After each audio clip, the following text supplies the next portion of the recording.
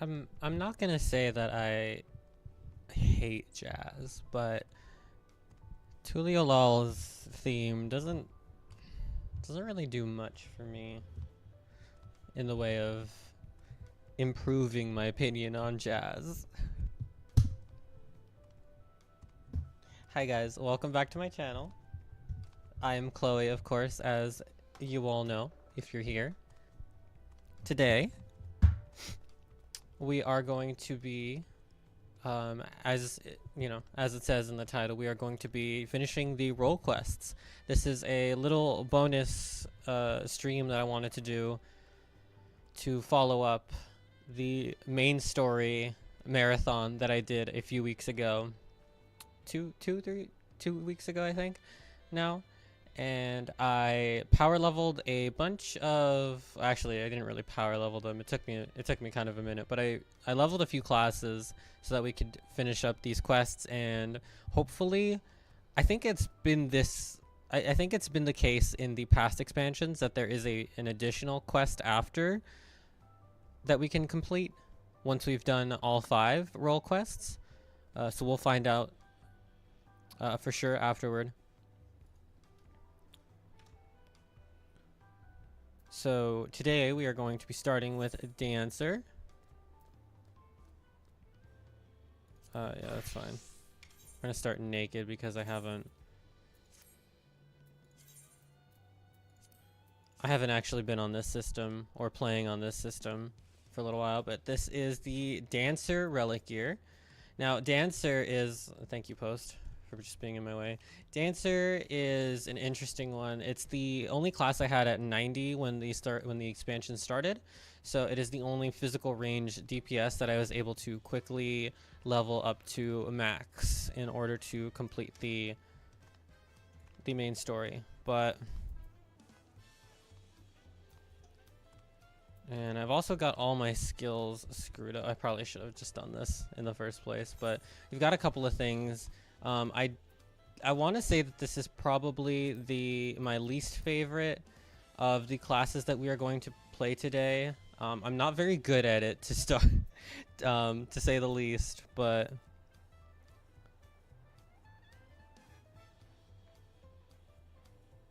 okay, that's all fine.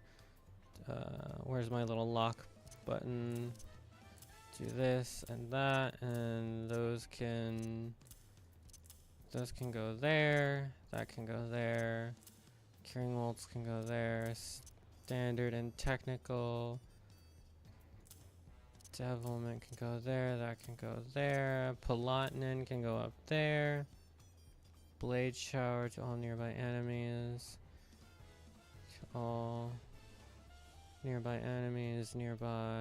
this one can go there. What is this? Dillers.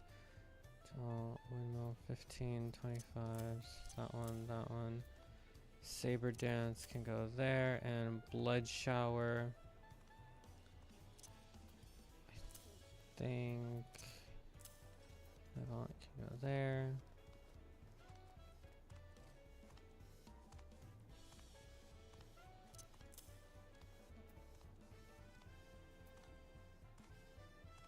Okay, I think this is how I normally have it set up. Worst case scenario, I just adjust things a little bit. Fan dance, we can just put that there for right now. Cool, so we've got a couple of new abilities for Dancer. I honestly don't know how to play Dancer well enough to be able to explain it. It's pretty self-explanatory, though. I usually start with devilment and then doing my technical step, and then I hit flourish, and that actually allows now I think this is a new trait of some sort, but I think it allows us to execute standard step without having to go through all of the extra little bits that you normally have to do. So that's how I usually start my very, very basic and uneducated another bunny rotation. So I'm not here to to show off my dancer skills. However, we are just here to do the role quest, so let's just get on with it. I hope you guys have had a wonderful week. It has been a roller coaster of a week, and especially today, there has been quite an interesting series of events. So I hope you're all doing well. Thank you for joining me today. And without further ado, let's get on with it. Rahul Jha, greetings. So you have decided to aid my people in retrieving our treasure, yes? They will be glad to know my long and arduous journey from our homeland in the distant south of Dawntrail was not in vain. As for the treasure we would have you recover, it contains the undying essence of an armadillo, Tyrol Vidral.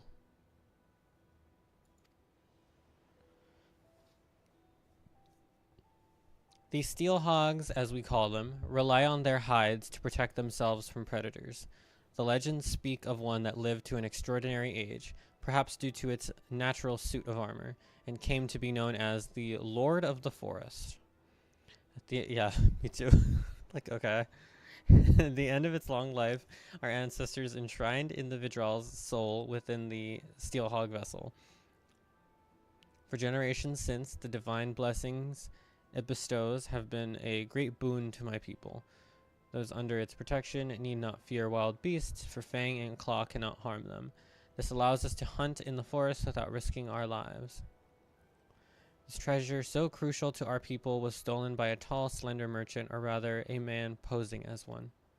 He came bearing exotic wares from foreign lands and served alcohol freely, toasting often to new friendships. My people became caught up in celebration, and in the morning, the merchant was gone, along with the steel hog vessel.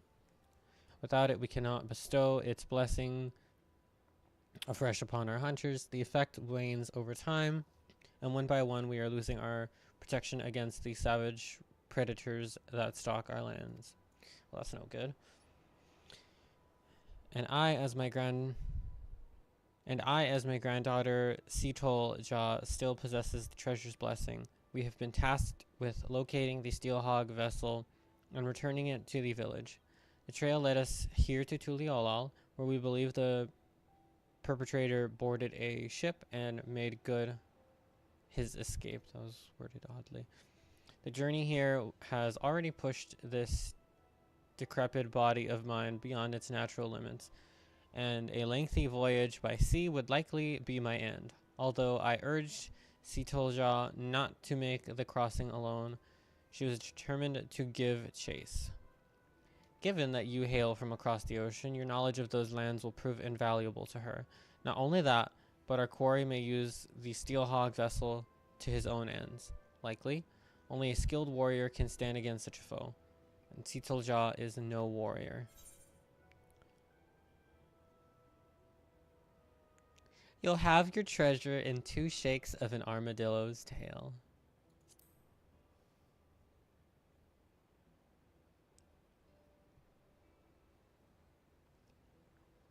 This is Jack Rabbit Slims. You can get a steak here, Daddy-o. See, as the thief took all of his wares with him, the only clue left behind was an empty bottle of whatever grog he was serving. After asking the sailors here, it seems it was produced in Alamigo, and with no other leads, Sitolja set forth. Okay, so we're looking for Sitolja. Once you arrive, blah blah blah, yeah. Around Ralgar's Reach. That makes sense?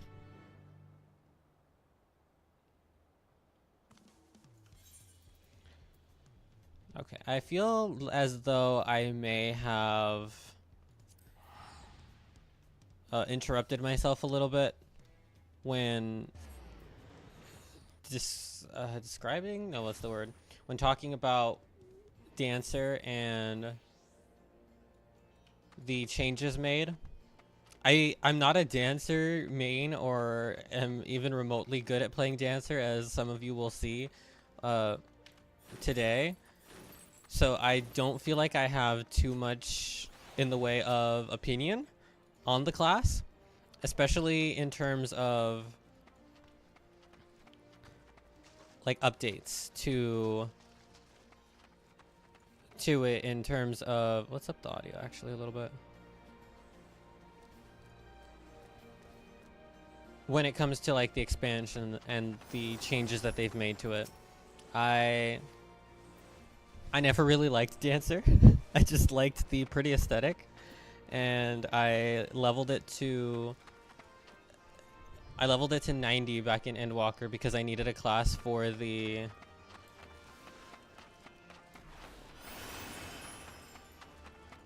role quests in Endwalker. So I just picked one, and I kind of regret not picking Out in the Fringes to steal a steel hog. And I'm kind of a little regretful that I didn't pick Bard or a Machinist, because I have a feeling once I level those to 100, eventually I will actually like them a lot better than I do Dancer. But here we are. This was the fastest physical ranged DPS I could get to 100, and I don't regret leveling it to 100 necessarily.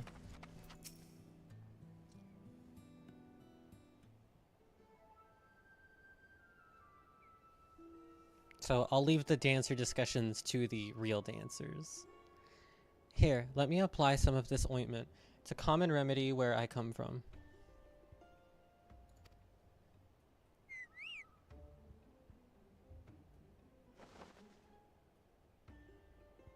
Oh? Are you here to lend a hand? This poor soul was attacked by highwaymen, and I could use help tending to his wounds. Don't worry about me. It's my escort who's in trouble. He's in pursuit of the thieves, and I fear he's bitten off more than he can chew. Please, will you aid him? Yeah, okay.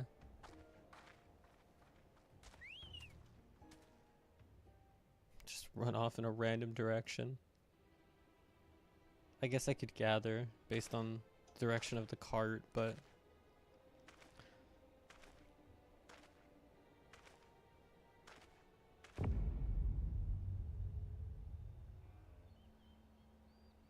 they're wearing football gear.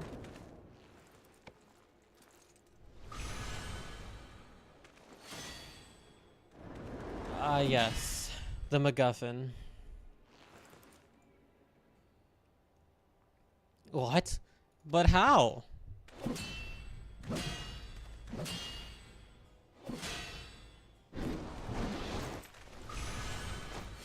Behold.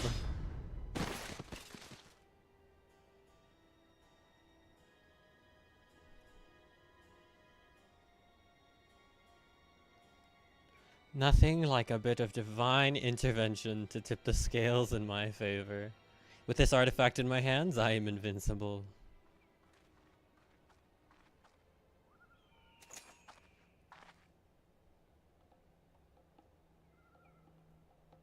Another one, eh? Not that it matters. How cool, Jaw. It is time you earned your coin. You and me both, bruv. I'm getting a duty already? Oh well, no complaints here. I appreciate the assistance, but he wasn't joking about divine intervention. Some strange force pushed me away. I can't even get near them.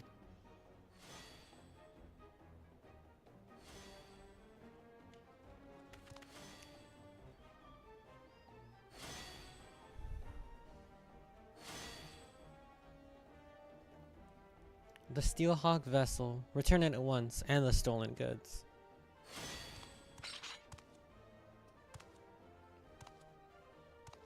Oh?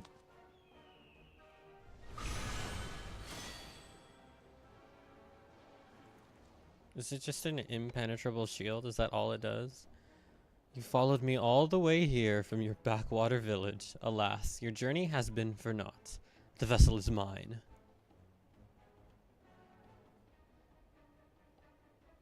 Shaltify? Shaltify? Do you not pronounce the T? Oh gosh, I can't with these Dawntrail names. I'm gonna call him Shalty. I, Shalty, will make better use of the artifact than you and your ilk ever could. By the might bestowed upon me, I will become savior to the oppressed and destitute. In light of my grand ambitions, the vessel's power would be wasted on the likes of you.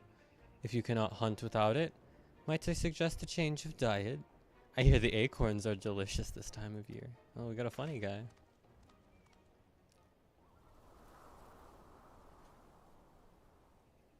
He just runs away? I was so close. I mean, we could still chase him. But now is not the time for regrets. These two are in need of a healer. I'll see that. I have a healer class. Would you mind meeting us there? Once their injuries have been treated, we'd better tell the resistance soldiers what happened. It's still apt to call them the resistance soldiers. Yeah.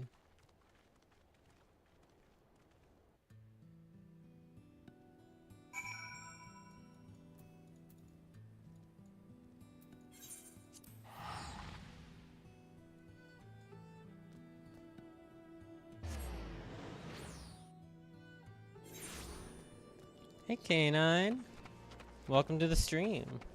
How have you been?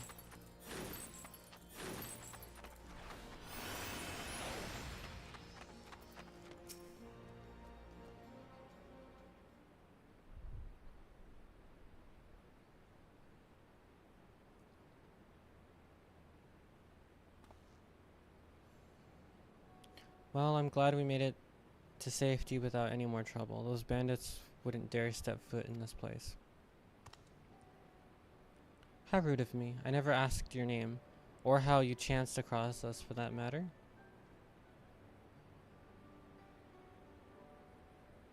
You came all the way from Tuliolal at my grandfather's behest? I can't tell you how grateful I am. As for the highwaymen, they possess the Steel Hog vessel, a treasure from my village. Not only does it grant protection from harm, it also produces a potent blast when the barrier is dispelled. Oh, okay. As long as our enemies have the vessel, attacks at close quarters will be extremely risky. Although, as we say in my village, cracks form in even the mightiest of shields. Knowing this, we are careful not to rely too heavily on its power. But now that the Steel Hog vessel has been stolen, the self-same power is being turned against the innocent people such as yourselves. I only hope you can forgive me for allowing this to happen. They stole this crazy magical artifact just to steal from traders and merchants.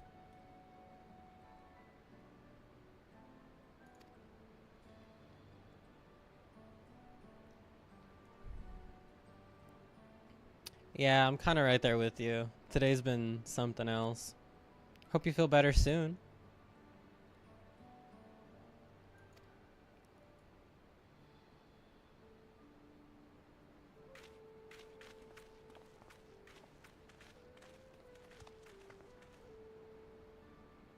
How about you, Mocha? I hope I can count on you to be there for whatever else comes next. I knew it. I sense you're eager to get started, but I need time to plan our next move. Bandits aren't known for being found easily. I was surprised to see a fellow Mamulja among them. I can't imagine why Kakulja would work for Shalti of all people. Shaltafi? Shaltafa? So anyway.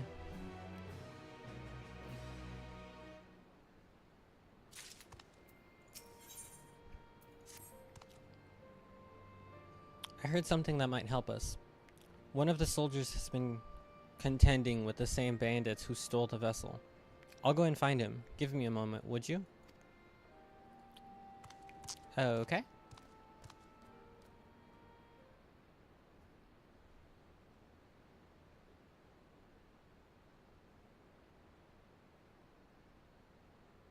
Sorry to keep you waiting.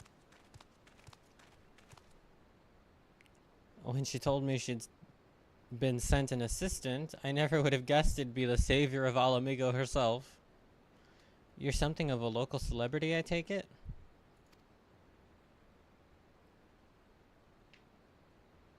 I'd love to hear more about that, but for now let's concentrate on the matter at hand. The bandits you've been chasing are behind a spate of recent incidents in Alamigo.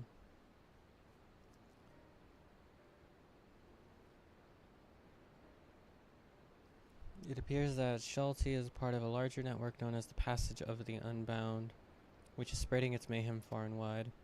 In particular, they've been carrying out raids on trade caravans heading here from Gridania. We've increased patrols along the route, but the bastards strike so quickly that they've usually made good on their escape by the time aid arrives. On rare occasions, we've caught them in the act.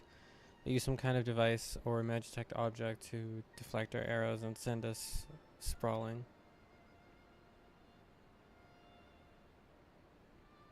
That's the Steel Hog vessel. It was stolen from my village, you see. I'm sorry for all the trouble it's caused. The one who took it, Shaltify, said something about using its power to help the oppressed and destitute. What do you think he meant by that? That sounds familiar. The reports say that thieves were shouting something along those lines during the other raids. They claim the merchants are overworking and underpaying their laborers and therefore deserve to be targeted. I don't see how stealing a bunch of goods helps the workers, and there's not a shred of evidence that anyone is being exploited. If you ask me, they're just in it for the money. In any case, their reasons won't matter a jot once they're behind bars. But for that, we'll have to catch them first. The most recent incident occurred near Porta Praetoria, one of the waypoints on the road to the palace. If you want to know more, you'd best hear it straight from the commander there. Anyway, I'll send a word ahead to let her know you're coming, assuming you are, that is. Yes, of course, much appreciated.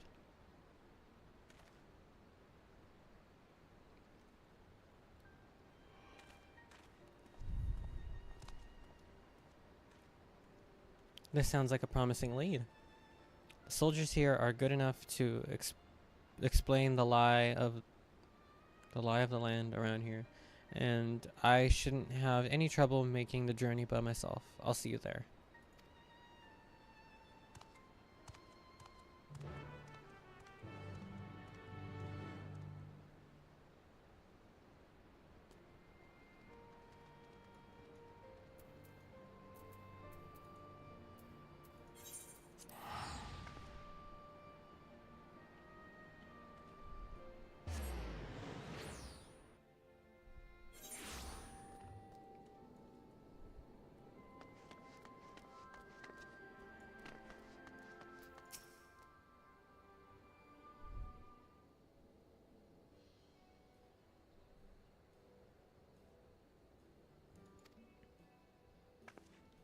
I can confirm that we've had several sightings of Shaltie and his gang in recent days. They've even taken to ambushing our patrols. Whereas most brigands would flee from armed and armored soldiers, this lot seems to take pleasure in goading us into attacking.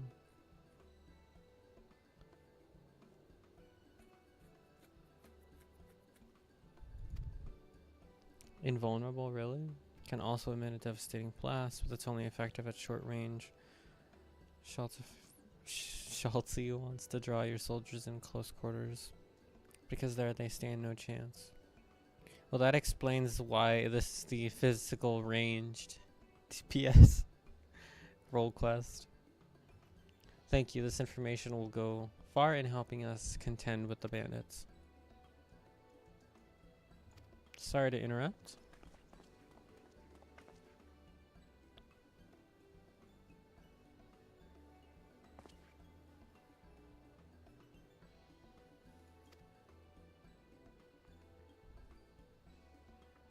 I myself am of Gridanian stock, and after learning my craft in the markets of Ul'dah, I now deliver all manner of finery to eager patrons throughout Eorzea. But enough about that. I hope you'll forgive me, but I couldn't help overhearing you mention a gang of highwaymen. We've heard similar tales from other traders passing through, and it seems some stretches of road are more dangerous than others. In fact, the bandits are most often seen at a specific location not far from here. If you like, we can take you there ourselves. Please, by all means. Wait, Mocha can take... Excuse me. I have phlegm. Wait, Mocha can take care of herself, but I can't allow any more civilians than necessary into an area... Oh, I can't allow any more civilians than necessary into an area believed to be teeming with bandits. Ugh, you'll have to pardon me. I woke up like 5 minutes before streaming. It seems I have no choice but to ask you to go without me. Sorry, but if those highwaymen did turn up, I wouldn't be much good in a fight. While you head off to investigate, I'll see if there's any more information to be had here.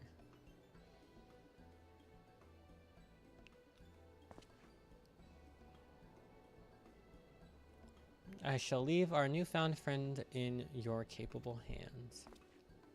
If you say so.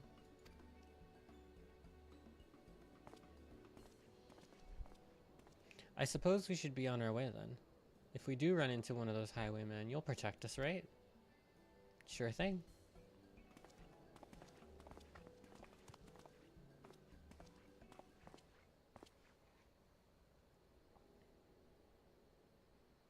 One's headed your way now.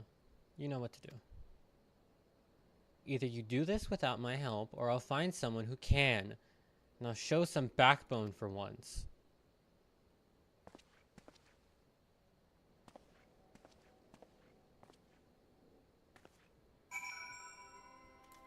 That guy seems shady.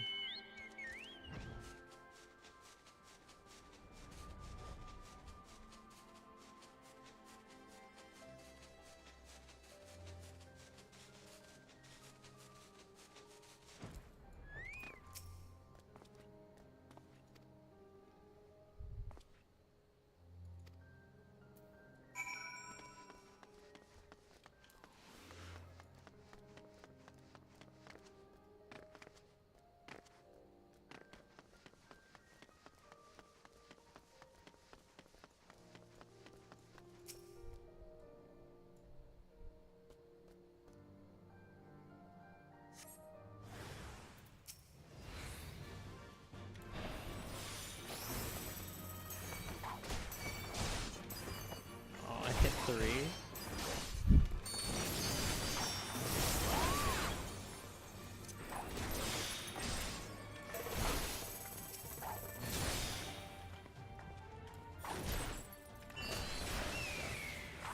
That one's pretty.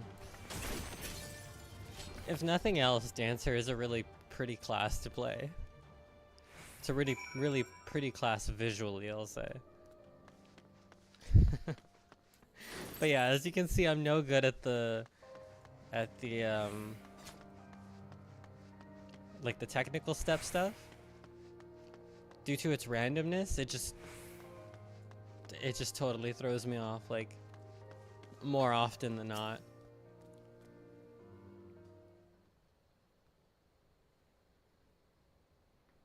But that's my problem, not the class's problem. All of them? There were only 3 of them.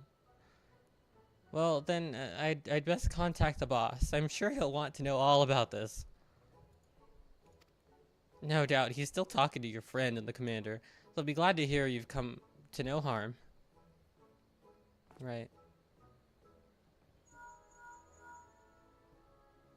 You'll never guess what, boss? She trounced a lot of them. Yes, understood. I'm not quite sure why, but he said they'll be here in a jiffy. Alright.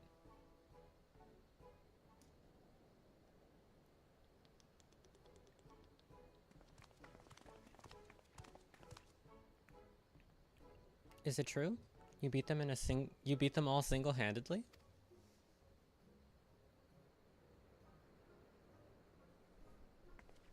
Gods be good.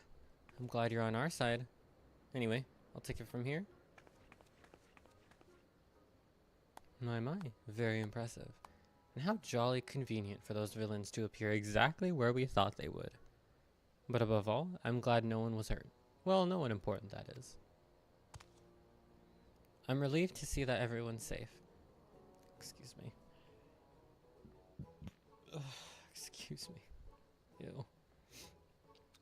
I must have taken a lot of courage to bring Mocha here. Or it must have taken a lot of courage, knowing that danger could be lurking around every corner. Are you sure you're alright?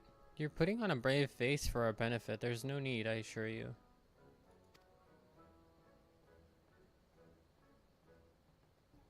No, we're fine. Couldn't be better. Well then, I'd say that's enough excitement for one day. We'd best continue on our way to the Alamegan Quarter. Where's to settle, deals to broker, that sort of thing. I dare say it'll be some time before any ne'er-do-wells will have the gall to descend upon the neck of the desert. And as for you, my friends, I'd advise you not to stray too far from the beaten path. If you know what's good for you. Ta-ta.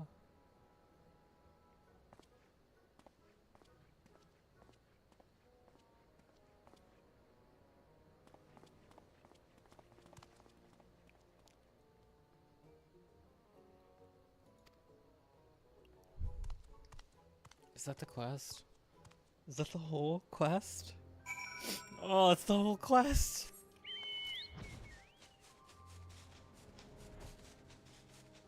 Oh well.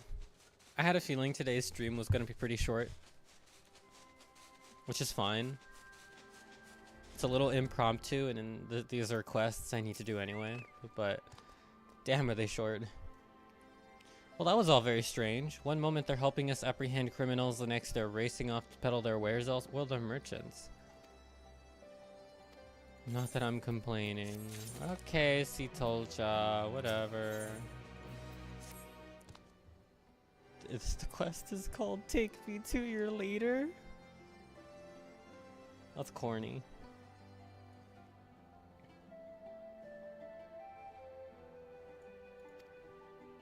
With any luck we may even learn more about where we can find Shell to fight. I'm sure the commander is as eager as we are to put a stop to his misdeeds.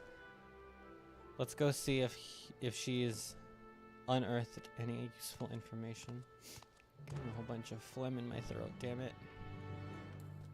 This is not good for my silly voices.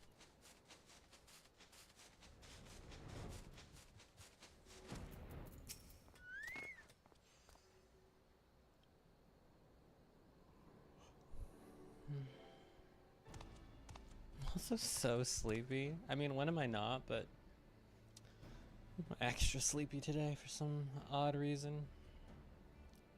I was just about to send someone for you. Glad you could have saved me the bother. I have a favor to ask of you both. Can't read today either, apparently. I'm going to let the criminal walk free, and I want you to follow him. You see, our questioning has revealed that the bandits are indeed working with Shelty. If we cut one of them loose, he might lead us straight to their den. But if the mission fails and you're discovered, you may find yourselves confronted with an untold number of outlaws. Of course, I considered sending my own men, but I suspect that by now the bandits know our faces. After Mocha's little display in the gully, I'm sure she can alone handle whatever trouble may come her way. But they saw my face too.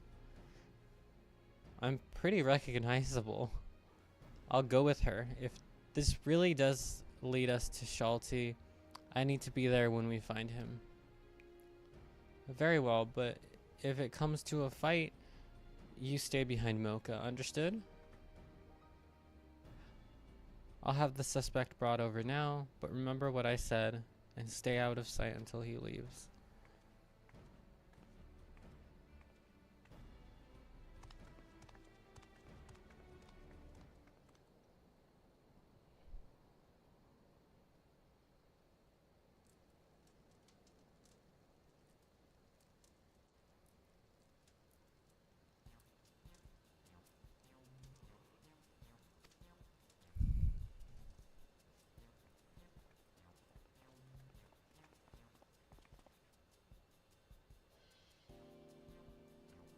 I thought you did several times.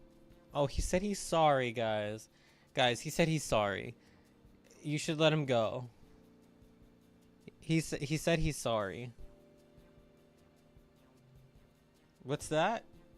He stole from multiple merchants and even killed a guy, but he said he's sorry.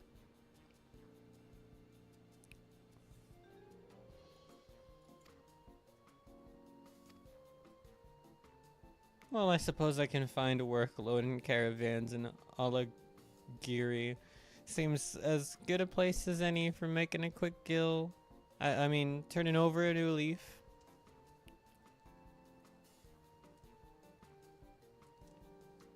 Just so cheesy. I'll have you escorted there, but you best keep your nose clean or we'll come down on you like tons of bricks.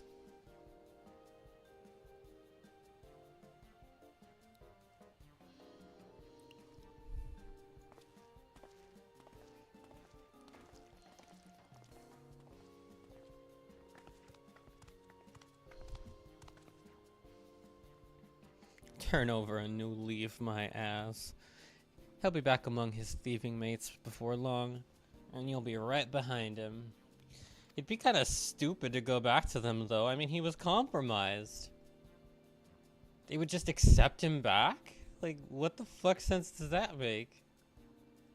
Alright, we're gonna. I'm a little curious as to where this is going, but it's going a little slow, so I'm gonna speed through a couple of dialogue options here. This is the chance we've been waiting for. Let's go.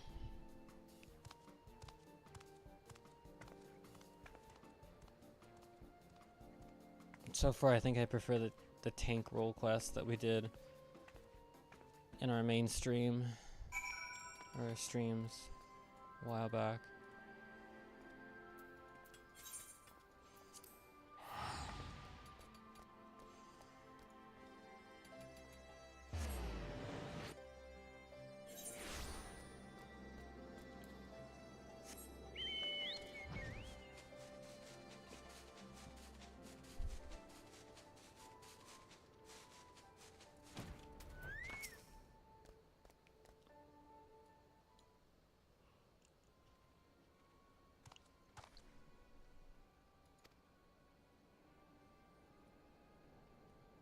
So much finding work. Now comes the tricky part. Keeping our eyes on him and his eyes off us. Stick close, but not too close. Yeah, I've done this before.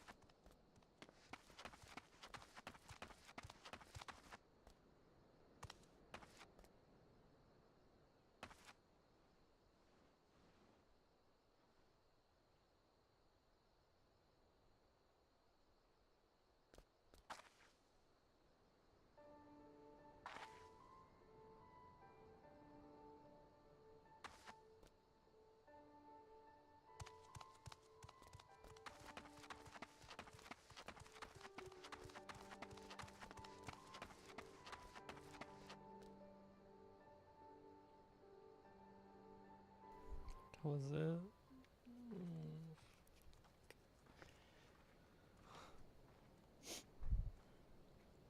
Yawn.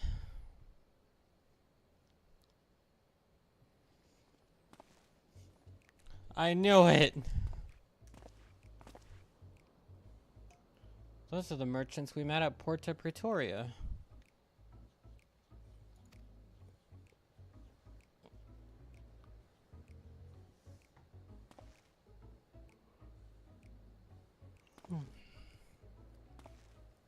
So they let you go out of the kindness of their hearts?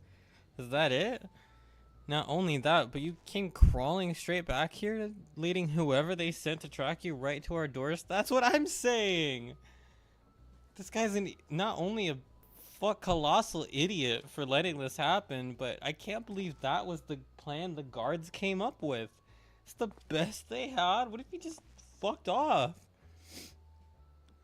Okay, never mind. I'm not gonna complain about it that much. Critically acclaimed MMORPG, perfect and all that. I'm just get on with it. This is Shalty, isn't it? It's gonna be that fucking obvious. I swear, no one followed me. The soldiers took me as far as I'll agree, and then went back all the way they came. I made sure they were specks in the distance before I even set foot outside the town. I suppose I have no choice but to take you at your word. Not that it's worth much. Well, now that this charade is at its end, let us change into something a little less drab.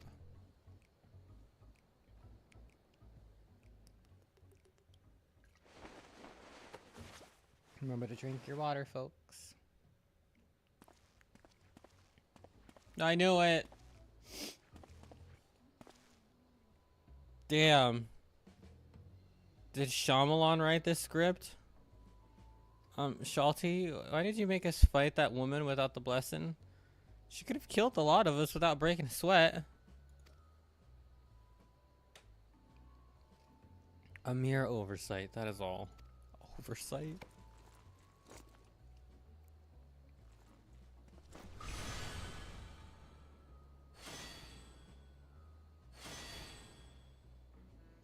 Though it pains me to admit, even with the invulnerability granted by the artifact, the likes of us are ever at the mercy of the truly powerful. Just sitting over there, casually. Can't fucking see us at all. No siree. A pox on those interfering nincompoops.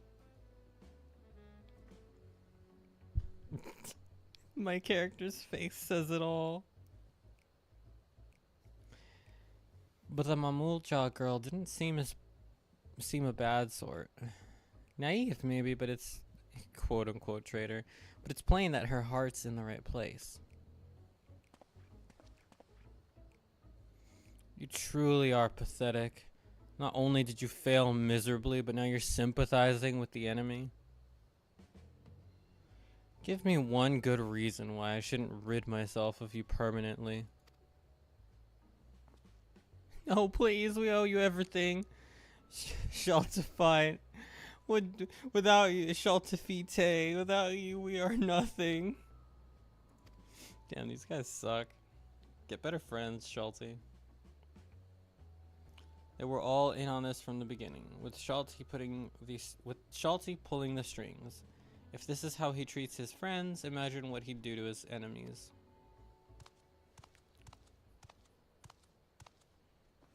Uh-oh. You couldn't stay away, could you?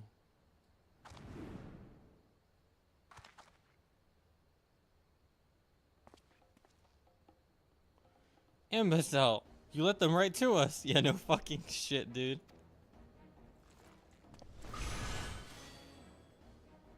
What's the targeting on that? Like, eliminate these vermin. Oh, can I finally fight something that's not gonna die in 2 seconds? He just seems sick of it. Me too.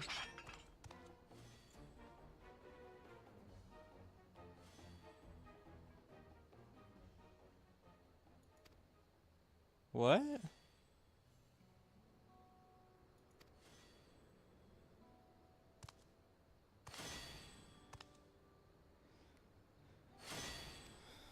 Mm-hmm. I can't return home without the vessel. Oh. Pleading to his inner empathy. Either you return home empty-handed or you won't be returning at all. I'd rather not harm a fellow Tirali, so get out of here before I change my mind. I've bought enough time by listening to your babbling. Don't let me catch you sniffing around our tails.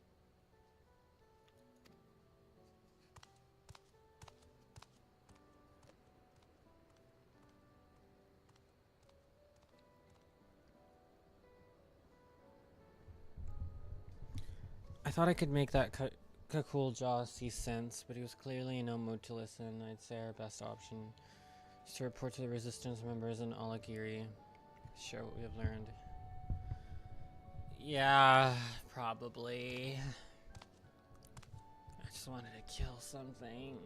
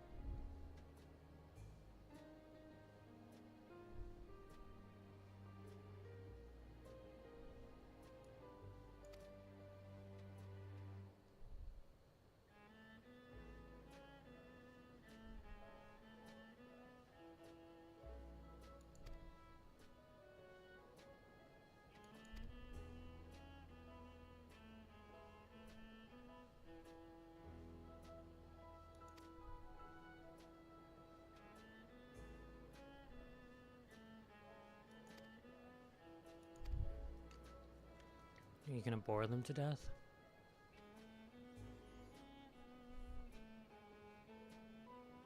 You can feel even a shred of goodness in that Shalta fight. Really? Okay.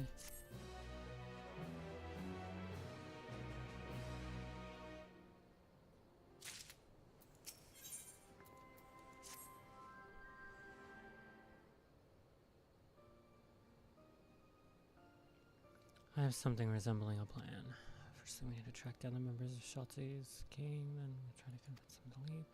Considering how terrified most of them were, I'm sure they are eager to free themselves of Shalta and his outbursts.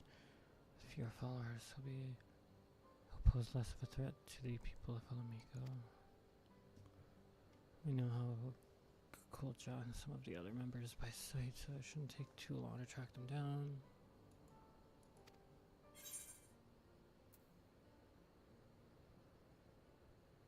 Time for another excruciating round of Quiz the Locals, then. My character looks so concerned. Besides, your role is to fend off bandits and the like. Mine should be to gather information and whatnot. Does that sound fair to you? Yeah, alright. Our resistance friend stationed here had some interesting news to share. Apparently 2 men posing as merchants, spotted nearby engaging trade. Blah, blah.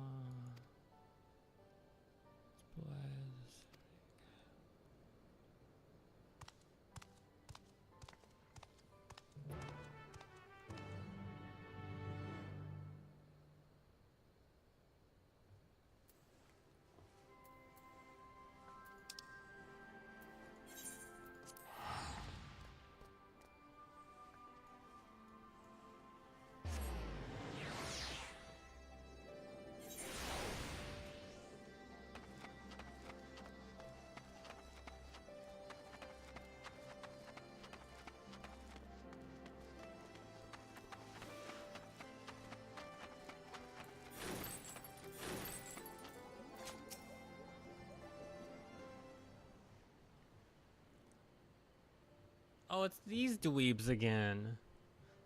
Am I right?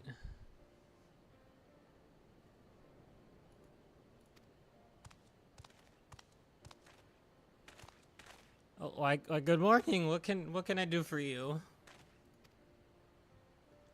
You can start by dropping the A Fable Merchant Act. It's nothing but a front for your real line of work. Ah, save me, Shaltafite. I know that's not how you pronounce it. I don't care. Is that what you really want? You seemed so scared of him before. Look, we're not here to hurt you. We just want to retrieve the vessel. If you explain what's going on, we might even be able to help you. Why don't you start by telling us your names? Our names? We threw out his name. Come to think of it, not once did Wow. It was always, you there, or some undeserved insult instead. Uh-huh. Surprise, surprise.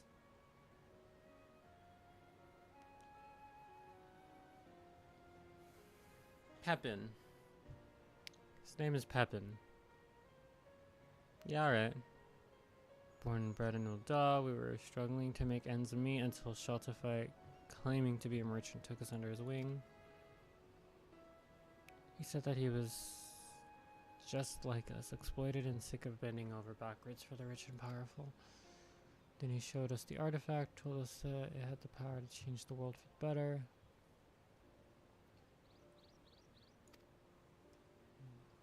Can you imagine how impressed we were? He did exactly as instructed. Next thing we knew, we were joining him on raids. We never wanted to hurt anybody. Mentioned before that he's also from Ul'dah, assuming he was telling the truth.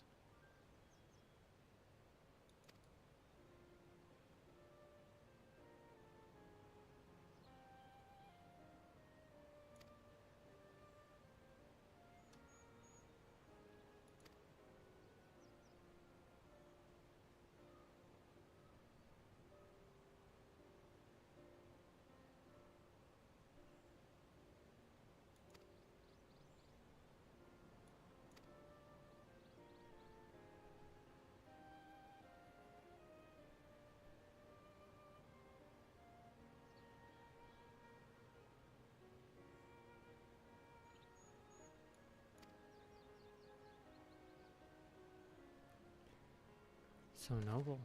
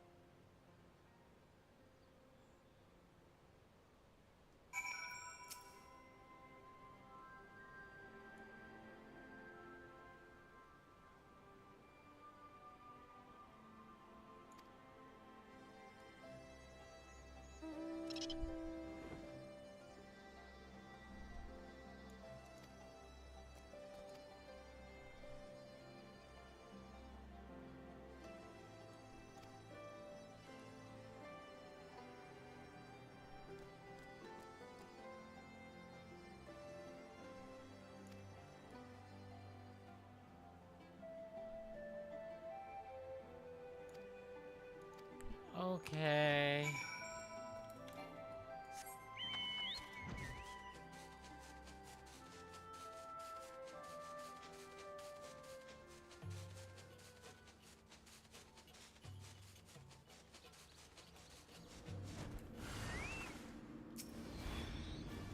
Really? I get attacked by a fucking grasshopper?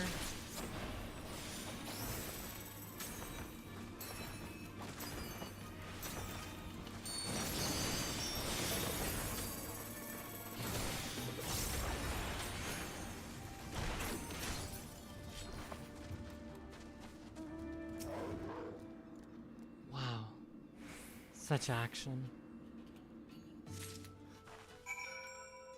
I'm such a shitter. Oh, man.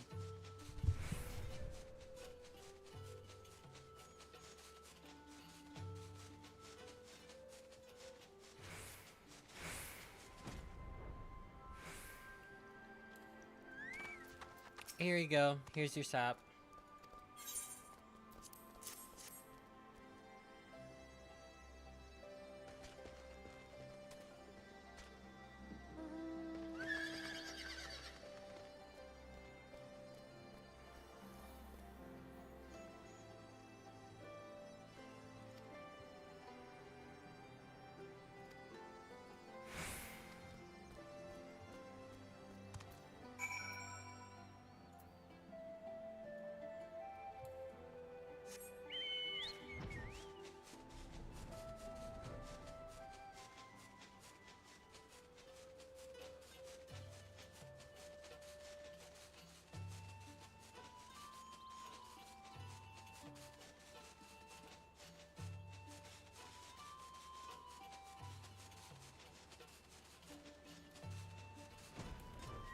Oh, hey, buddy. Oh, fun, a cutscene.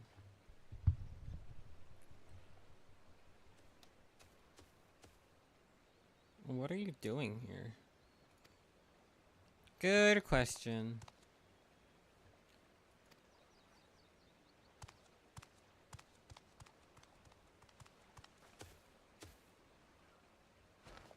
Here, I have a present for you.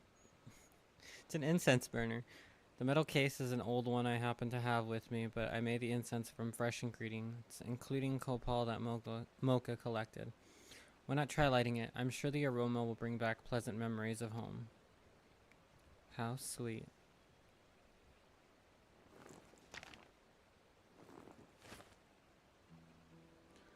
There's no need. I'd recognize that smell anywhere. But as much as I long to return home, I'd rather not be reminded of what I left behind, what I might never see again. As things stand, I have no choice but to continue working as Shaltifate's mercenary, no matter what crimes he commits. Fuck is up with his danglies there? But why? The fare for a ship back to Tural is enough to buy a mansion here in Eorzea. Really? At least that's what you didn't think he lied to you? He said that if I served him loyally, he'll cover the cost of my journey home. You think he was telling the truth?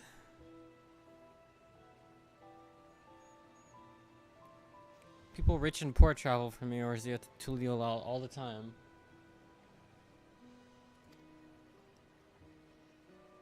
Well, since I'm unfamiliar with the local customs for negotiations and such, Shalti offered to speak with the ship's owner at my stead.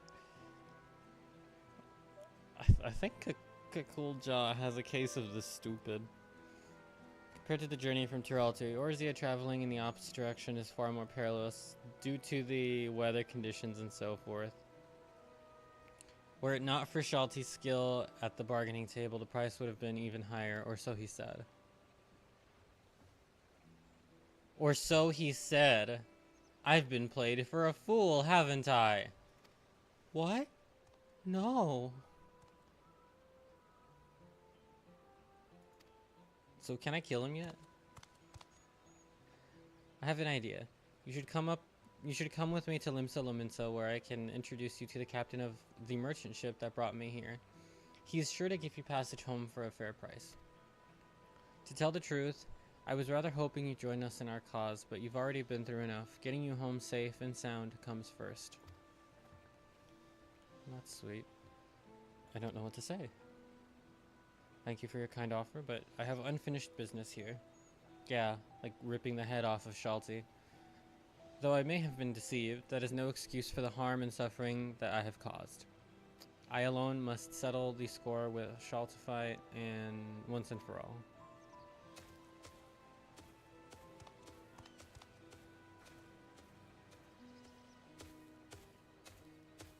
Whenever you're ready, the offer still stands. It's a pity we couldn't join forces, but he's got to do things his own way, I suppose. In any case, let's head back to Alagiri. With those soldiers around, at least we won't have to worry about any bandits. Just more than I can say for this place. Yeah, alright.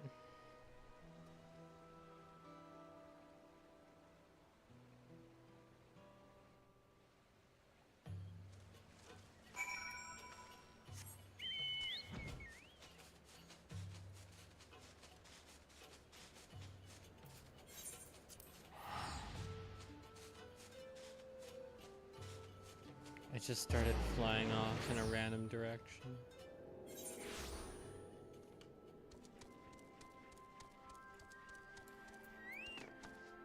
What is that settlement called anyway? Alagana, okay.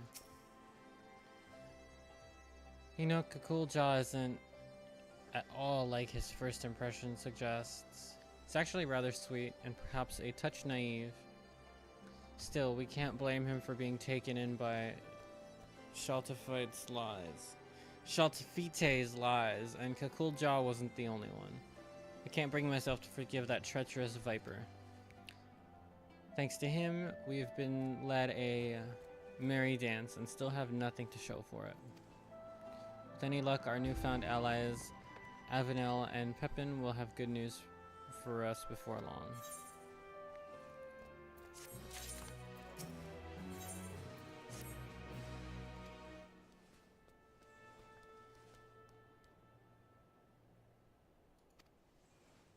A letter?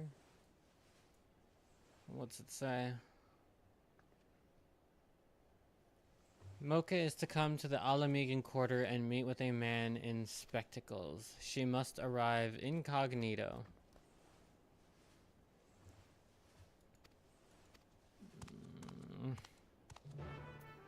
This reeks of bullshit.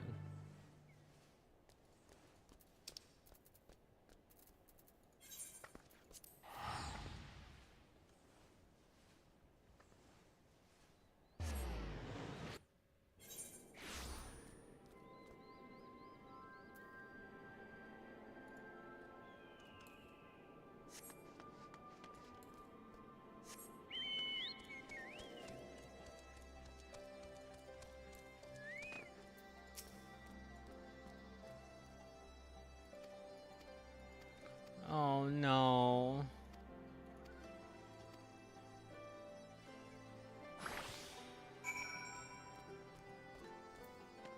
Okay.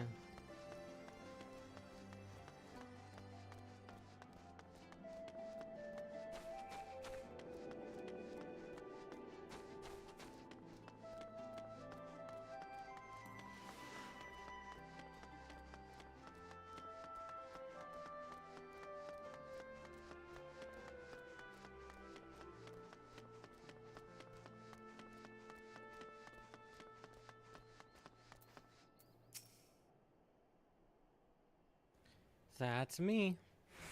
I'm pleased to make your acquaintance. Like him, I and several others have resolved to make a clean break and free ourselves. Okay. Wondering why we must resort to such convoluted means to meet with you. Simply put, it is to avoid arousing suspicions of Shaltafite and those still loyal to him.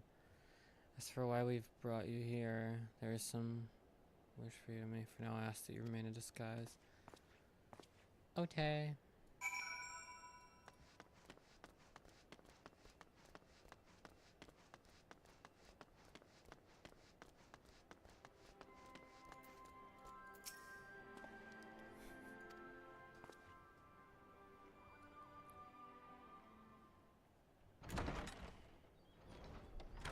Man, I could really use the relic from the last role quest. Transfer somebody's energy into me, because I'm a sleepy girl right now. This quest is not helping.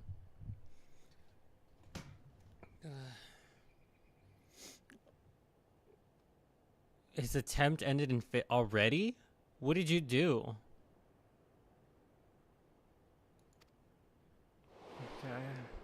Oh, flashback to what, 5 seconds ago?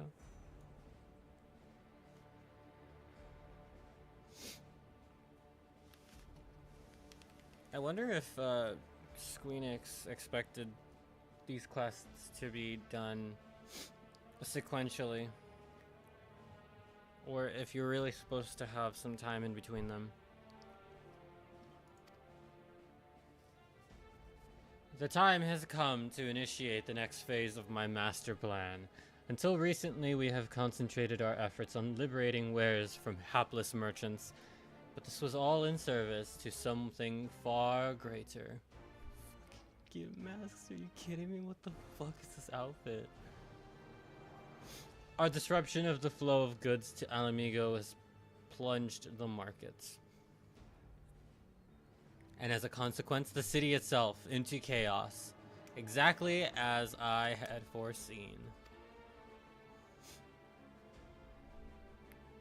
Oh, they're regretful. No longer will we be forced to crawl through the mud and lick the boots of the rich and privileged. We shall cast down the oppressors. They will suffer as we have. Wait, these are supposed to be the bad guys, right? The meager shall inherit this land. Down with the old order.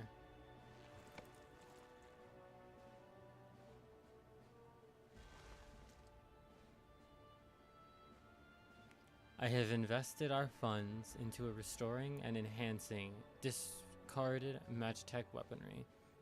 Now nothing can stop us from taking over Alamigo.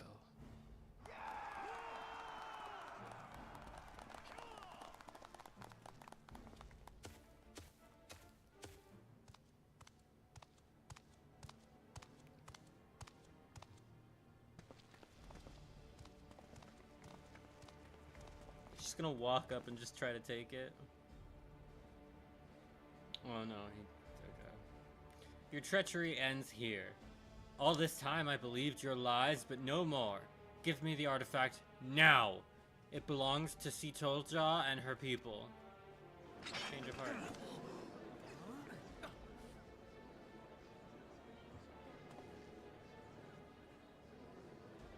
But Kulja is Shaltifite's right-hand man.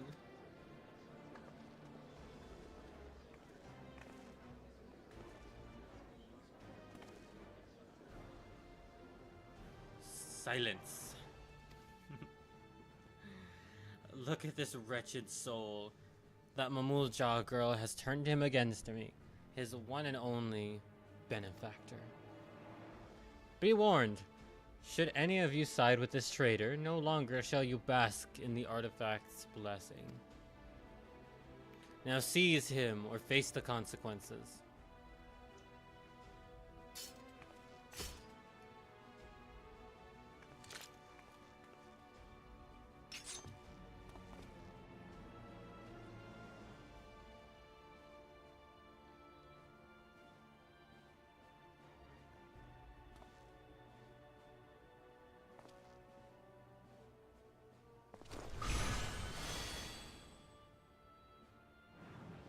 What? How the fuck does that thing work?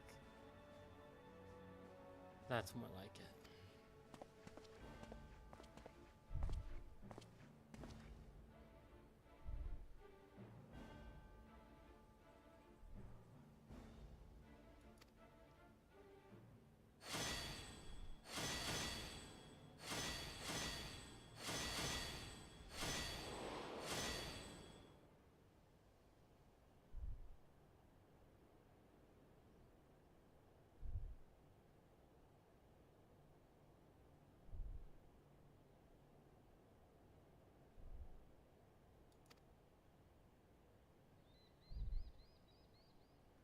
You look healthy as a whistle.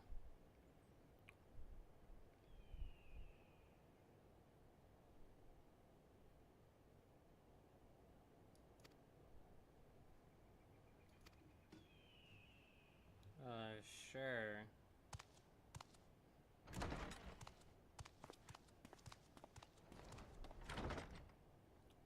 Oh boy, I'm out of coffee.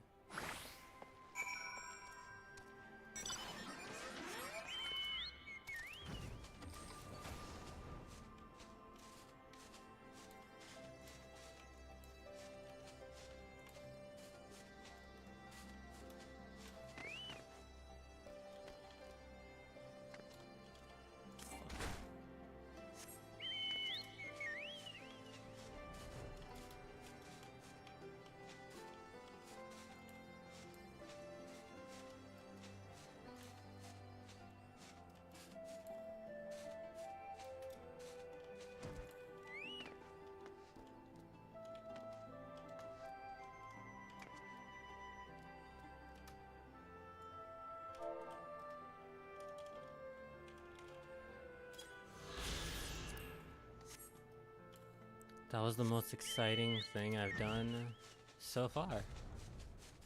No, that's not fair, but I am kind of falling asleep. I'll chalk that up to not getting enough sleep last night. Playing too much Final Fantasy. Cool job, borked it. We were right to trust the sender of the letter after all. We knew Kukulja had a score to settle, but I had no idea he'd try to take back the vessel. Though we may not be working side by side, I'm glad I can count him amongst our allies.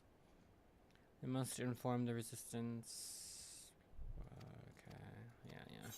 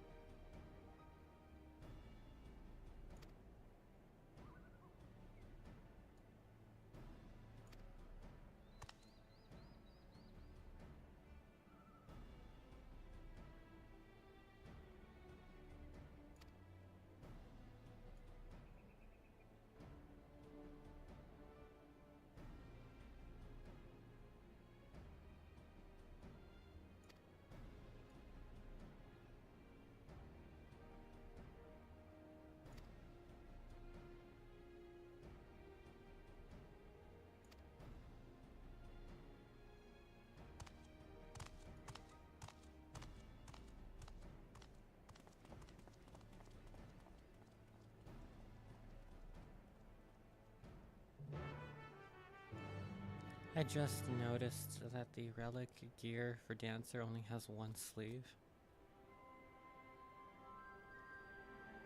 A bit strange, isn't it?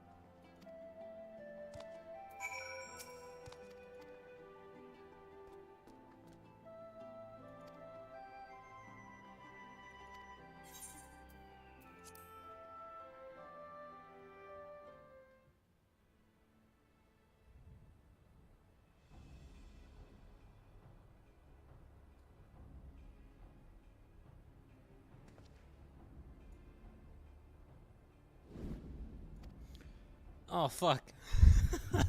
Oops. God damn it, Chloe. That's as far as you go. Oh, I thought I'd seen the last of you. You thought wrong.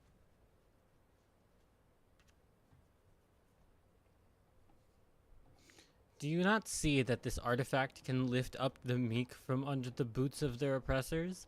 Not just one isolated tribe, but everyone who's ever known fear. You call me a villain, but it's you who would keep such a liberating power to yourselves. You are no better than those we struggle against, and only when your ilk have been eradicated will the world know freedom. The hour has come for us to rise up and take what is rightly ours. My whole village might rely on the treasure's blessing, but we would never use it to steal from others. You lie, cheat, and sow nothing but misery. You don't want to cast down the oppressors, you want to be the oppressors.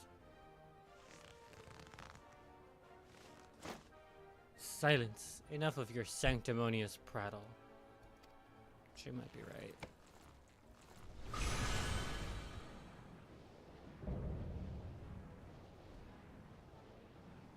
He gets his own title card?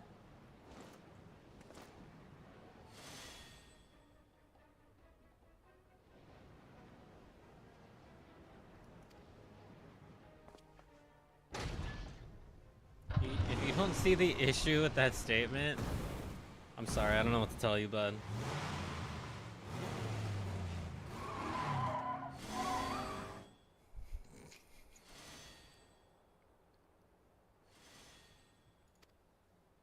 Ah, projection. For you and all those who judge me unworthy, my hatred will never die. I like making funny voices. What the fuck is this tune? Holy shit. What does that mean?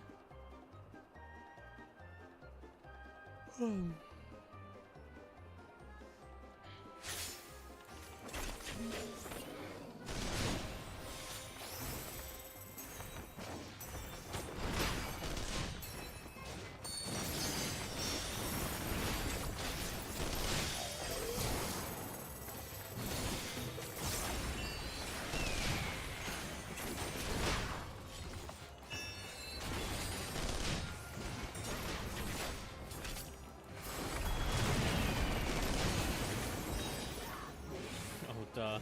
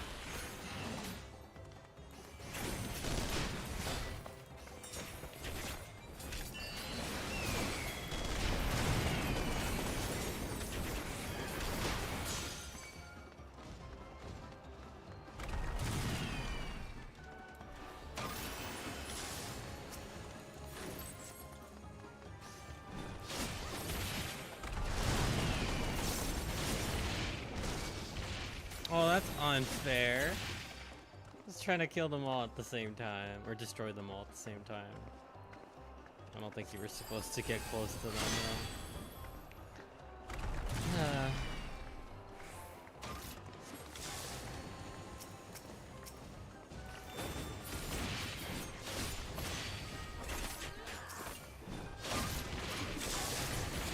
Oh, yeah?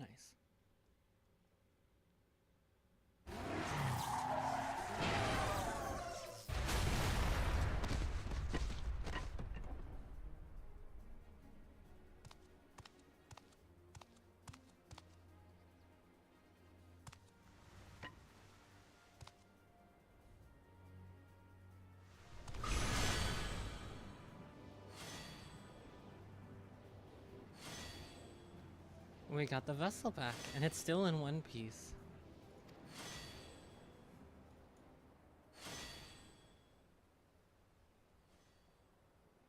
I beg of you, give me the artifact. All the trials I overcame to join the Unbound, everything I did was for chance at happiness.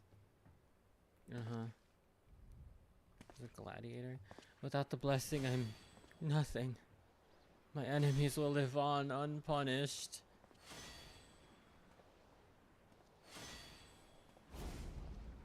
Enough. I've tried reasoning with you, but it seems there's only one language you understand.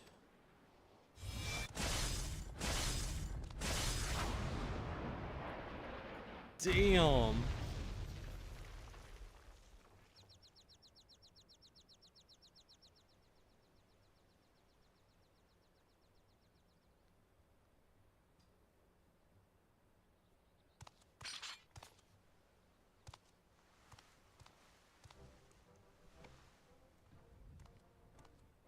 Are you alright? Never better.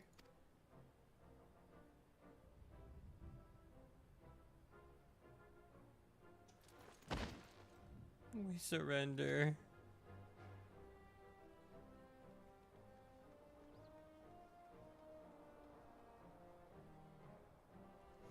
I'd say that Shalti's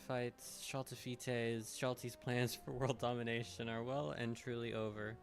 Not only that, but Steelhog Vessel is back where it belongs, or at least it will be soon. Of course, I have you two to thank for everything. I quite literally couldn't have done it without you.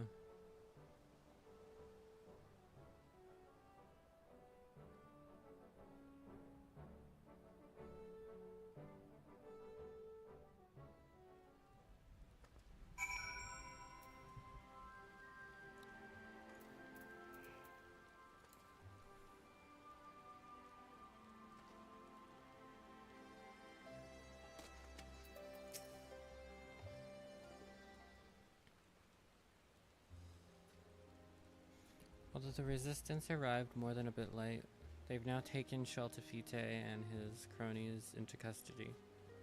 What's a worse way I could say that?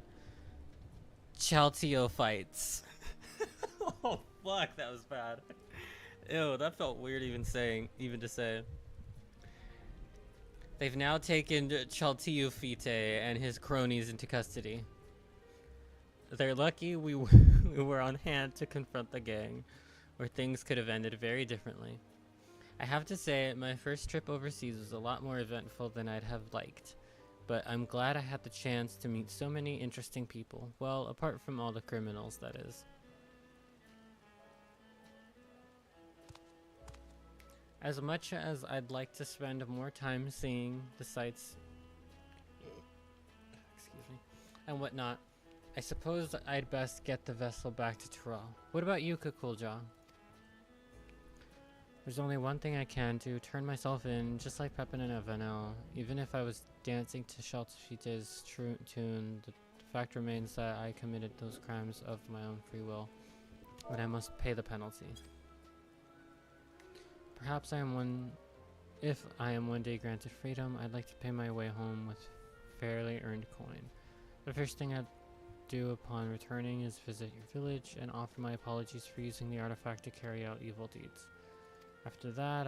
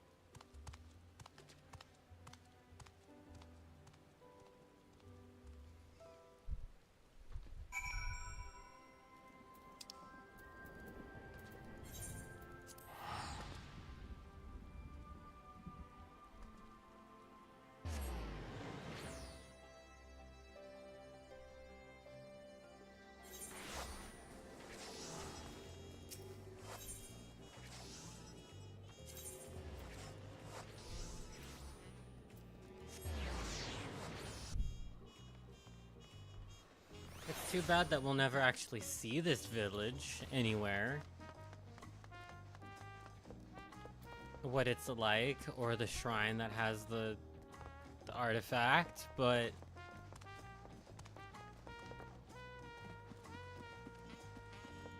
in fact, does anybody know where to find the narwhal artifact? I really need the narwhal artifact right now.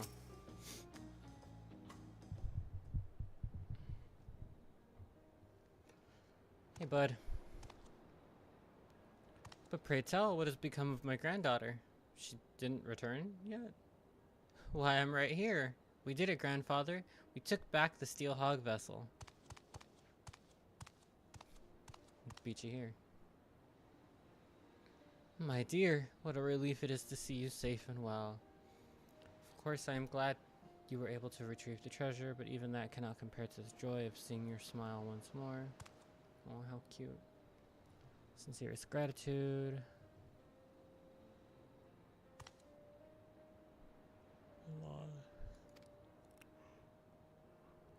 Anyway. Until next time.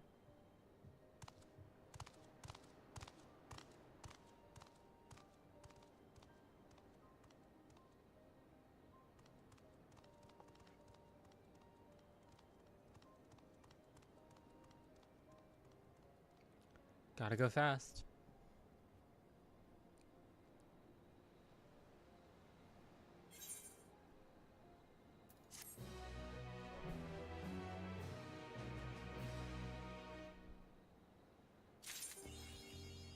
Some shields are made to be broken. Alright, well, that one had a cute little wrap up. I don't really have too many opinions on it, I suppose. It was cute. It was quaint. Up next is going to be Black Mage and the magical DPS role. This is our Black Mage relic gear. I still can't wear the hat. Yoshi P, this is a travesty. I can't. Just let it clip. Just have my ears clipped through. I don't care. Just let me wear hats. It'll look adorable with the ears clipping through, I promise you. Most of the helmets. Oh wait, I forget that the lop ears exist. Just let them clip, Yoshi P, please. Okay. So while I am sorting out my hotbar, hopefully my brain will work well enough to be able to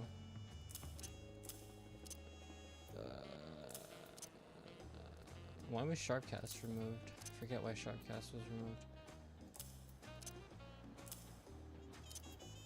I guess not. I was gonna say my brain will work well enough to be able to discuss what we were doing next, but I kind of need my brain to remember how I have my hotbar set up. All aren't okay. Horrible soul can go there. Mana ward can go there.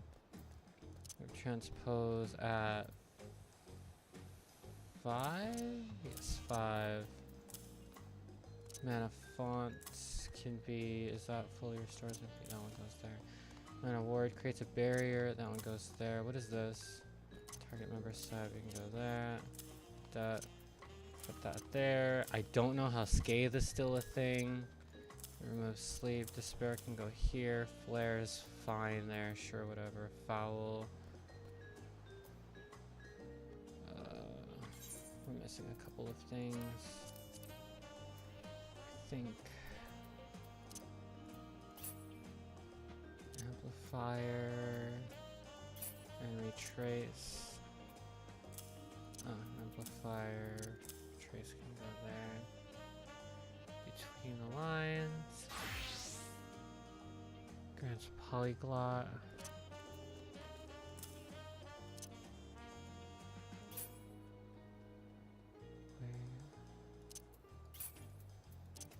Put that there.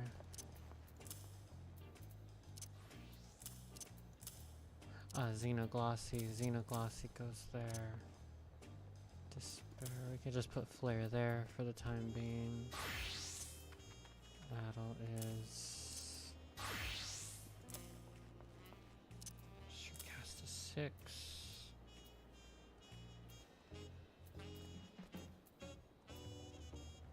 Okay. As far as Black Mage goes, I'm also really bad at Black Mage. I'm really bad at most DPS classes, but Black Mage is probably my favorite class that we are going to be playing today. They didn't change too many things. We do get Flare Star at level 100, which is just more damage. I forget exactly how it procs, but it has something to do with the new little addition that they made to our Black Mage gauge. I'm not going to be super concerned about it. Most of the time, it's pretty easy to just spam Fire 4 and then just dance around a couple of other spells. I mean, it's probably not going to come too much into play in this role quest. Unfortunately, these quests aren't really super like combat intensive so far, aside from like, you know, a couple of duties and then the one at the end. So I'm not super worried about my lack of skill in this regard, but like I said, this is probably my favorite class so far that we are going, or my favorite class that we are going to be playing today. And I have 0 notes on the outfit. It's an outfit. I just wish I could wear the hat. The staff is cute though. It's got a little cat. It's got a pretty purple orb and a little cat. It's cute.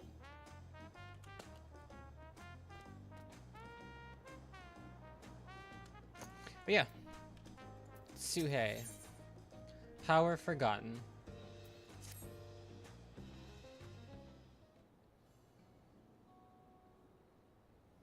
Did Brook Evu send you to help recover our stolen treasure?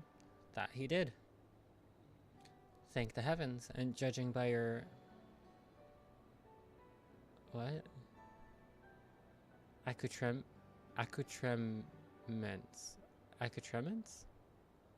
You've learned the arcane arts, yes? Ish. If so, we need your power and wisdom. Oh, I didn't notice the tattoos. That's cute. It is wisdom that we require most. You see, even though the treasure has been guarded by our people for generations, we know little of its true nature. In ages past, the forests of our homeland were plagued with terrible beasts, a constant source of fear and danger.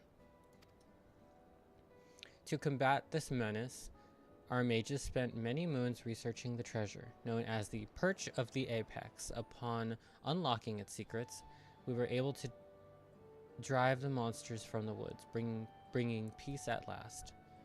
With the threat all but eradicated, our forebears forbade any further use of the treasure and enshrined it within the village. As the years passed, we slowly forgot what it was to live in fear. Yet as our struggles faded into memory, stories surrounding the Perch of the Apex became legend, then myth. Now, none living are certain of its true power. Yet the peace was shattered by a member of the Passage of the Unbound. The villain wheedled his way into our trust, and then stole upon my husband, the treasure's appointed guardian, catching him unaware with a terrible blow that left him unconscious. These villains are kind of pussies. He has yet to awaken, so my daughter Tepeke has set forth to retrieve what he has stolen. Unlike her father, she has no skill in the arcane arts and chose the path of the sword. So why'd you send her? I'm not going to get into it right now. Never mind. That's why I've been seeking someone with the knowledge she lacks. Should the ancient power be unleashed, please, if you can find it in your heart to help Tepeke, I would be forever grateful.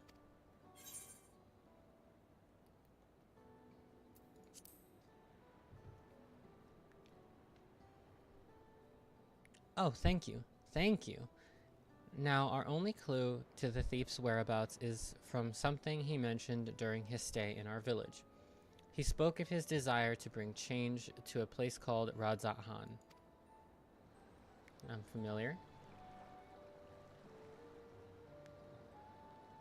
She boarded a ferry bound there by the way of Lim Salominsa with her trusted sword and shield. She agreed to stay at Radzat Han to gather information until aid arrived. I know nothing of the place, but it's likely she can be found in a marketplace or some such. Please bring our treasure and my daughter safely home.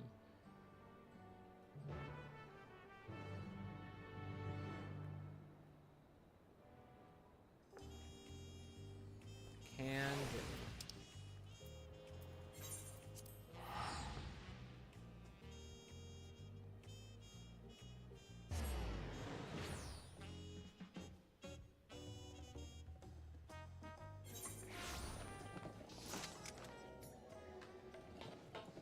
While I'm here, actually. Okay.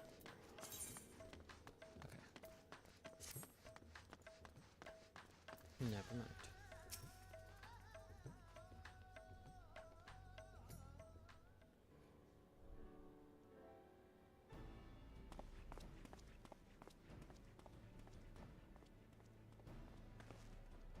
Oh, are you looking for me?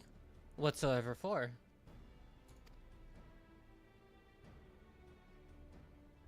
Mocha, and you say my mother sent you?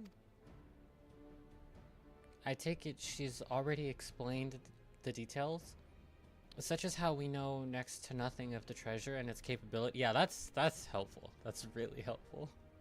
We have only the legends passed down through our forebears to go on. They speak of a Tyrol Fidral, of an owl that once terrorized the forests, those whose soul is sealed within the perch of the apex.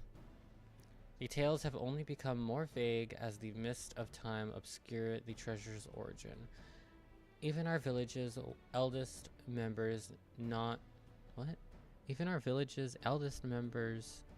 remembers. Village's elder. I can't read the sentence.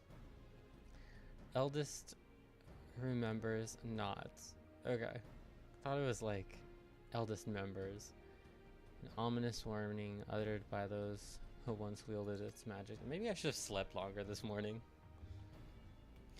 The master of the apex shall be showered with good fortune, yet leave only sorrow in their wake. It's a bit cryptic, no? It's clear that despite owning their safety to the apex's power, our forebears viewed it as something to be feared. It must be truly immense. So far the powers have been a little underwhelming, but... Even during our brief acquaintance, he made plain his desire to bring change to Radzat Han. Naturally, I've started my search here, and have been seeking anyone who's expressed dissatisfaction with the status quo. Oh honey, look around. Sure enough, I soon heard stories of a recent arrival, a self-styled savior of Radzat Han, who proclaims that he will lead the city to greatness, and calls himself the Justikar.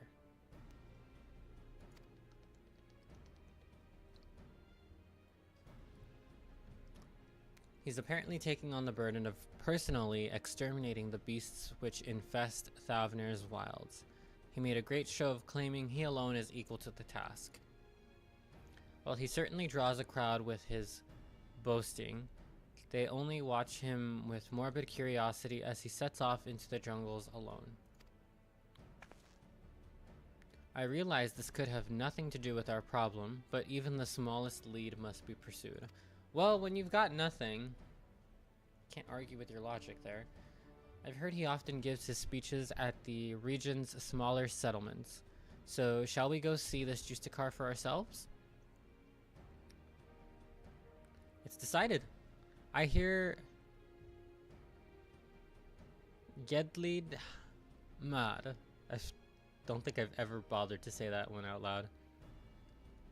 Gedli Mad would be a good place to start. Hopefully there we can find our next crumb of a clue. I was there just last night.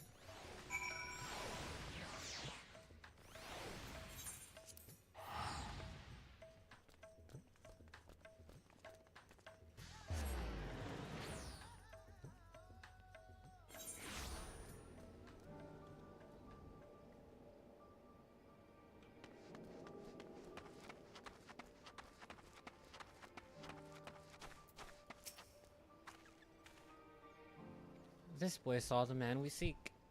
It seems he gave the same grand speech about saving the people, claiming that danger lurked nearby before venturing forth to combat it alone. Yet the radiant host could not, well, stand idle if there truly were beasts afoot. So one of them followed him. All we need to do is pick up their trail. Talk funny. Ran towards the shroud, but you might be able to spot him from Kajaya's footsteps. You can see the whole forest from there.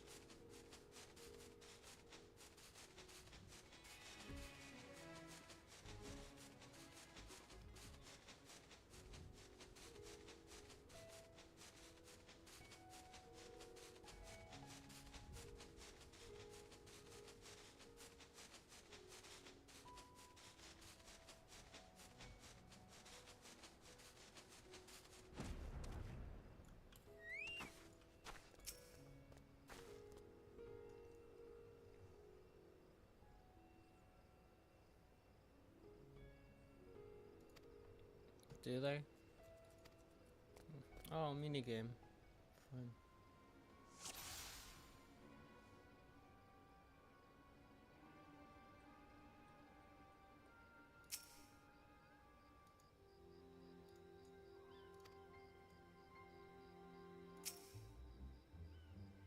That must be him. Ooh, cool sword. What happened? We'd better get down there quickly.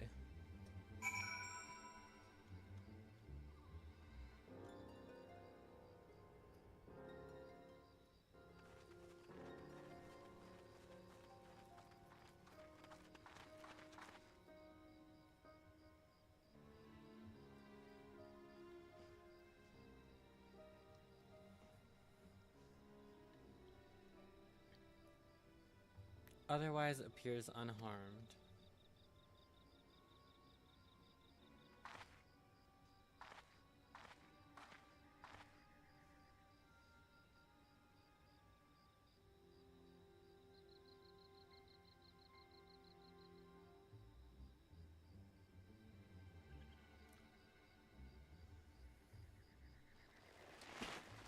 What happened?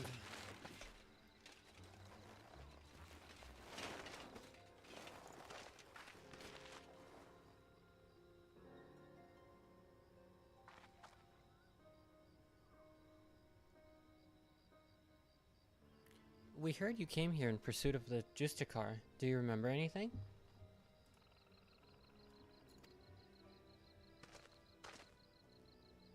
Yes, I eventually found him. He was confronting that fiend that now lies dead. You mean the mushroom?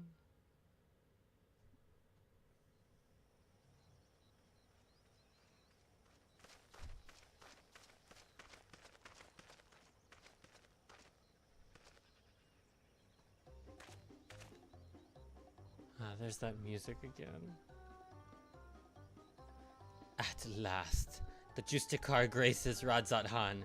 I shall bring unending peace to this... What? Belligered? Billig... to this land.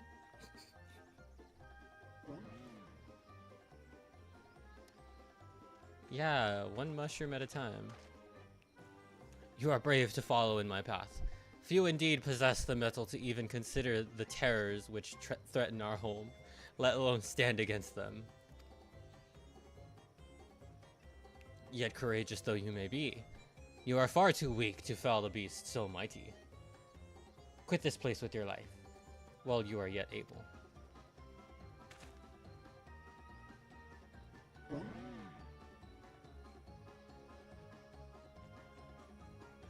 I am of the Radiant Host. If I ran from such a meager prey, I would become a laughingstock. How bold. To look death in the eye without flinching. I doubt not your conviction to defend Radzahan, yet I believe it pales before mine. Me too.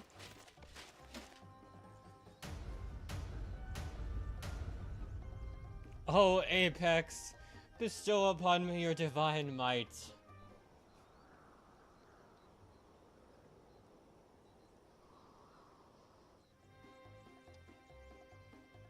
Do you not heed my call? I require your power more than ever. Is something supposed to happen? Why? Am I yet unworthy? Or mayhap there's a button I must press. Yeah, a button.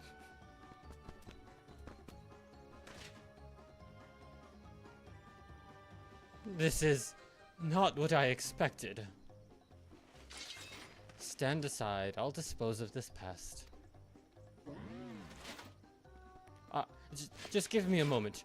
It cannot end like this. I won't be made a fool. Come on, you moldy trinket, work! Transform me into the hero of Radzahan. Oh fuck, it worked.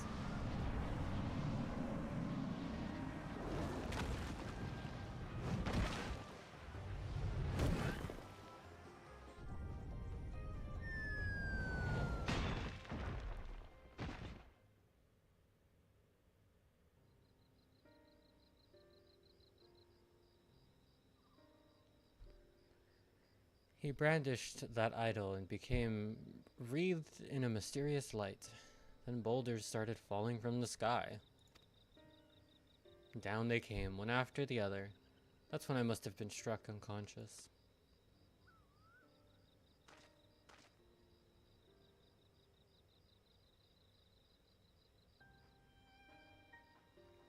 I recall only faintly, but I think I heard the man mumbling. Quite excitedly, as if he had come upon a sudden revelation, or as if he was overtaken by madness. Probably the latter, yeah.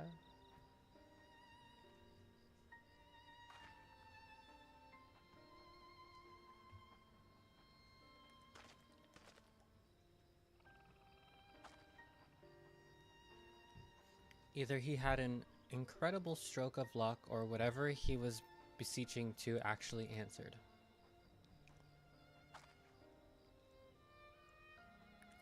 Then it's as I suspected. This Justikar is the self-same thief who stole the perch of the apex. But no doubt, he is long departed from here. First I'll escort this fellow back to Yeldimad and keep a close eye on him. Head wounds can have dreadful after effects. That they can.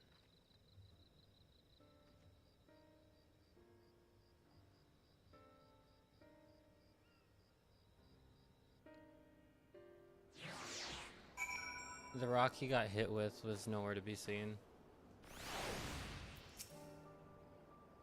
Okay, interesting start. So far I'm liking this one a little bit more. It's at least a little more lively to begin.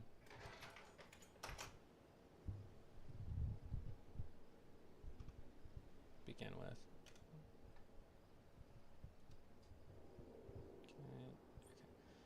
The soldier made his way to Radzahan to make a formal report. And what an odd report it will be. His account seemed to align with legends of the treasure's powers. The wielder escaped unharmed and brought ruin to those around him. Could those falling rocks have been a freak accident? I'm not so sure. You won't believe it. He came back.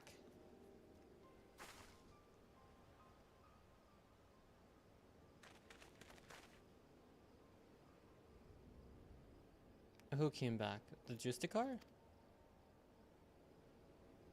Yes, not long after you left. He said he'd beat up a monster that knocked out a radiant, and then he just left him there, I guess. And he was laughing his head off. Did he really do that? Is he really stronger than the Radiants? It was a mushroom.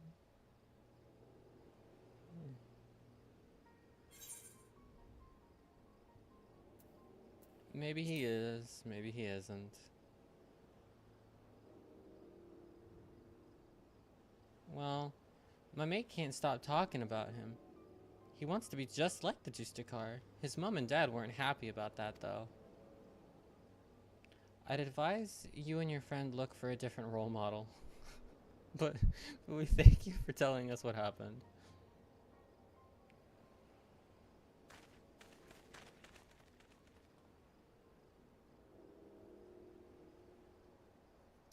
Well, there is one less fiend skulking around, I suppose.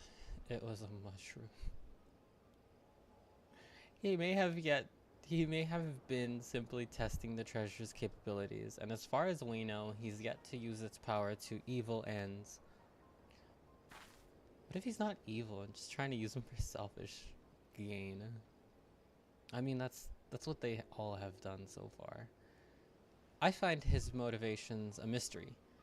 To steal the perch of the apex by force, only to come here to Thavner and use it for good? That makes no sense. You've heard tell of this passage of the Unbound, yes? Many have ventured to Tuliolal claiming to be their victims, yet here they would be saviors?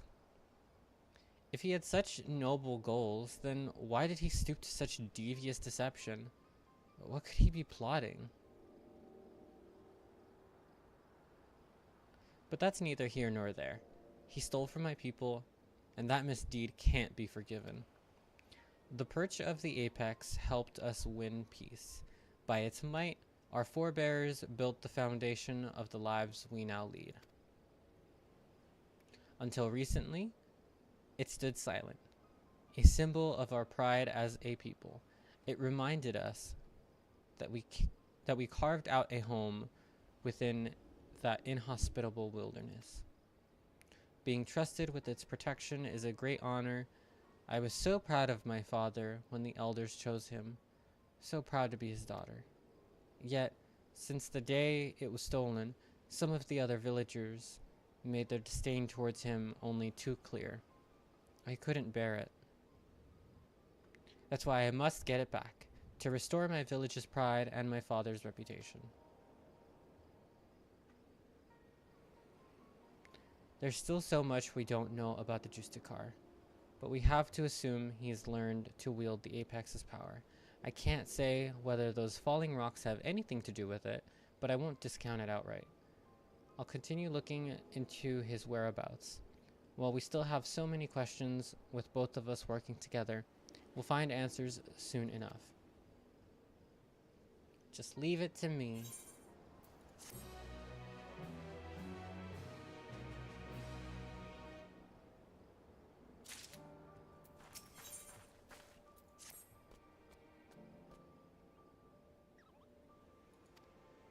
News of the Justikari? This isn't Mass Effect. News of the Justicar's actions have spread throughout the city, and with each retelling, his deeds become more valorous. The younger citizens in particular seem to view him as something of an idol. That's not good. Despite the creatures... Corgi! Alright, sorry, distractions. Despite the creatures he hunts posing no real danger, he would paint them as mighty beasts in need of felling, of course. The Radiant hosts are far too busy to trouble themselves culling every pest that casts a sideways glance at the city's gates. Yet the Justikar has twisted circumstances to his advantage. He proclaims to anyone who will listen that the Radiant host shrink with terror before the beasts, and that he's the only one who can eradicate them, though you might expect such claims to be dismissed as wild ramblings. It seems no few people have fallen to his ploy. The whispers of his exploits among the youth have particularly grown into a clamor. Yet we mustn't be discouraged, for his increasing fame only makes it easier for us to sniff out his trail. And where better to start then at Radzanhan. I'll see you there, Mocha.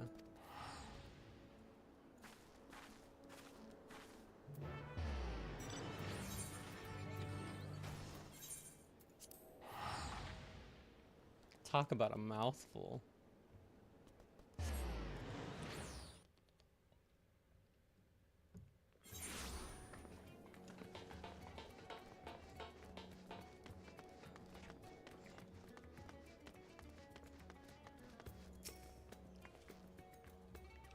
Given how large the city is, let's split up to cover more ground. I already have a destination in mind, the High Crucible. I hear the alchemists... Crucible? Damn it. I'm getting PTSD to fucking Mass Effect now. Including those which help in detecting traces of energies left behind by Magitechs and enchanted tools. Fallen rocks have invariably marked locations where the Justikar has performed one of his feats, and I believe an alchemical mixture can help us determine if their presence is the work of the treasure. I'm hardly an expert in such concoctions though, so I'll seek advice at the High Crucible. While I'm doing that, I would ask that you go to the Hall of the Radiant Host and see if they have any new information on the Justikar's whereabouts. Does that plan sound agreeable to you? Great. Now that we both have our tasks, let's get to them. I'll meet you back here once my business is done.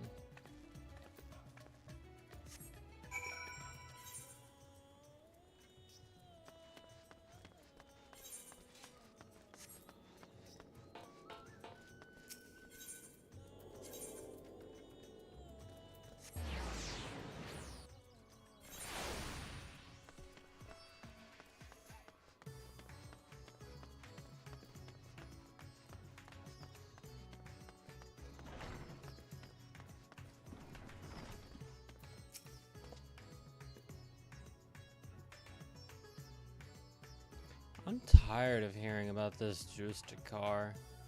His popularity among the city's younglings is quickly becoming a cause for concern. Try as we might to refute his claims that the Radiant Host are allowing monstrous beasts to run amok, unchecked. You know how young minds are impressionable and difficult to change once set. We initially disregarded him as a boastful eccentric, but his alarming sway over the populace can no longer be ignored. We are at present considering whether to open a formal investigation into his activities. Really? Really?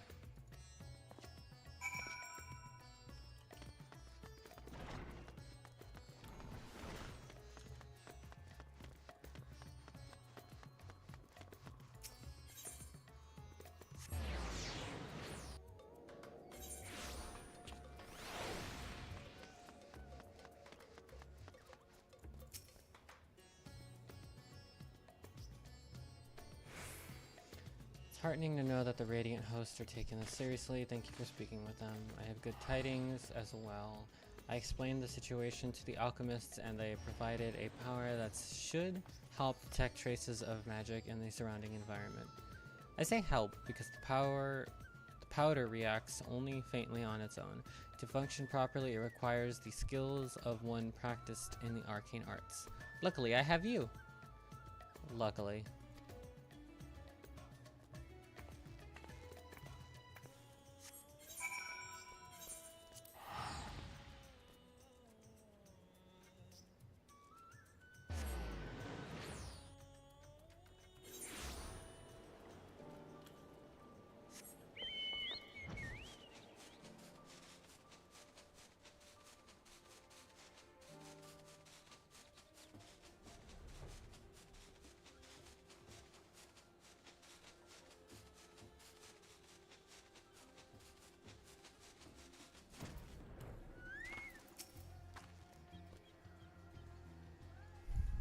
Oh, you think?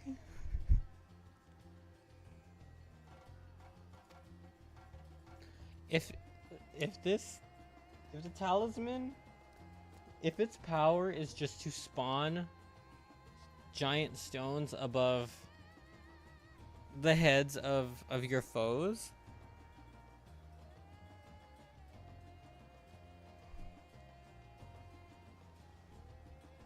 There's no way that's it.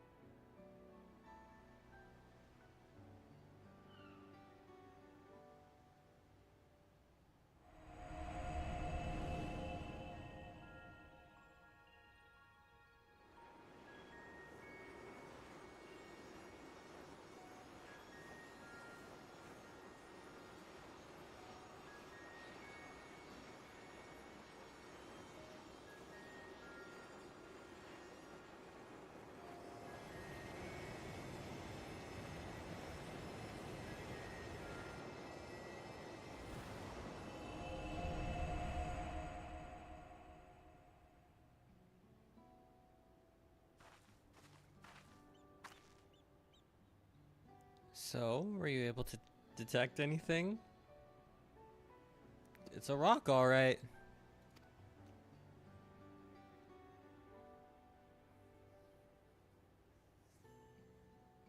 I knew you could do it. So because there are no crystals in the rock, the energy you detected must be the remnants of some kind of spell. Is that correct? And taking the story of the Radiant we rescued previously into account, we can conclude that the Justikar uses the treasure to call those stones down from the sky.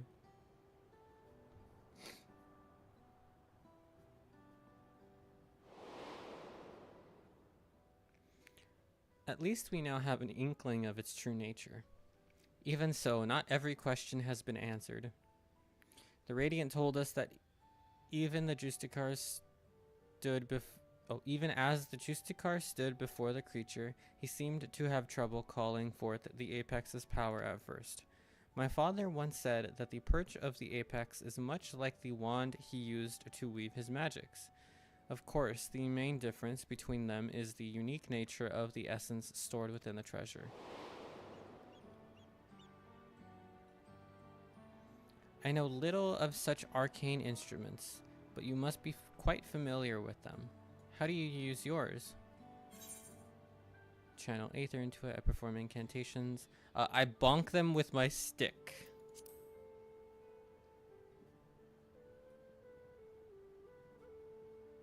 At melee range, I do, like actually, but jokes aside. Even with the right instrument, spellcasting requires the use of specific techniques. The Justikar seems to lack any such expertise, so how did he tap into the treasure's power? Willpower? Probably? I mean, that was one of the options, so I'm assuming maybe in his situation, he just kind of forced it. I don't know. I suppose the perch of the apex possesses some unique method of activation.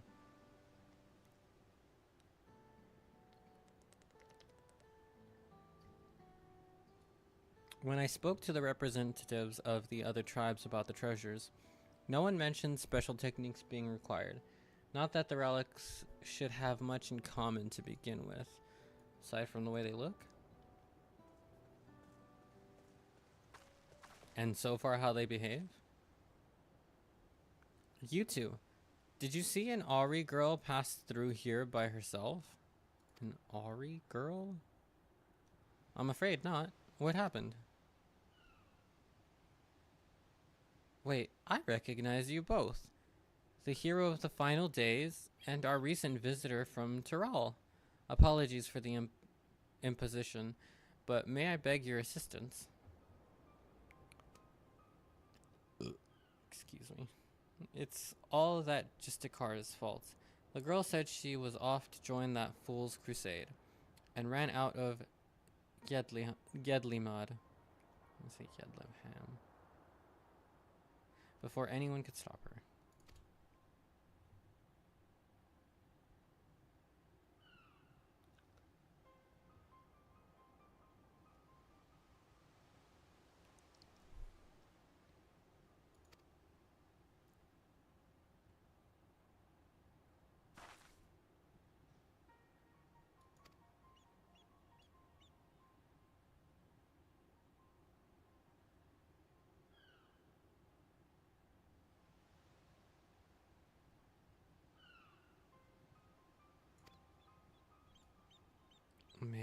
some sense, I guess.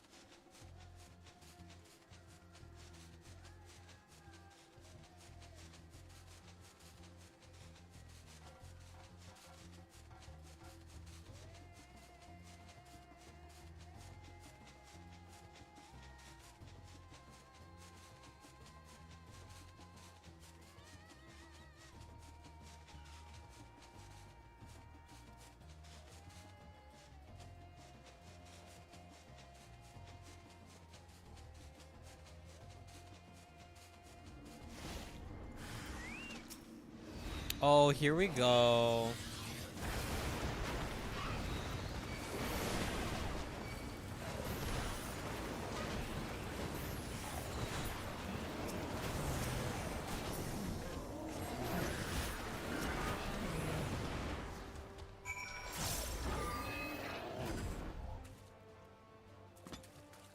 That was awful.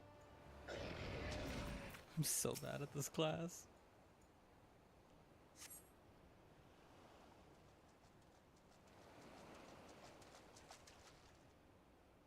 Oh, dragon race. I heard fighting, so I came as fast as I could. It's a good thing you arrived in time to save the girl.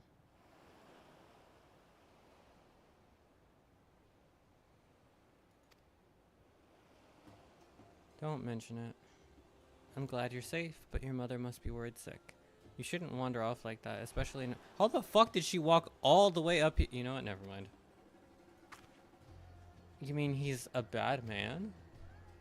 Yes, exactly. He stole an important treasure from my village, and now he is using it to make himself look brave.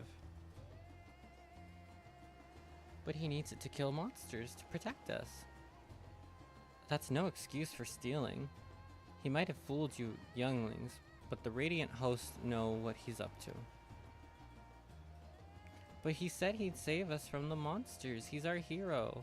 The Radiant— You can't believe everything someone says. The Radiant said that we shouldn't be scared, but we all know the Justikar is the one who keeps us safe. We don't need the Radiants anymore. What is this, some kind of fucking Power Ranger?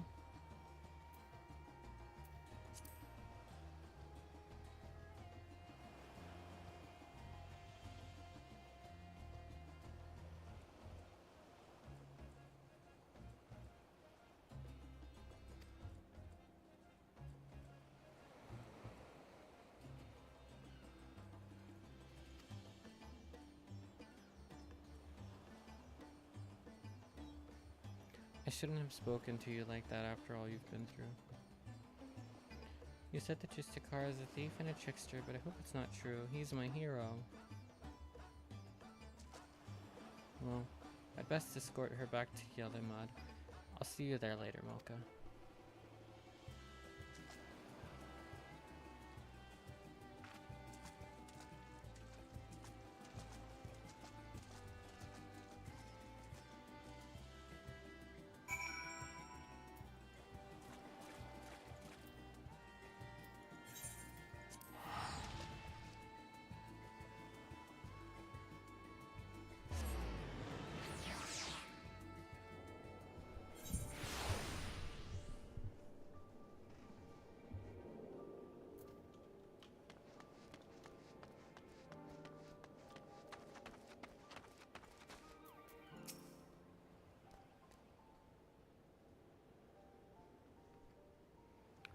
The girl and her mother are reunited, and I think we can both give ourselves a pat on the back. They're on their way now to inform the Radiant host that all is well. I would like to apologize for before. I let my emotions get the better of me. And Haringud? That poor girl when she was— What the fuck does that mean? She was hardly to blame for anything. I really should have been scolding myself.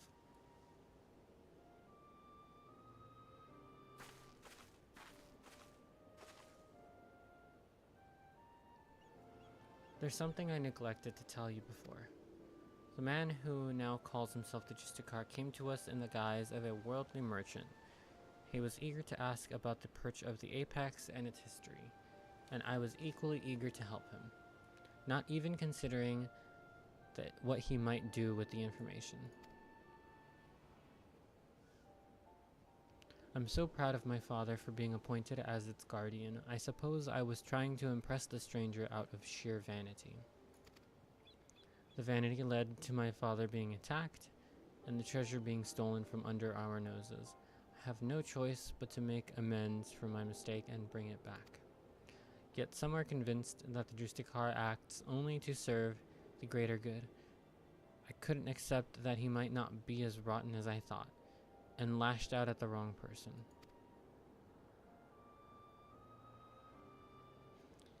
From now on, I can't let my emotions cloud my judgment. I must remain calm and look at the facts for what they are, and the facts say that the Justikar has done no harm to the people of Thavener.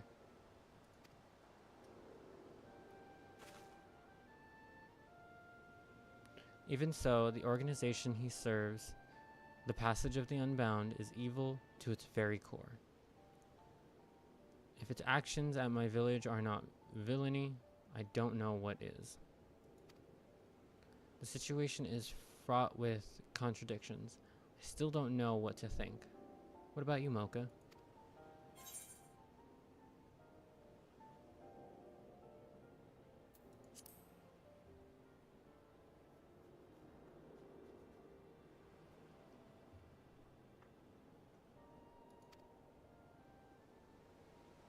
Something missing indeed.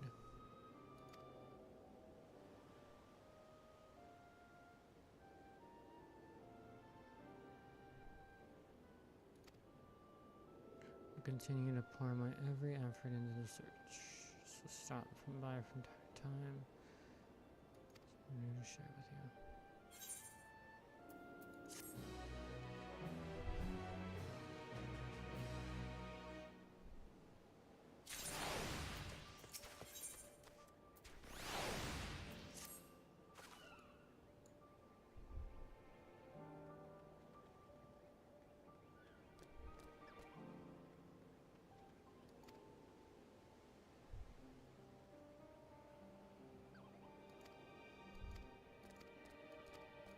Oh my god, it just makes stones fall from the sky. That's hilariously simple.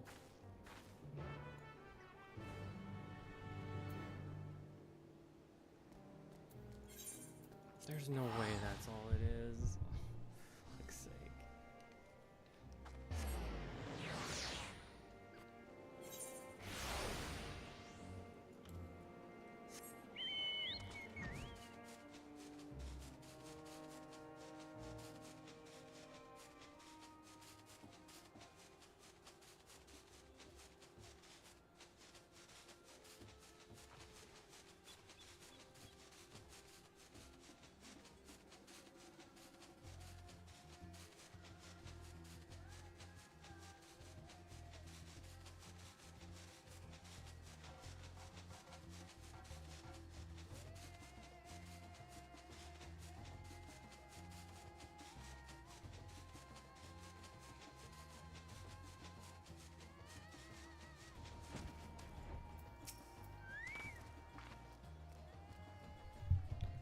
Any moving bushes, slithering vines, not here. In any case, Mocha, I'll search the western path. Why don't you search east?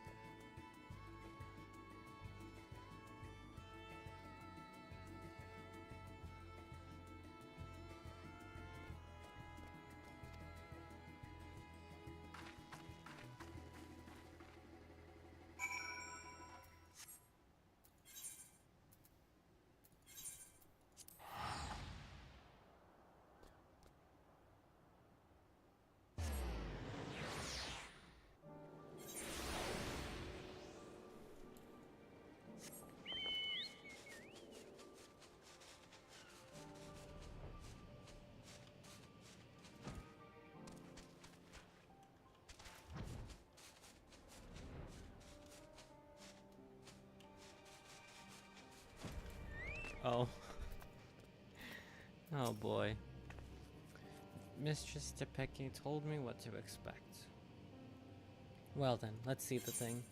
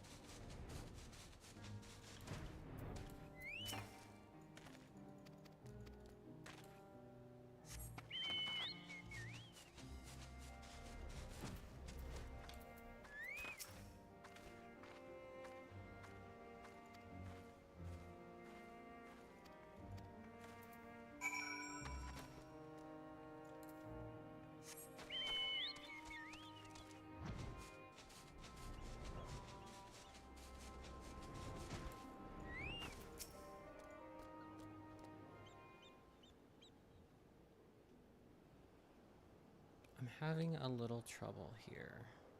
I sought this merchant out because I was told he dealt with the alchemists in the Great Work. I thought he might know something about the Justikar, but when I asked, well, he's been like this ever since. Traumatized? I was just surprised that you would ask me about that madman. What connection could he possibly have with me? Fuck. The fiends he fights are grown with a rare alchemical materials, and we think he may be staging these encounters. Since you deal in such wares, I was wondering if you might know how he came into their possession. I don't know what you're talking about. I mean, I've never spoken to that man.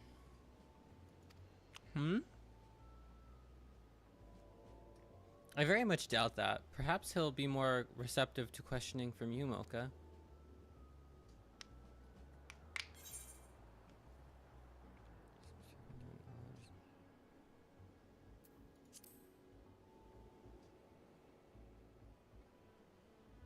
You dare accuse me? Why, how am I to know that you aren't the one in league with Virazan? Who is that, may I ask? Fucking idiot. That's my name, That was his cover. That was his backpedaling. That's his name. I'd be a fool to continue this charade any longer. Oh, it's your son now. Oh. Okay. To be suddenly confronted with his litany of misdeeds, I quite lost my composure. So it's his kid. Then, do you know how he came into possession of such rare materials and knowledge? He stole them from me. My most valuable materials and my precious maps. Yet I was the one who chose to hide that fact and bear the blame for the consequences. What can you tell us about him as a person? Virazan was obsessed with tales of legendary heroes, even from a young age. Paid a great deal of money to have him tutored in the art of the bow. He became quite skilled in it, in fact, but not quite as skilled as his arrogance led him to believe. Due to this, and perhaps a lack of ambition, he never aspired to true greatness.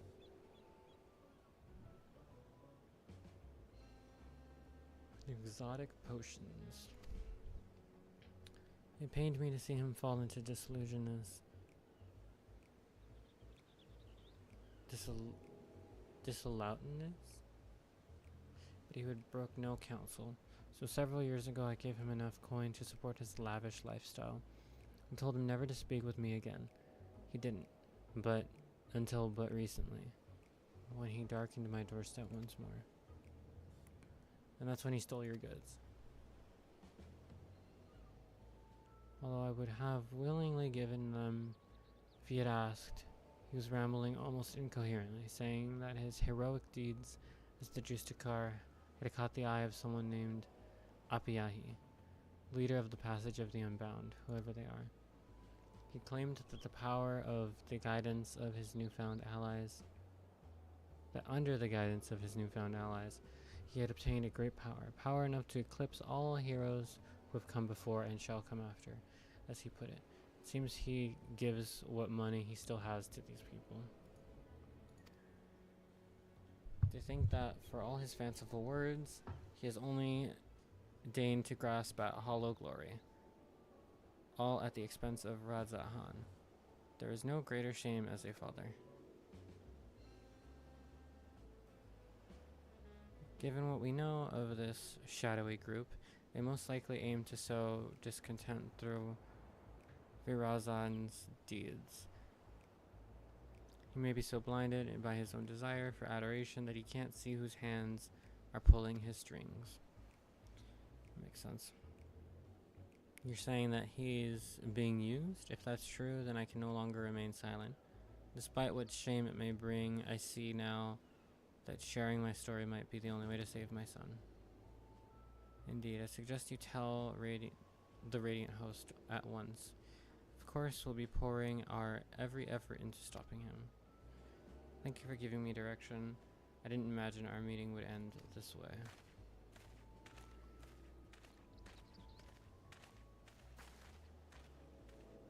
Truth be told, I'm not entirely unsympathetic towards Virazan. I basked in my father's reflected glory while having none of my own to speak of. The glory Virazan seeks is similarly false. I too shall visit the Radiant Host and have them speak word of the Justicar's true nature. If the people are wise to his trickery, they will be far more likely to aid us. He'll soon learn that a legend built on lies is no match for true heroism.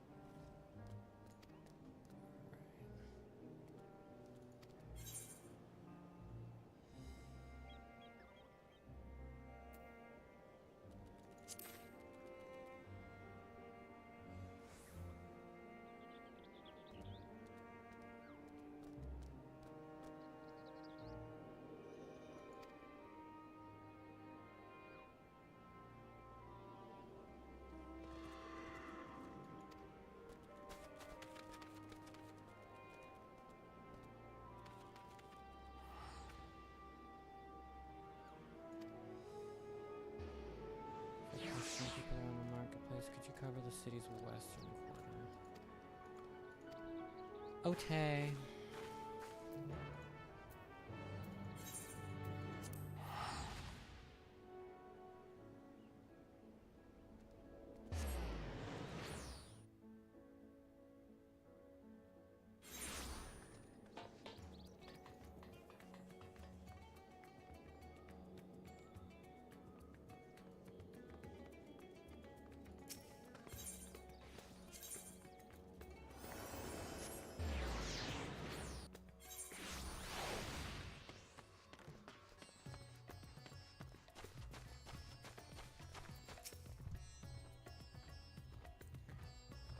Justikar gave me that invitation himself, only for some thief to snatch it right out of my hand.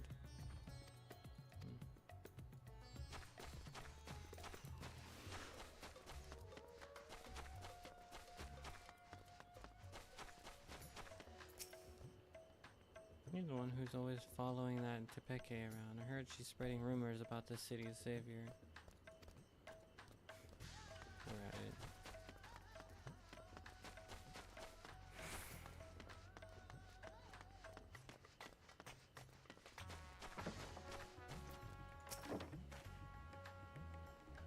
Me and my friends didn't get one though. The grown-ups get angry if we talk about the Justikar.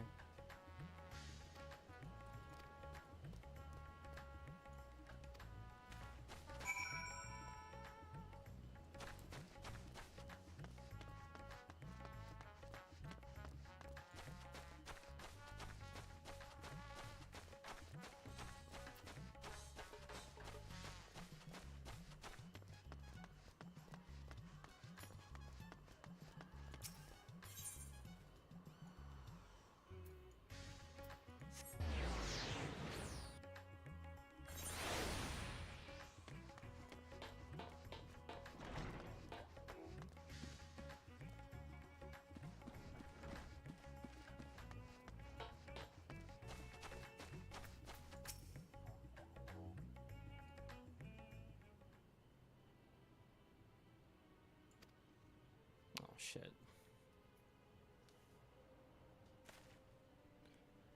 Why, if it isn't one of the heroes of the final days?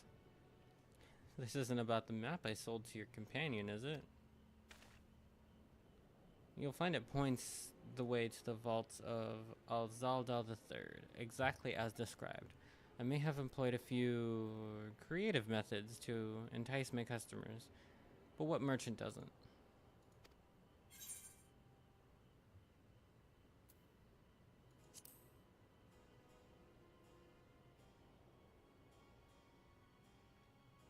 A man can't fill his belly on virtue and honesty. Any road, something tells me that's not why you're here.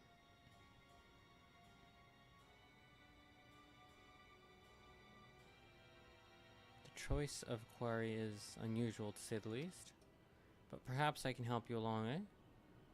A young man came asking for a map to help open the way to Uznair. I sold him every map I had, assuring him that the one he needed was among them.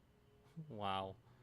I suppose he found it as I hear these letters that were handed out contain a copy of a map. I dare say that young fellow was the Justikar himself, and he's planning a clandestine meeting in the Uznair canals.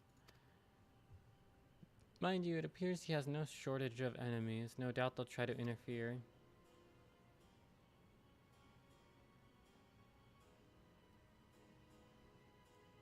That hasn't kept the less scrupulous citizens from dirtying their hands when times are desperate. From what I hear, bandits are seeking to rob trade caravans. Bandits seeking to rob trade caravans keep running into the Justikar during his fiend-felling exploits, causing their raids to end in failure. Like as not, they'll try to infiltrate his group of followers and settle the score. And that's where my knowledge of the matter ends. If you are wondering where the meeting takes place, all I remember is that the spot marked on the copied maps is somewhere in the Shroud of Stamka. So, does that answer your queries?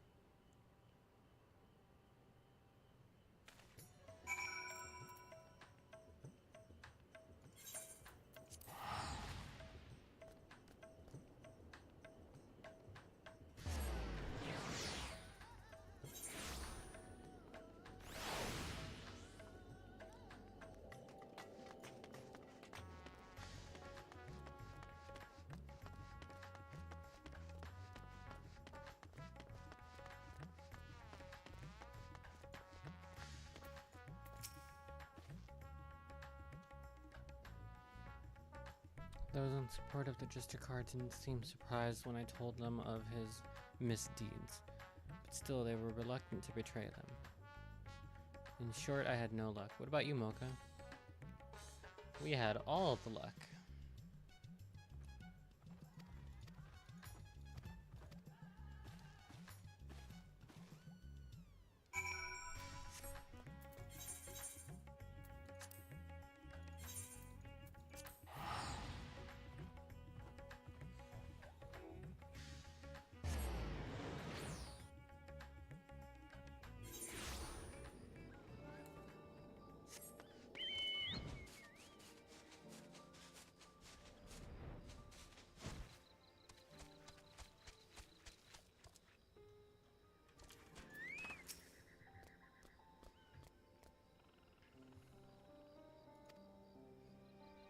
Seems my reputation has preceded me. Our suspected followers clearly avoid me whenever I try to approach them. Still, we can use this to our advantage. None of them would dare leave Palaka's stand while there's risk I might follow after. I'll keep watch over their comings and goings, but we'll make sure to leave obvious blind spots. If one of the Justicar's followers attempts to escape the village, I need you to go after them. Are we doing the following mini game again?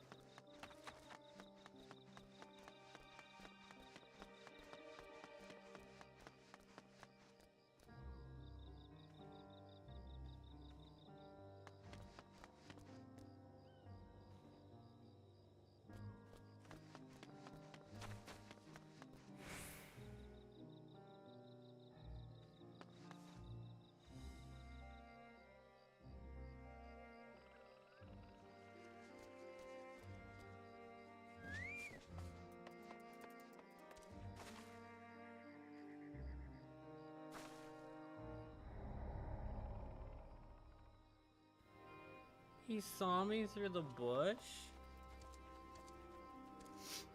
What the fuck?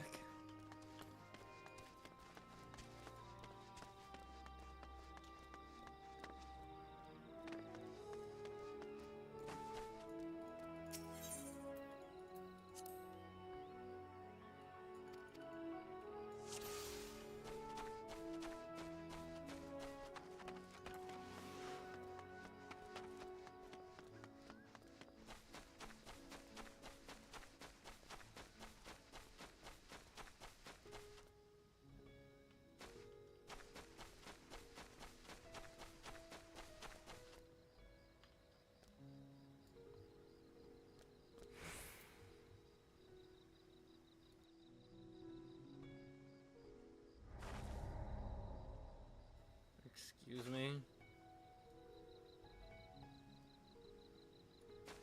What the fuck? Alright, game, I'll do it your way.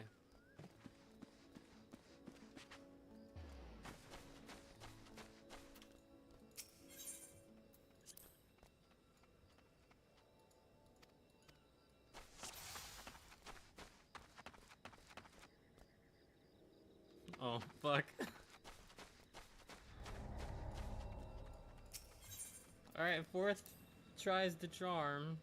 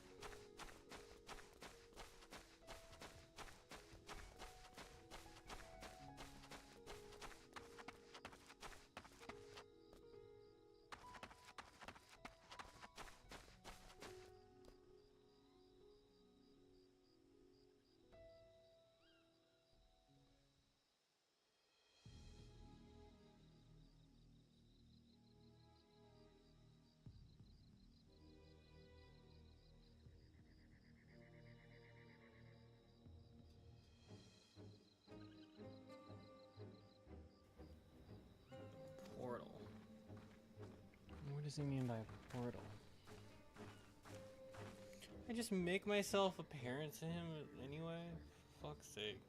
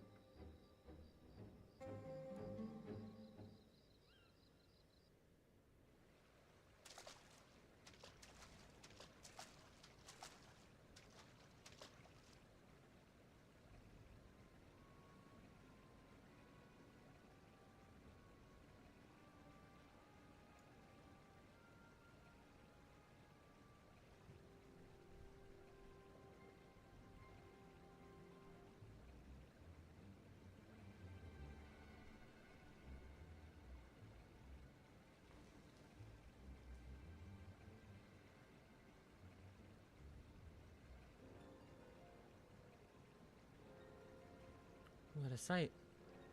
Did the treasure cause this?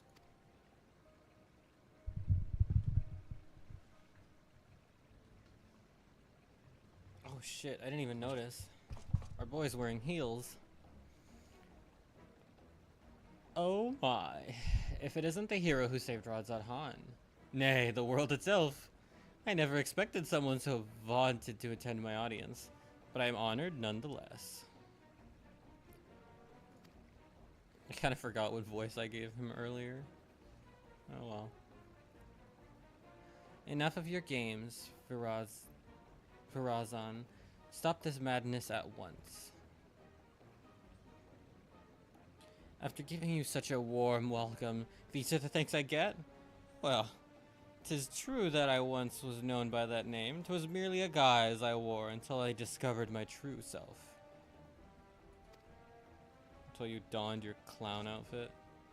So long as I am the masked hero of Radzat Han, I shall not suffer any to call me Virazan. I can't say that name either. But that is your name, isn't it?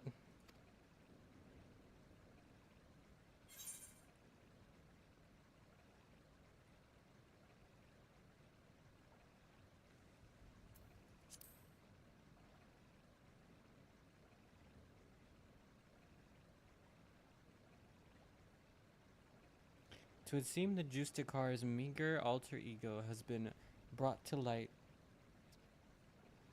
But will he shrink once more into the shadows of mundane obscurity, or embark on the next chapter of his legend?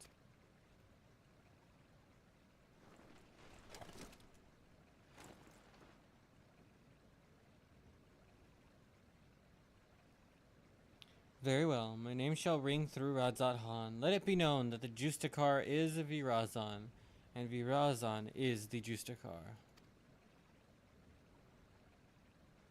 What are you saying? You unleash the perch of Apex upon your own followers? Was that what happened? You know its name. Wait, I remember you. The girl from Zoctoral, yes?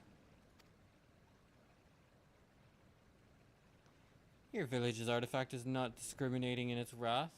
Some among my followers harbored wicked intentions, and it brought sorrow unto my enemies. The true heart, caught in the aftermath, were merely unfortunate. But they believed in you. Even though you tricked them. What kind of hero are you?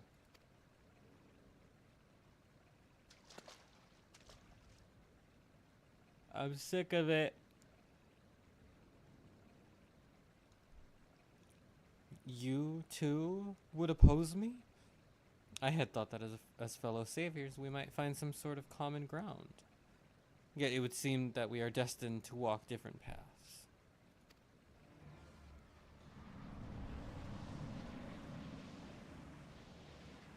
Now, faced with the unknown peril, a great fervor rages within me.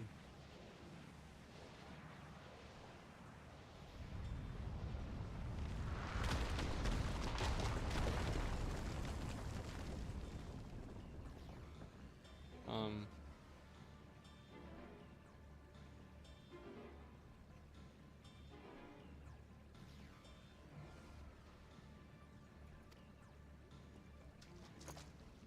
Aw. I was hoping I could just end this now. She hit him.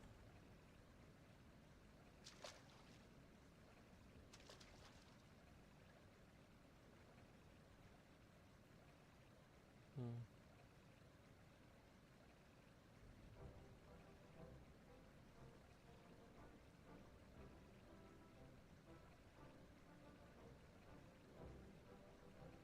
So, can you tell us what happened here?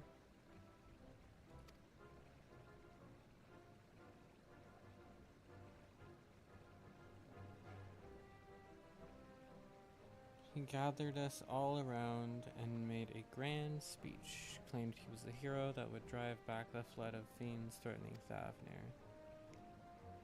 When he spoke his anger at the recent rumors, he told us to go forth and repair his damaged reputation so that people would love him again.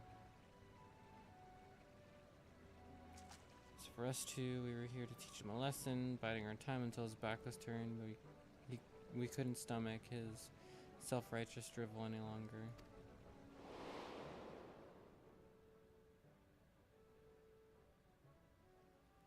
He acts like he's a god come to grace Thavnir. Most people have grown wise to his tricks. That's when he started waving that thing around.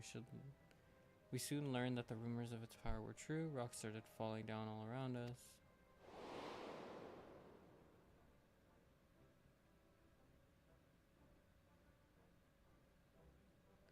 Even as true believers were not spared, there was nowhere to run.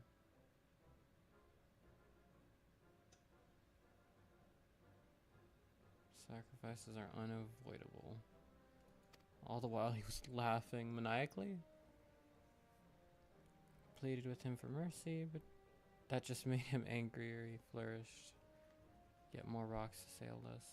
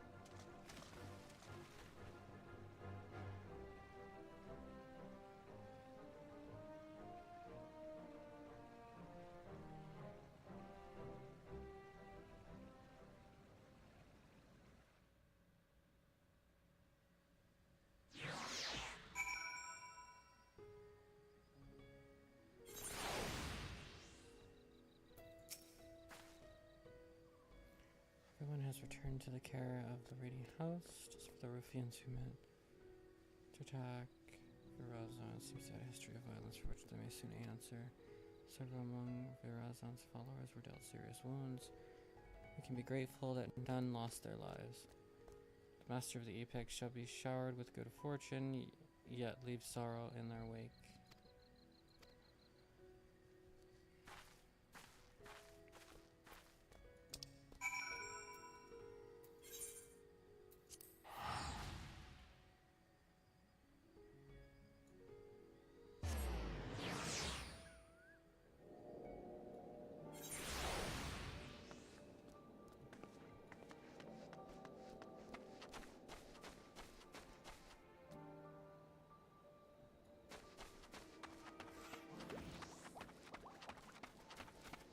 Just read the map.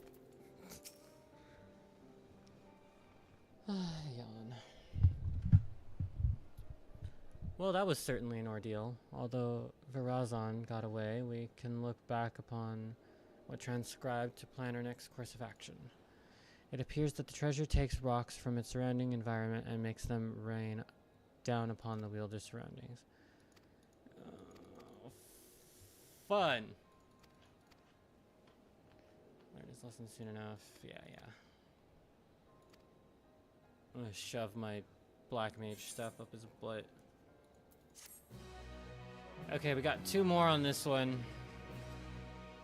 I'm gonna make some coffee really quick. Take a break, make some coffee, do some other stuff. I'll be right back. I mean, like 10-15 minutes.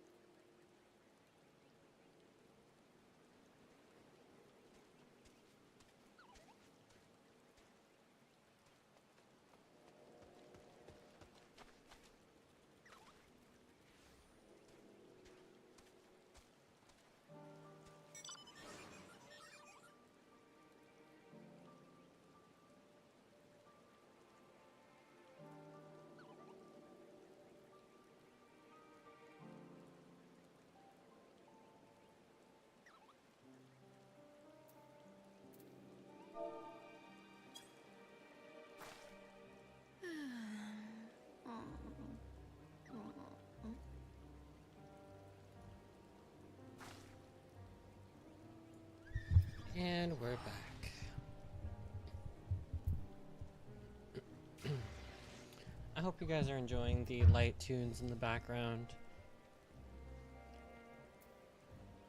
They're quite nice.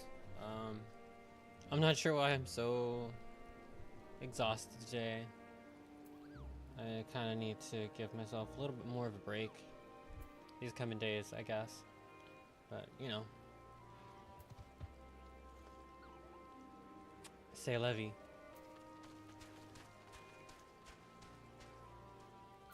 I'm probably gonna slow down with some of the voices. I'm kind of just kind of trying to have fun with them.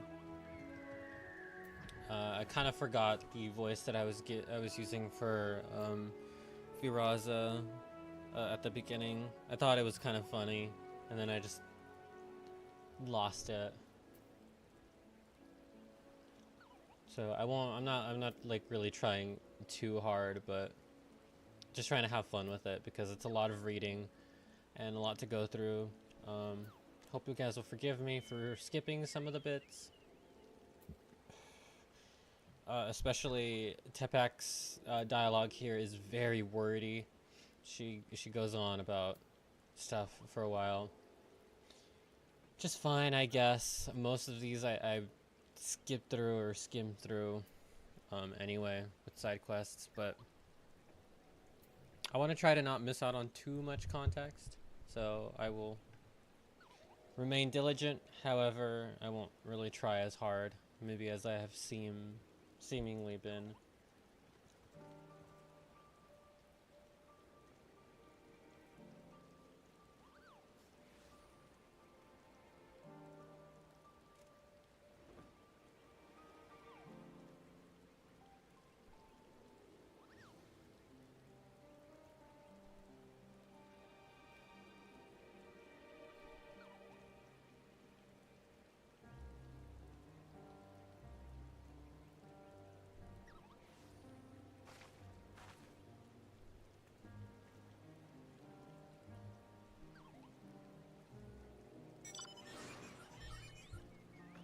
Alrighty.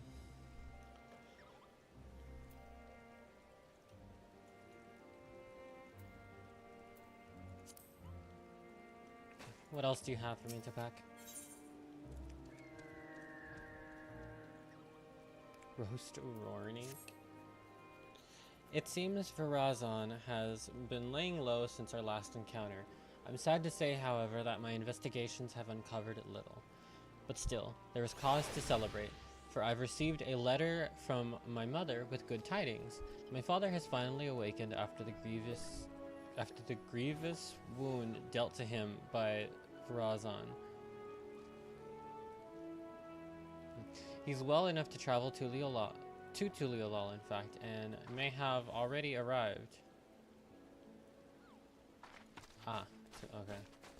Not sure why that bit of cute jacket.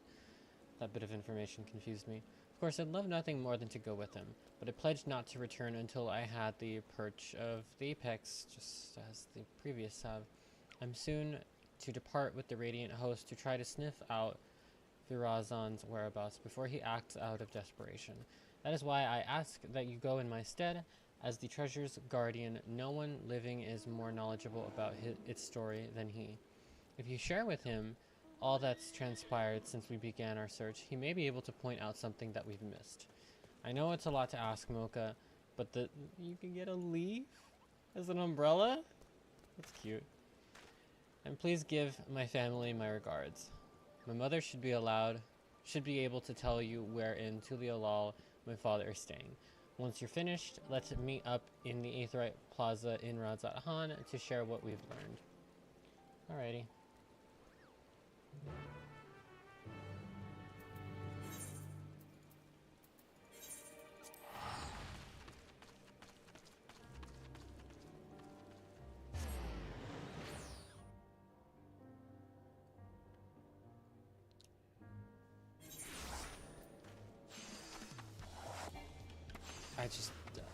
Man, maybe I'm really tired. I just tried to get on my mount here. Oh boy. Maybe I should have taken the Aetherite instead.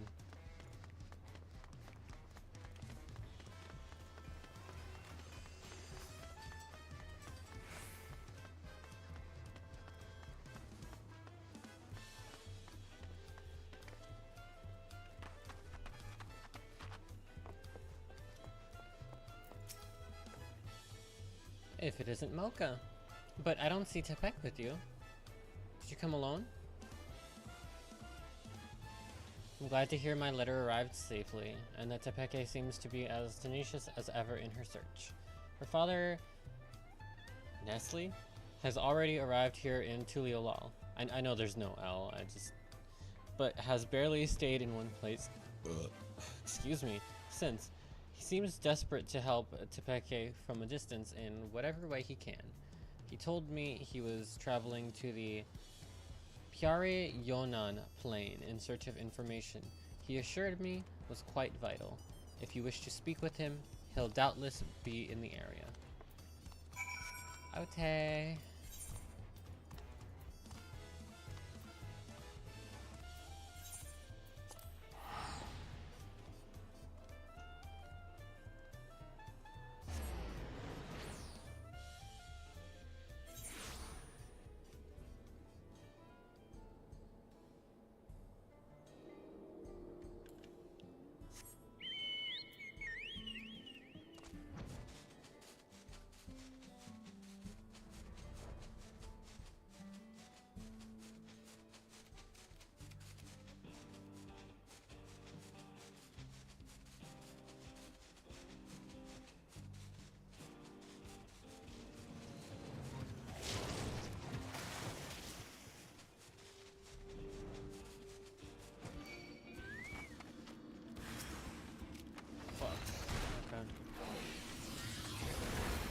Just kill both. No big deal.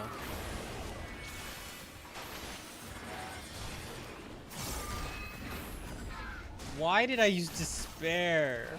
Fuck.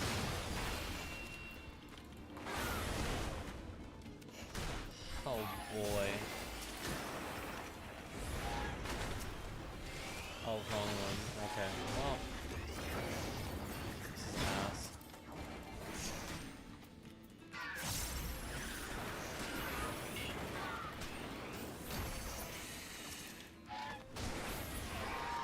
Alright. Flawless victory.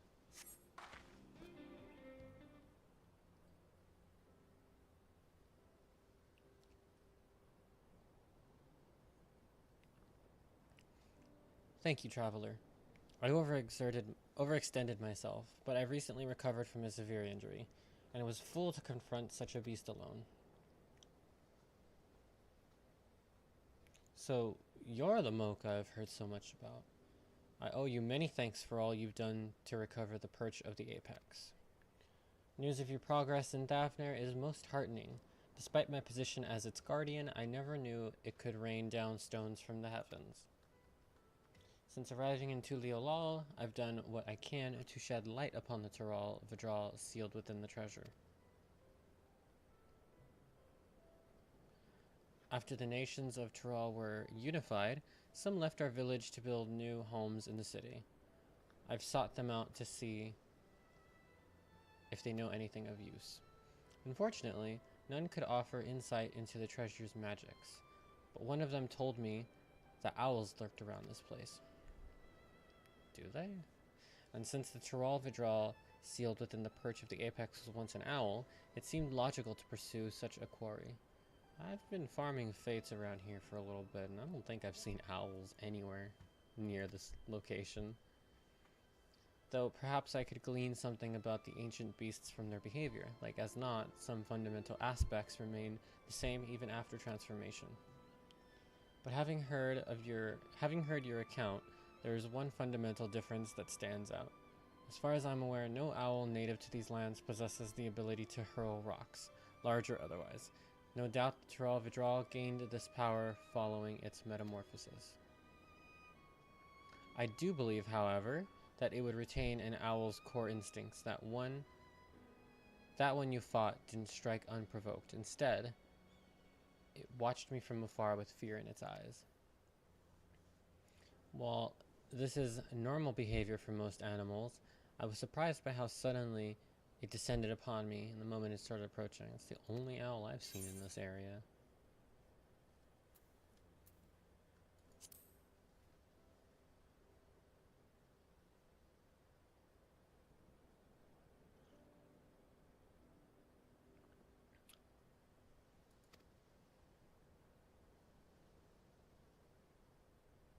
correlates with something I heard from one of my countrymen who had relocated to Tuliolal.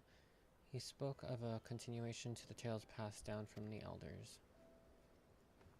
No hunter's arrow could fell the apex. It was struck down in a storm of its own wrath, made wild by a heart of fright. Thus was it sealed away at last. Now, judging from the owl's behavior, I can theorize that the treasure is activated when its bearer senses danger, and according to the story, this power can easily get out of hand if its bearer is panicked. Fantastic. Of course, this theory must be tested first. Virazan. Yeah, Virazan. Well, just definitively. Sorry, I get so paranoid with like name pronunciations. Certainly used the perch of the apex again.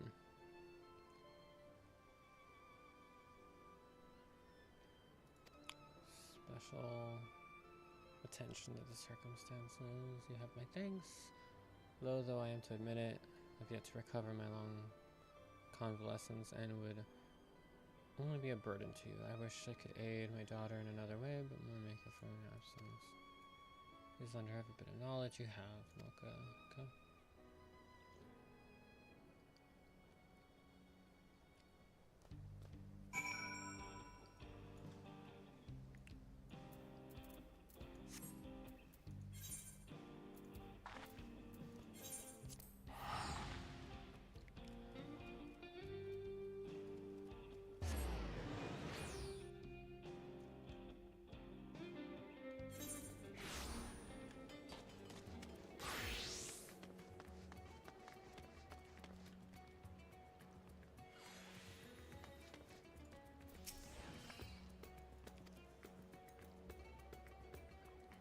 You can tell me about your journey to Tuliolal later. For now, come with me.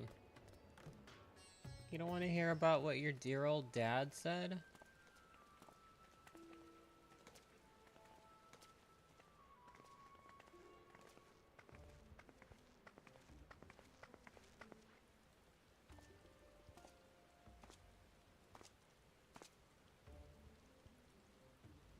Are you surprised?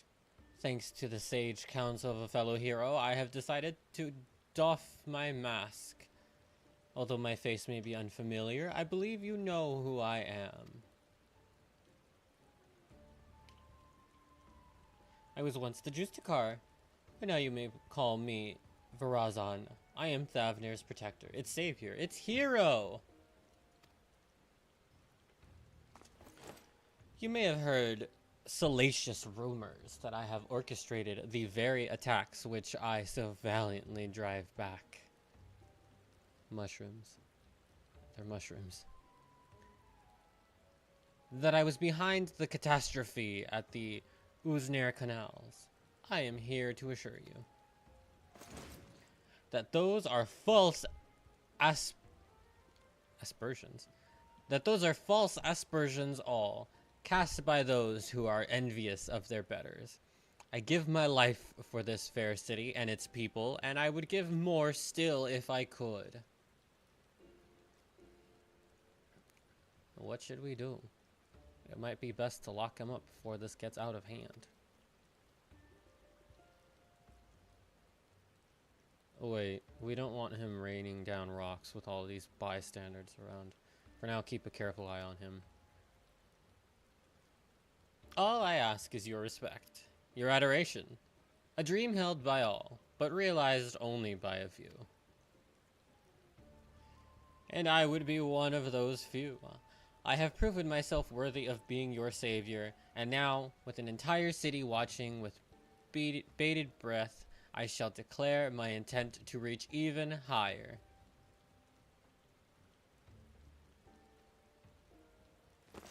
Yes! For I can protect you all the better as your ruler. I shall retire the mantle of hero and take up the crown as king of Radzat. This guy's a fucking lunatic.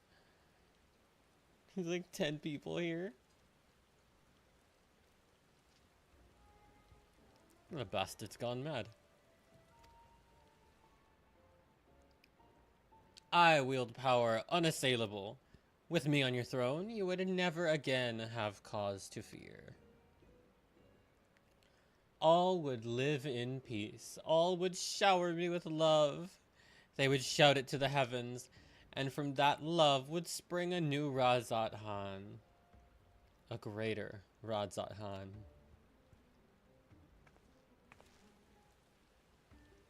Enough of your lies, Virazan. The power you wield protects none but yourself. To everyone else it brings only ruin. Of course. The road to greatness is ever paved with necessary sacrifices. Yet, so long as your ruler lives, Razat Han shall know naught but prosperity.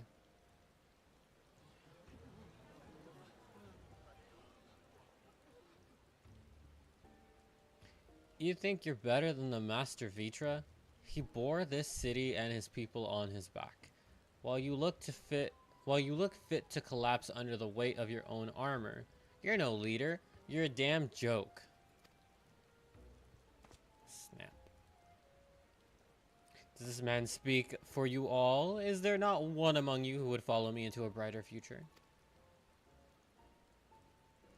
But I am nothing if not magnanimous. Magnanimous? Excuse me. Until you find the wisdom to accept me as ruler, I shall continue to stand vigilant as your eternal shield.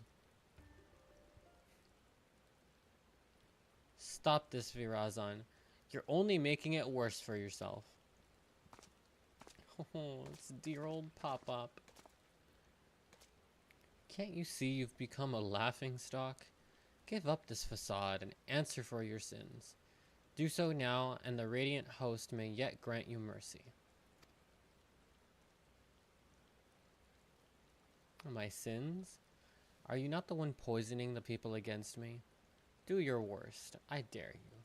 It will only make me more powerful. I know not what's in your heart, but please end this madness. End it, and return to me, my son.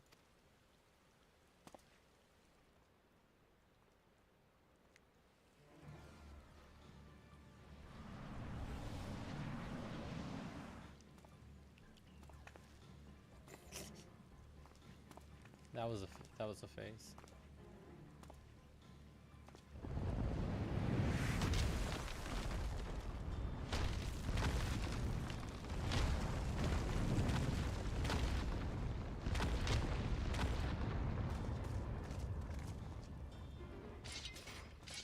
That's a phase. If we fight here, there's no telling how many innocents will be wounded.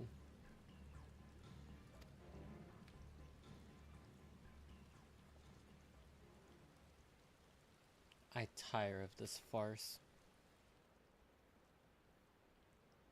I have declared my intent to become King of Razat Han.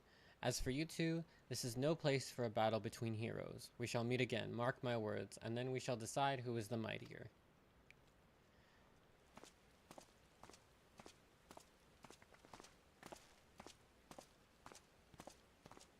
So his intent was to use the relic to steal the crown of Razat Han.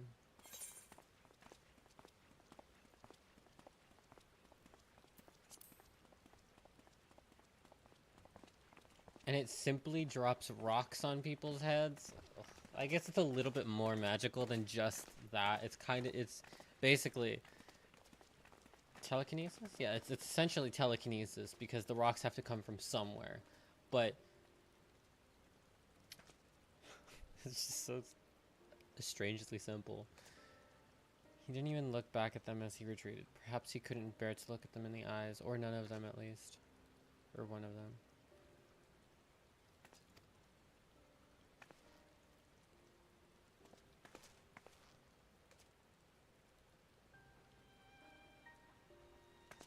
He doesn't do too well under pressure, does he?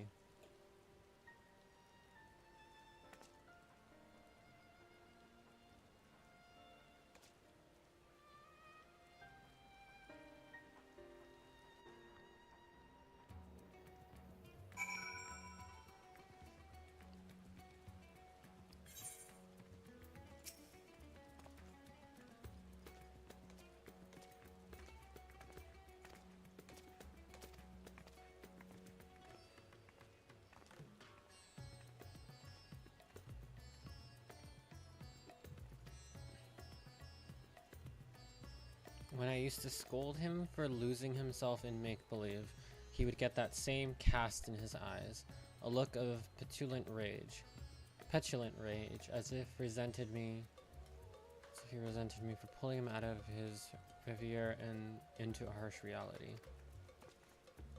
So he gets angry? Despondent? It doesn't seem like he was fearing his life in that moment. That's what I'm getting at. He can't even bear to be told no, honestly.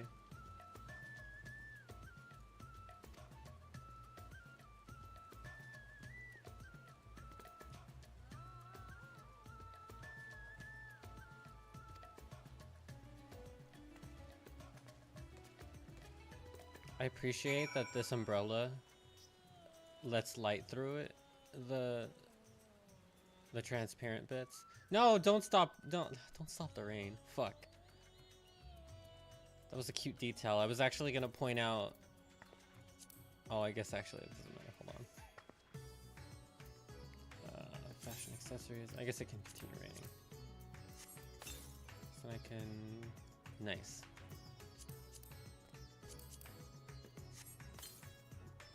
Yeah, that's a really cute detail.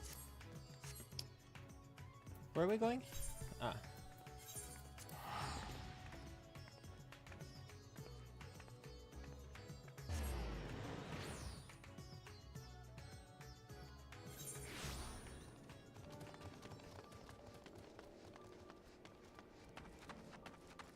Alpha. All right, Topeka, what do you have for me? Now that we have some room to breathe, I'd like to hear about your journey to Tyrell. Did my father have anything to share? Plenty. Oh, well, no, that doesn't matter much. Sorry, my brain is going like a million miles. We hadn't already explained to Topeke about the whole like being fearful and stuff like that yet, so. Or about how the artifact potentially triggers with, you know, fear and stuff. I'm heartened to know that he's well enough to go chasing after owls and such, though I wish he'd take more care. Thank you for saving him and for bringing me his theory concerning the treasure. If it really is triggered by a sense of impending danger, that might explain why Virazon had trouble using it the first time. He wasn't truly afraid of that small fungi until it was almost upon him. I think he was afraid of being seen or of failing, of looking like a dumbass in that moment. I think it had less to do with the mushroom, but yeah. Emotion, not intent. I see. So much is falling into place. He goaded. Yeah, actually, I do appreciate that. Up until this last quest, it was feeling very, like, not empty, but like they were setting up They were setting up way too many questions, but it seems pretty straightforward now. I think his words and deeds align with the theory well enough. As for the curious fragment of story... What? Seemed to imply that Vidral lost control in a panic. Perhaps its strength grows in proportion to the danger it senses. That's usually how fear and adrenaline work.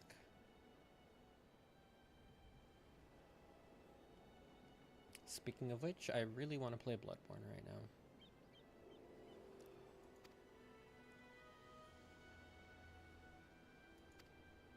An opponent of your caliber will strike fear into Virazon's very core, and that fear will summon a power greater than any he's ever known. You mean he's gonna drop a fat rock on my head? Whatever. I'm sure it'll be fine.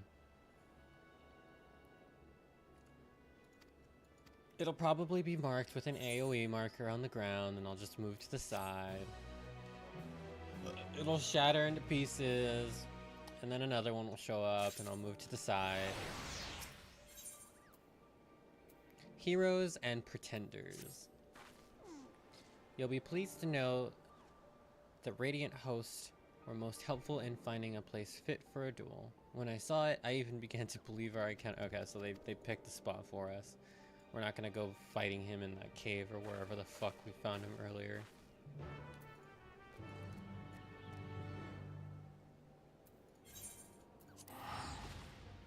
Sounds good.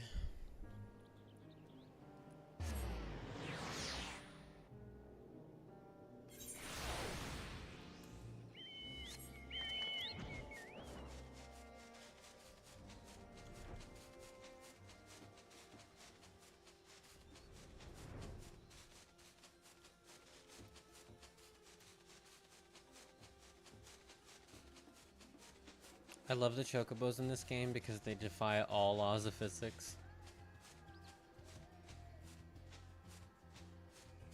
It just makes no sense.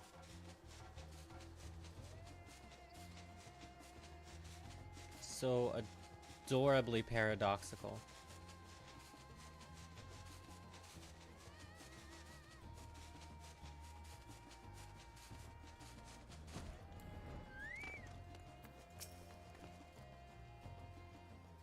Saramul here has opened the way towards Kandga. I've read the word, but I've never said it out loud. I'm certain Farazan will arrive before long, and then we'll wipe that arrogant grin off his face. First, we should check our gear and grid our loins for battle. Are you ready, Mocha? Ready. Loins? Aren't loins like undergarments? I'm probably wrong about that. There he is. There he is. Nobody's gonna get that reference, Chloe. I almost called myself Mocha. How adorable. Projecting onto my MMO cartoon character. So the cragged? Oh, through the cragged peaks of Kadga, desolate winds blow over the field of battle. Oh, what a fitting location you've chosen for the conclusion of this legendary rivalry. Why don't we just do it right here?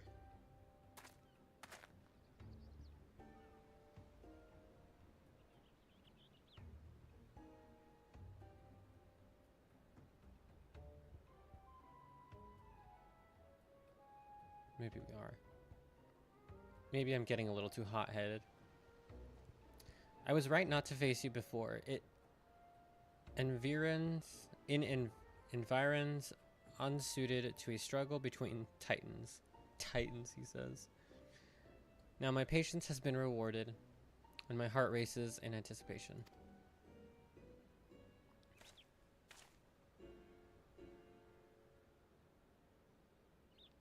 I knew you would answer our challenge. You would never be able to stomach the people calling you Craven.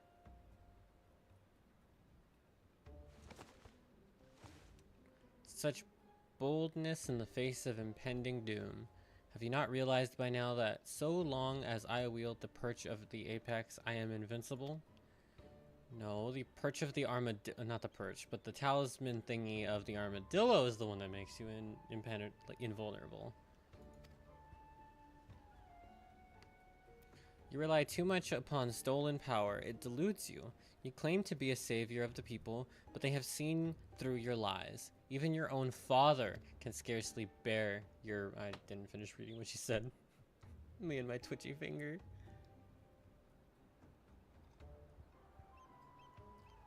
You're nothing but a small man, hiding within the hollow facade of a hero. And today, we tear that facade down. Tell him, girl. Will you now? You may have the metal, but have you the puissance? Puissance to claim the mantle of hero? My mantle?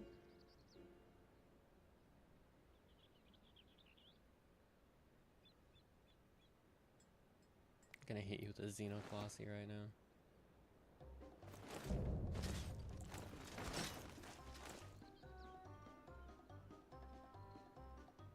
Sick heals, bro.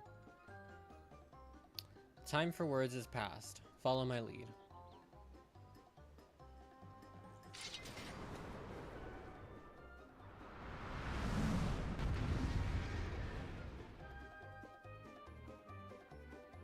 Alright, let's see if I can not fuck this up.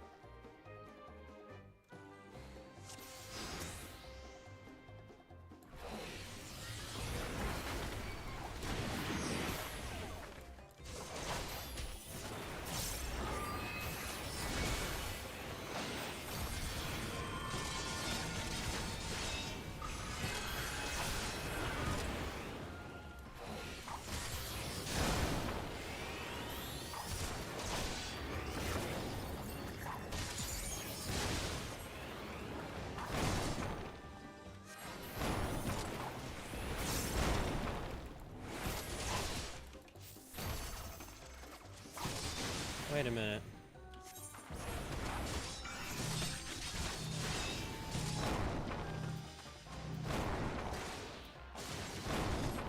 Weird. What do I use this for again? Fuck, this is why you read the instructions, Chloe.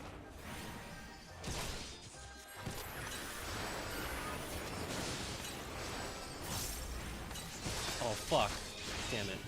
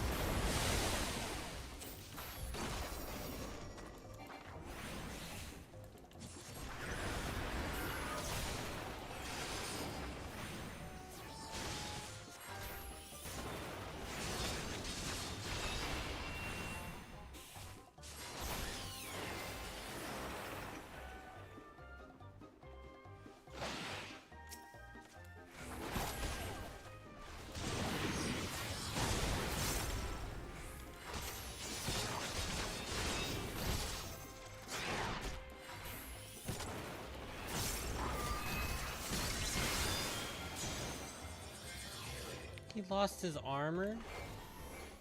And I lost my timer.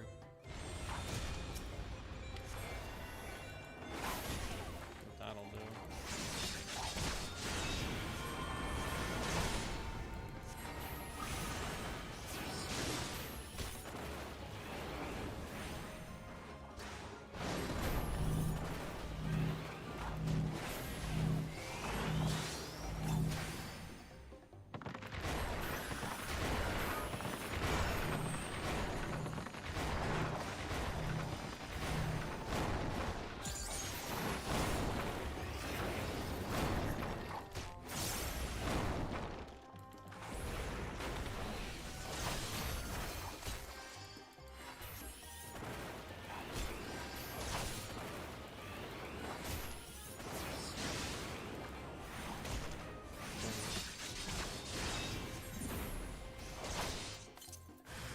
Own thing, isn't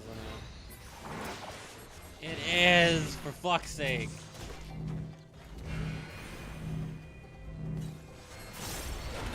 Cool.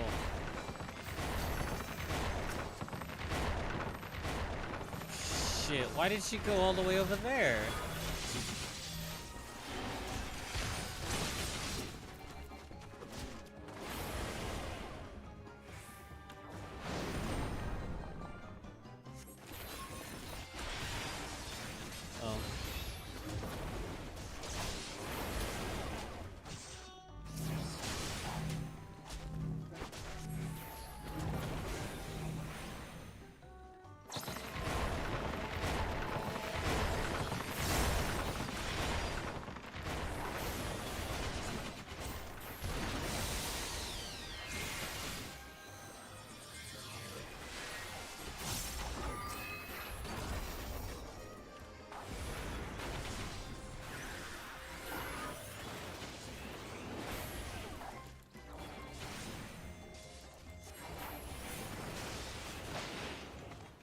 nice of you to join us again. Fuck. Damn it. Oh well.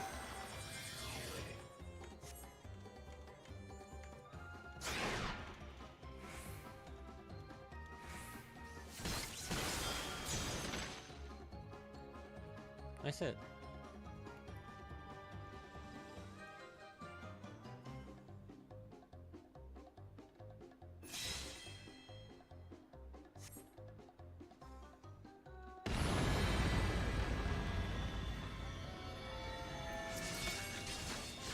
Oh, okay.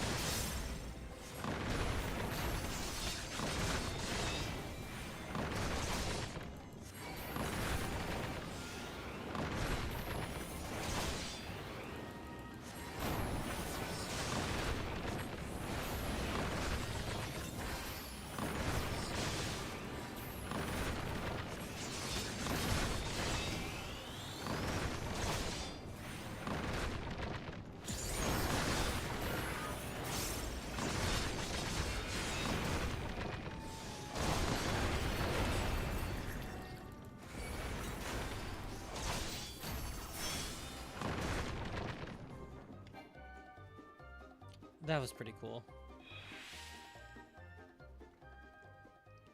I can't believe I forgot to put one of my fucking actions on my bar.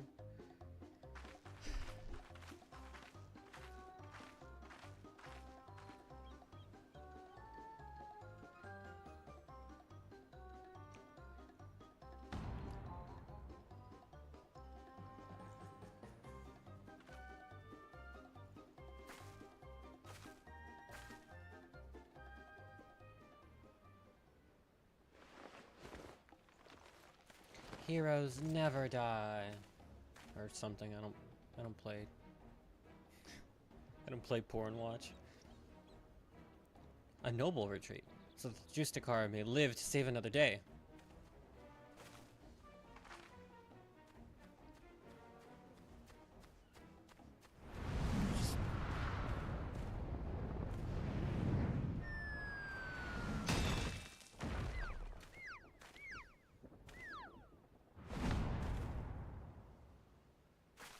Talk about just desserts.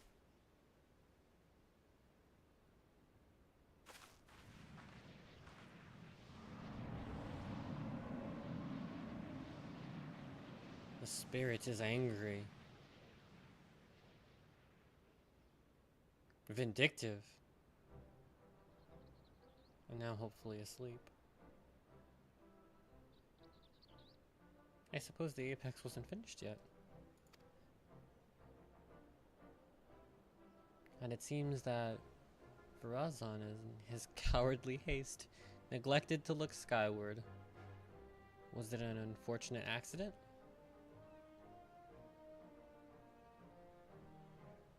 Or divine wrath? I guess we'll never know. Or fate delivering his just desserts. I don't think that's normal. That was fucking creepy.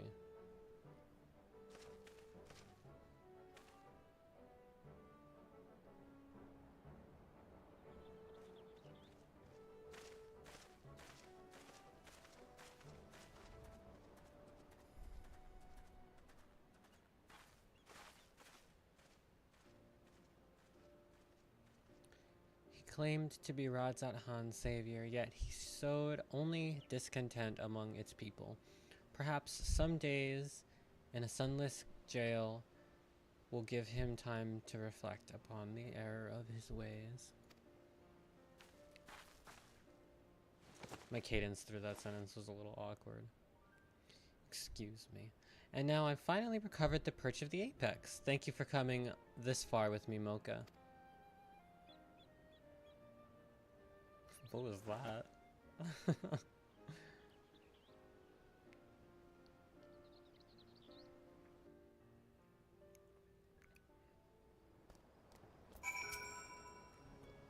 The battle was hard fought, but we made it through. Horazon is the responsibility of the Radiant host now. I must return home. Before doing so, there are many others I must thank.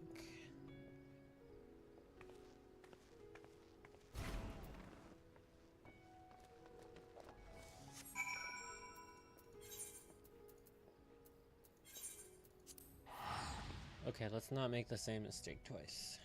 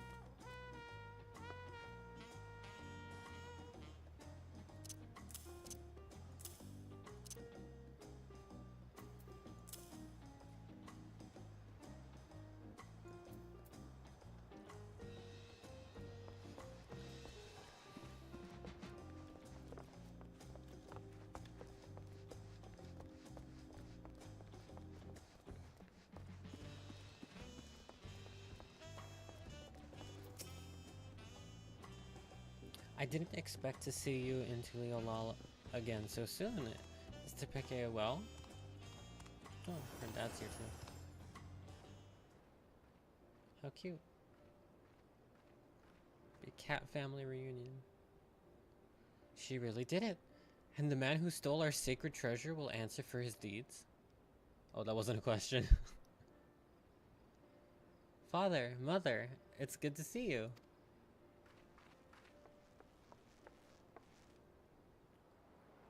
I'm sure Mocha's already told you what happened. I couldn't have retrieved our treasure without her. So we've heard. Yet Mocha told us your wits and bravery were essential to your success. On behalf of our whole village, I thank you for guiding Tepeke in her quest to Mocha. Of course. Now the perch of the apex must be returned, and put under careful guard once again. The story of the Tural Vidral's demise proves that we are not meant to wield its power as our own. I'm sorry, Father, but I disagree. Once I return to the village, I want to tell everyone what happened in Thavner. They need to know what the treasure is capable of, or else we risk forgetting once again. It's actually kind of true. Use it, maybe not, but understand it is vital. I won't deny that the Apex's power is dangerous. I saw with my own eyes what happens when it's wielded with abandon. Yet during the course of our search, I also saw potential. If we fully understood how it worked, we could use it without risk to ourselves or other people. We could turn something we once feared to our advantage instead of letting it become obscured in legend. I mean, all the other talismans are pretty... Well, actually, we still have 2 more quests to do, so I'm kind of speaking a little preemptive, but it just doesn't make sense to have this power that you just know nothing about and just sits there and just, collects dust? We must be ever ready for danger, even in times of peace. Should our safety be threatened, the treasure may grant us means to protect ourselves. But can we be trusted to use it responsibly? Great power breeds great desire. Okay, fucking Uncle Ben. Thanks. Dare say that once I've regaled with the rise and fall of the Justakar, they'll think twice before following in his misguided footsteps. As our forebears relied on the legend of the Tural Vidral's fate to forbid the treasure's use, we can rely on the story of Firazon's fate to urge caution. And this time we have someone who lived through it to tell the tale. Of course, if I'm going to be guiding people in safe use of a potentially dangerous treasure, I see no choice but to inherit my father's position as its guardian. You're just gonna appoint yourself? It's a bit weird. And who better to tell the tale of Firazan and Tepeke's failures than Tepeke herself, I guess. It's fair. When you word it that way. Your only mistake was in trusting Firazan, the same as I and many others. But unlike him, you have the willpower to overcome your own failings. Over the course of your long and arduous journey, you gained a wealth of experiences, and your efforts have finally been rewarded. You took responsibility for your actions, and by so doing, proved your conviction to our people. They shall listen to this proposition with open minds, I am certain. Now we must say farewell, as much as it pains me to do so. I owe you a debt I could never hope to repay. Once I return to the village, I'll do my utmost to protect the treasure we worked so hard to retrieve. Until next we meet, may fortune smile upon you.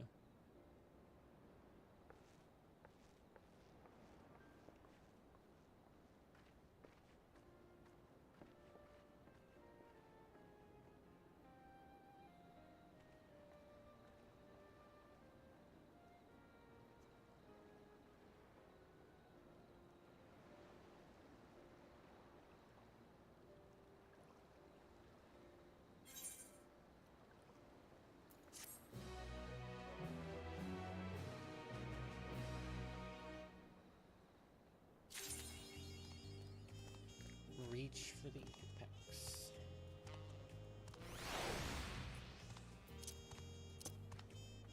Alright, well, I don't have too many thoughts so far, but...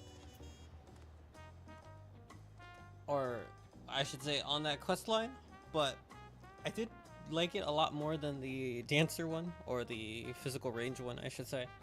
To be honest, that one was definitely a snooze fest, and I think in the in-between of this quest line, the magical range DPS quest line, I did kind of let my tiredness, my own dreariness, I guess, I don't know how else to word it, it got the better of me for a moment, where I was just kind of letting the text go by for a second while I was skimming it and not really putting too much energy into it. But it has a much more entertaining start and ending than the last one, I would say.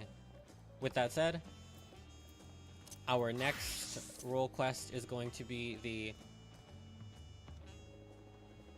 Oh, that's not the gear I set. There we go. Is the melee DPS role quest. This is the Reaper glam or not glam, relic gear for Dawntrail. The scythe is quite cute. It's got the feathers. It's got that whole like Mamulja flair to it. I like the, I guess, stitching or the belt type of thing going on with the outfit, with the coat and the feathers. It kind of gives me vibes from a pretty popular Final Fantasy character. I forget which game she's from. I think she's from either game 10 or 11.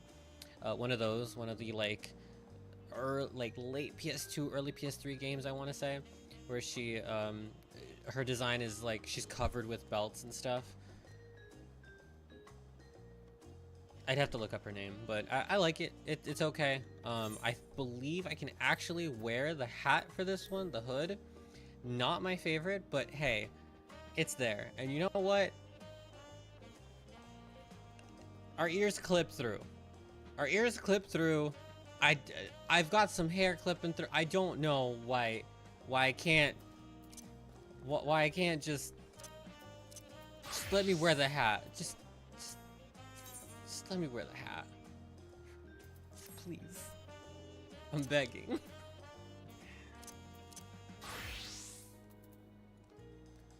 Oh, I actually forgot to to show off the headpiece for the dancer set. It's actually quite cute. But anywho, so I'll probably leave the hat on for a little bit, but I might take it off eventually.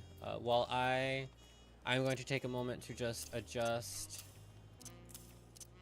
my hotbar again, of course, because I didn't plan ahead.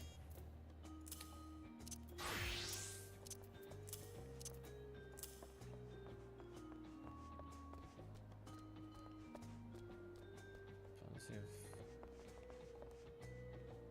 target. Oh, yeah, okay. And then guillotine is the enemy. Okay, that one I actually put over here. This one is bloodstock. Shot goes there. What was before? I think that goes there. Arcane Guidance goes up here. This goes, I want to say there. We have our portals.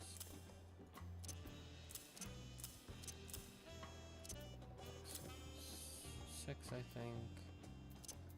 This length.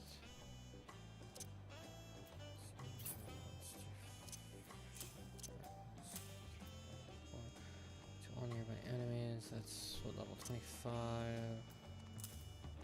World of Death is.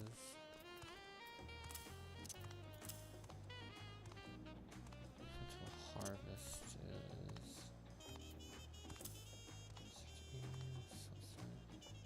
That can stay there. So Slice.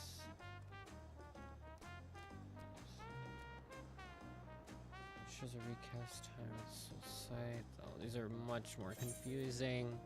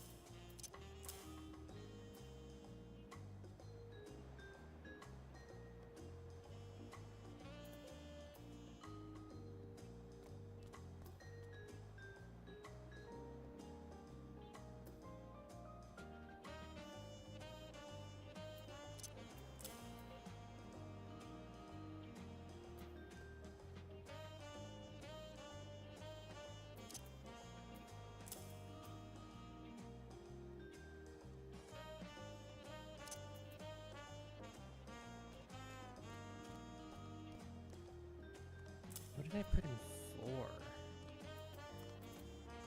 It's gotta be my basics. Soul Slice?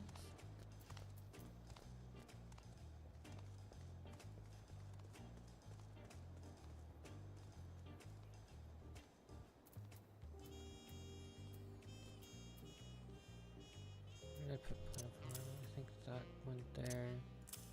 That had to go there. Okay, I think that's how I had it set up in my other system. Again, should have planned ahead. Oh well. Shashepia. Shashepia? Okay. The hunter and the hunted. The hunter. Well, now I just want to play Bloodborne. Hello there. I take it you've spoken with Brook Evu? Willing to lend a hand? That hood looks fucking ridiculous. I am truly grateful. Then allow me to introduce myself. I am Shashepia. Shashepia. Shashepia?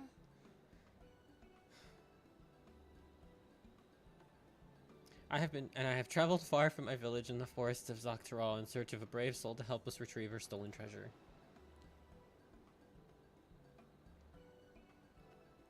The Dream Weave Cocoon, the vessel in which the power of the Swallowtail Tyrol Vidral is sealed. For its ascension, the swallowtail warded off would be predators by assuming.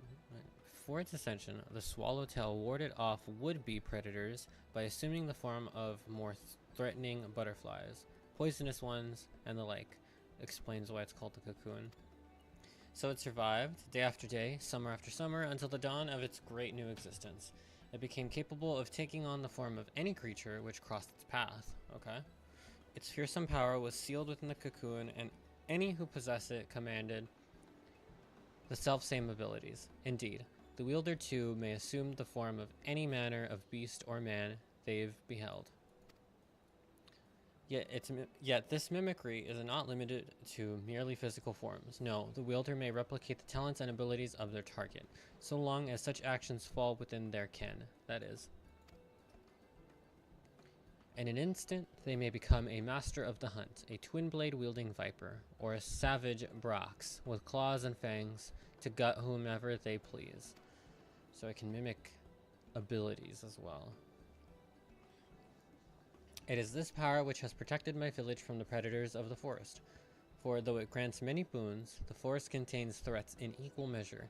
By donning the skins of its most formidable beasts, we've kept ourselves safe for generations. Without the cocoon, my village's very survival is at risk. Yours and everybody else's. That is why we have sent our foremost hunter, Itoka, to ensure it is reclaimed.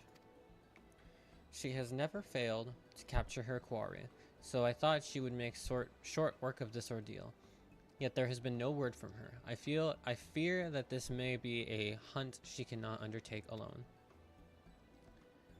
It is for that reason I wish to enlist the aid of one familiar with the lay of the land beyond the Great Sea, and one whose prowess in close quarters would complement her expertise with the bow. One of the villagers ran into the thief before he fled, and said he intended to use the cocoon's power in Kugane, which I understand is the name of a large settlement located far, far to the east. Please, for the sake of my home, set out to this eastern habitation and assist Itoka with retrieving the cocoon. Habitation. Okay. Leave it to me. As long as you're willing to cover my teleportation expenses. Your willingness to aid is most reassuring. You have my heartfelt thanks. Upon arriving in the eastern lands, search for a Vieira woman carrying a bow and dressed in similar attire to myself. Naturally. If you visit a tavern like this one, I dare say you may find someone who has seen her. I don't think Vieira are common in Kugane, so she should be pretty obvious to find. Never mind the fact that we have, you know, quest markers and all that, but still. Okay, and I can't fucking do this. I'm taking that off. It looks really cute without the hat, without the hood. So we're just gonna roll with it. But like, you know, thank you for finally letting me wear a hat. I appreciate it. It's everything I ever wanted.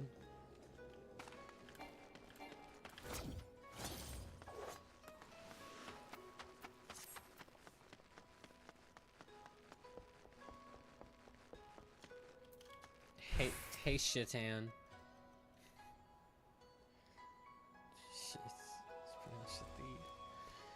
Come to the Shiokaze holstery. How may I serve you? Just looking for someone. Haboko. A last from Taral, was it?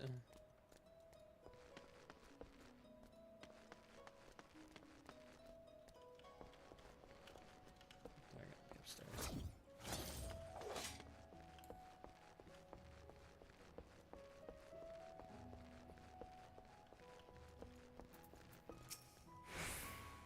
Hi, Ataka. A VR woman bearing a bow. Why, yes, I do recall such a person.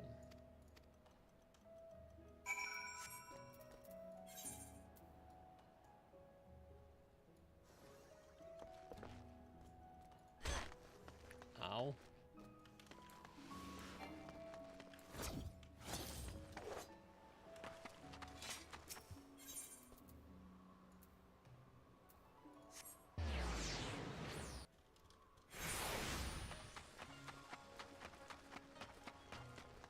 Itoka-esque woman. Right.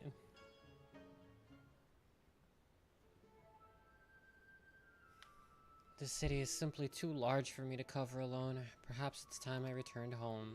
Oh, a little unsure of yourself, are you?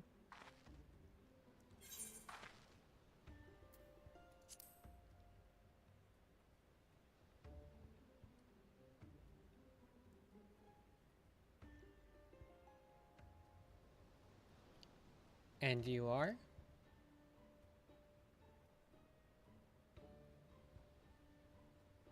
Shishepia always was a worrywart.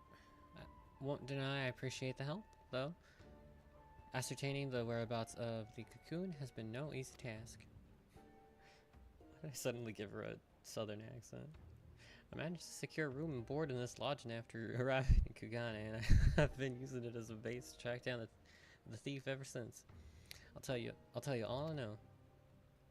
According to an eyewitness from my village, the thief is a middle-aged Hurrian male.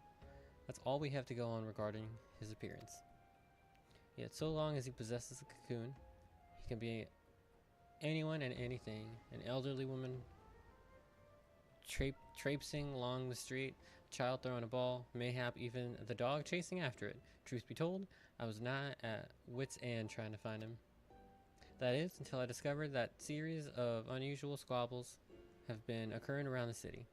After investigating these incidents, I found one commonality. The investigator in each case invariably had no recollection of the incident, let alone of inciting it. What's more, eerie accounts have begun to circulate amongst the residents. Some folk claim that they've somehow been seen in two places at once. Based on all this, I believe the thieves have been using the Dreamweave cocoon to transform into innocence and spread discord throughout the city. Stands to reason we could find him following the trail of chaos left in his wake, no? And yet, even should we apprehend him in whatever form he's hidden himself in, there's nothing to stop him from feigning ignorance. Besides, a secret remedy, of course. The recipe for an elixir which can forcibly remove the cocoon's enchantment has been passed down in my village for emergencies like this. I made sure to prepare a few vials before making the voyage here. Makes sense. I need to simply throw the solution at the suspect, and Cocoon's weave of mimicry will unfurl on the spot. That covers everything. Now, let's say we see if there's any trouble afoot. The thief will undoubtedly not be far from here. Let me know when you're ready. We'll catch him together. That was fucking terrible. Ready to set off then? Perfect. I say we began our search within the markets. I recall a great number of people gathering in the Rakuza district. Rakuza. Say it with the thickest American accent you can. I believe it was called. Itoka is now accompanying you. Keep her at your side in order to proceed with the quest objectives. Oh, okay, minigames. Actually, not really a minigame. More like a offhanded mechanic.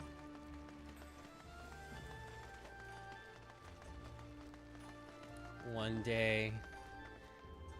One day. Now, what do you have to say? To think all of this was wrought by mortal hands. Remarkable. My people have ever lived in harmony with nature, but that doesn't mean we condemn the ways of those who choose otherwise. In fact, in the brief time I've been exposed to settlements like this, I've come to see such places have their merits too.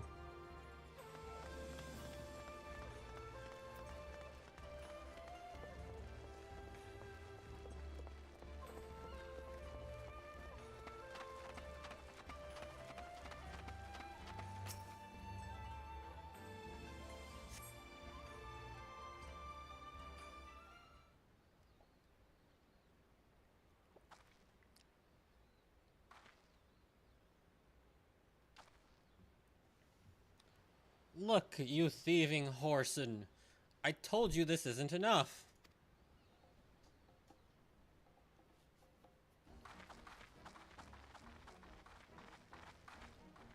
You didn't have to insult his mother like that, damn. But But sir, that cannot be right. I'm sure I gave you the change in full. Enough. Hand over my money, or I'll take it. I'll take it by force.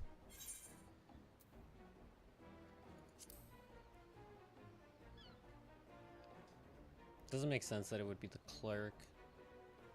No one gets so worked up over a handful of coins unless they're looking for trouble. Reveal yourself, villain.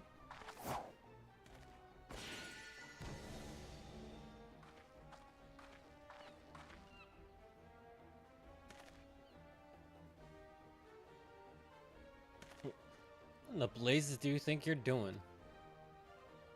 Oh, sorry. I'm very, very sorry.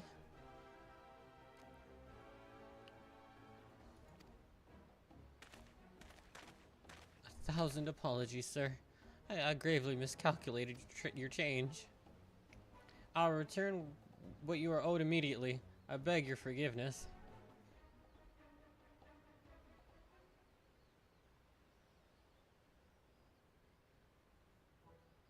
Well, that was a waste of time.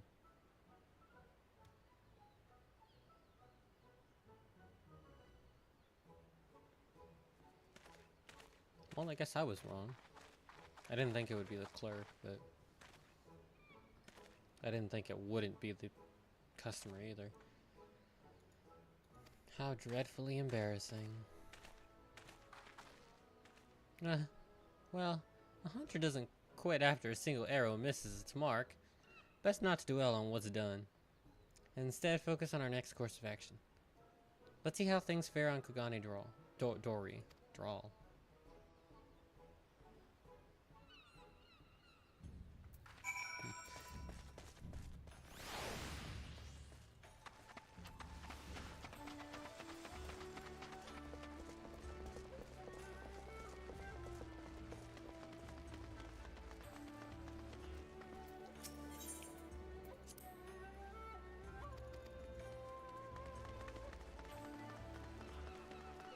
Use Peloton.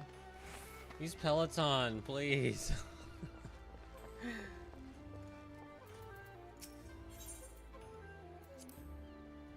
I can't hardly believe how impossibly vast it is. My jaw dropped when I first saw it. I could hardly fathom where the horizons ended and the sea began. Before arriving in Tuliolal, I imagined the sea to be merely a larger, saltier body of water than the lake back home. There we would race from shore to shore. To attempt the same here, I fear would have fatal results. Very likely.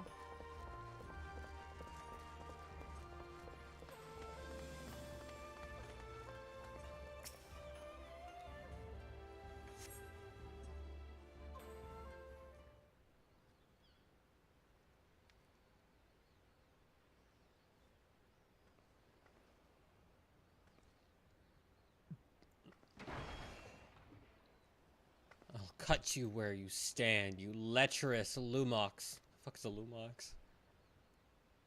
Yeah, me too.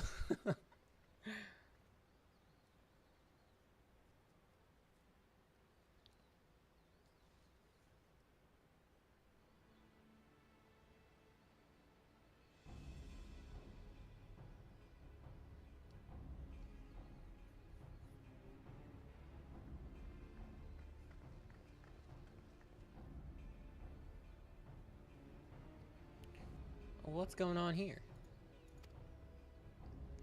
The big bloke yonder allegedly laid his hands on that grizzled fella's woman. Afraid this may come to blows. Okay, calm yourself, man. I've not done what she claims.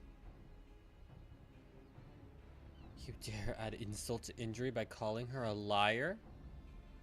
Ignore him, I told you. That pig defiled me. Cut him down this instant.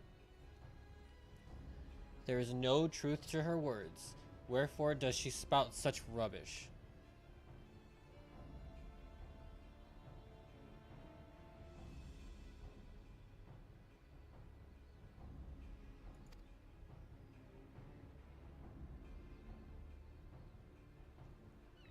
Not less than your head shall serve as penance for your crimes.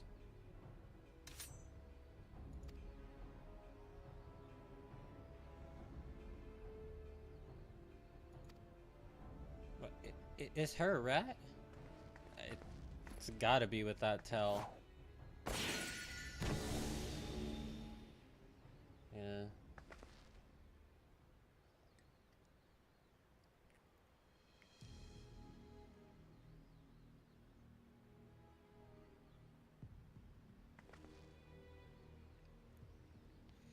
Was that really necessary?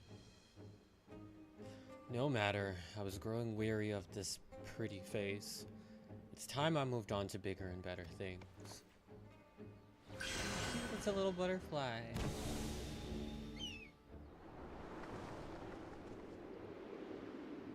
Wow. Oh no, you don't!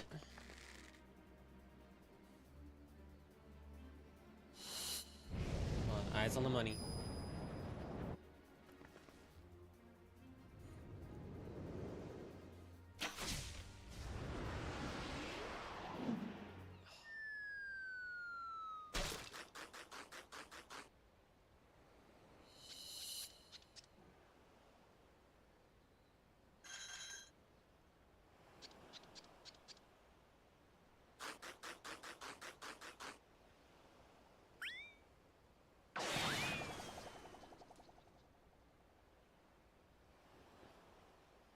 I think that joke fell about as flat as her arrow.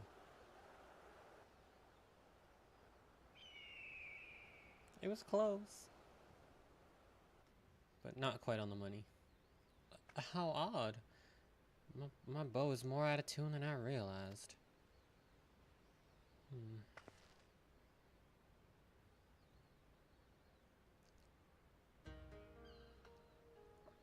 Like she said a moment ago, just because you miss once. Sweetheart. Oh, I gave her the accent, oops. Is it really you? Oh, thank the kami, you're safe.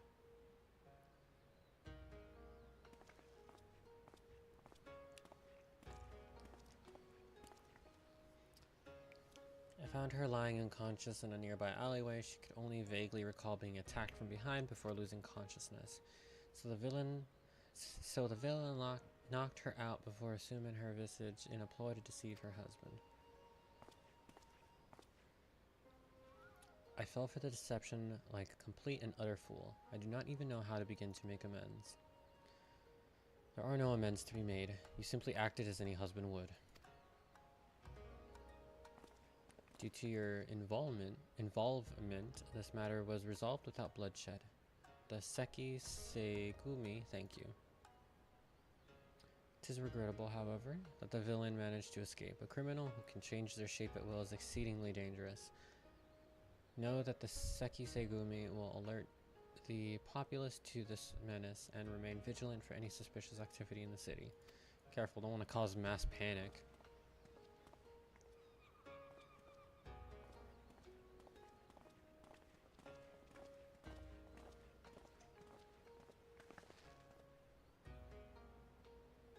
Let's return to my lodgings.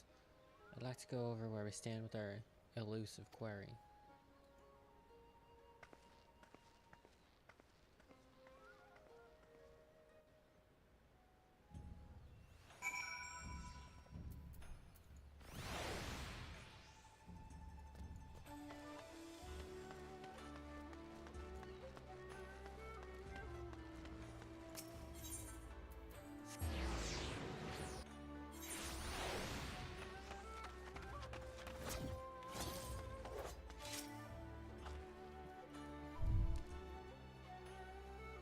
As predicted, the thief has been using the cocoon's power of mimicry to incite conflict around the city. What he hopes to accomplish by doing so, however, is still unclear. So long as he has this power, our sole means of tracking him remains the sole means of tracking him remains the havoc left in his waste.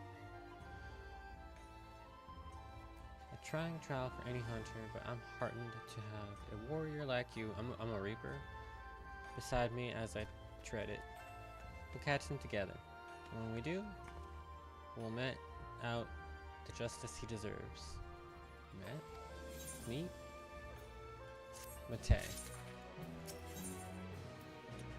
Sea of blood. Well, now I just want to play Bloodborne.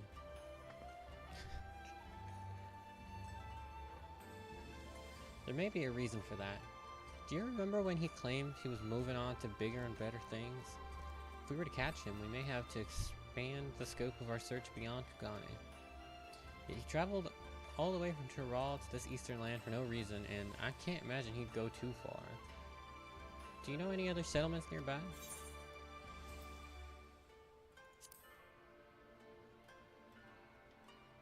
People live out in those waters?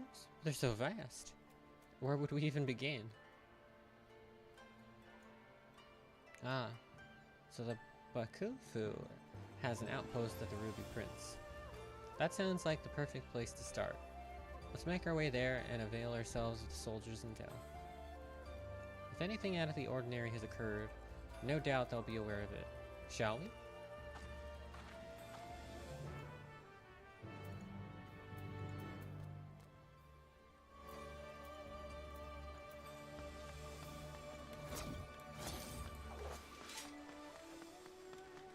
One day. There's somebody standing there!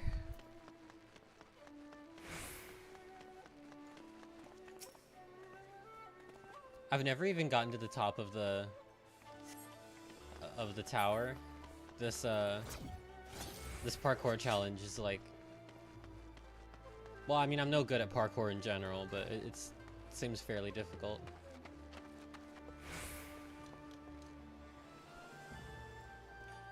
One day. Travel to no, not Limsa.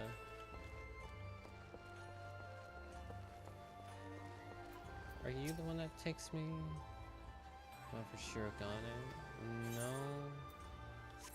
No, that's the housing district.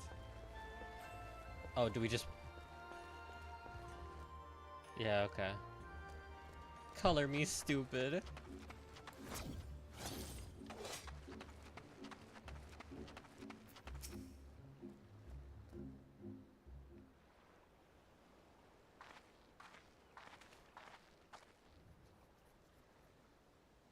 Well, this is unexpected. What brings you to the Ruby Price? I think I said Prince earlier. Disputes? Strange you should ask. Not even a moon ago, the waters of the Ruby Sea were poised to turn a sanguinary shade. It's like red. It's called the Ruby Sea. Tell us everything. A Confederate skiff approached the Ruby Price without authorization, and its occupant began hurling insult after insult in an obvious attempt to provoke us. We did not succumb to their provocations, however. After warning the vessel we'd fire if they drew an ill closer, they withdrew without a word. However, should they attempt to provoke us again, we will not display the same level of restraint, and the roar of our cannon shall signal their comrades to rally in full force. The waters will flow red. Of that, there can be no doubt. Okay, he meant literal blood. Tensions run high, not like this has ever occurred. I see. I thank you for the information. Might we speak privately? I didn't realize what I was getting into, giving her a goddamn fucking southern accent. Oh well.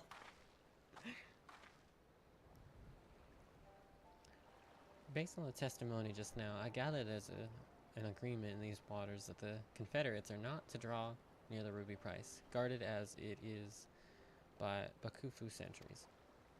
If that is the case, then, as the soldier stated, I can only conclude that the vessel earlier was attempting to incite a dispute between the two factions, which fits the modus operandi of our quarry, wouldn't you say? I mean, it could very well be the, whoever that guy is, Mr. Falcon Boy. Whatever the case may be, we have nothing but conjecture. We'll need solid evidence before we can alert the soldiers here to this threat. I doubt they'll heed our warnings otherwise. First, we need to verify if any members of the Confederacy actually approached the Ruby Price. Do you know where their base of operations can be found?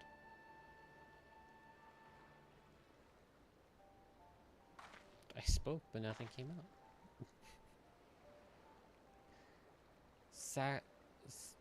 Sakazuki. Looks like would be fastest for us to swim there. Are you that strong of a swimmer?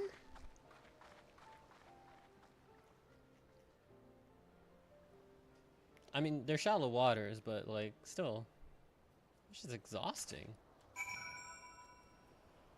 Oh well. Must give in to the roll. God damn it. Oh well. Here I was ready to give in to the role play. Shihoji. Hi. What? Absolutely not. Not a one of my Confederate brothers and sisters would approach Ruby Price without authorization. Those cowardly Bakufu dogs must have concocted this baseless rumor to get a rise out of us. I don't think it was them, but somebody is definitely concocting something.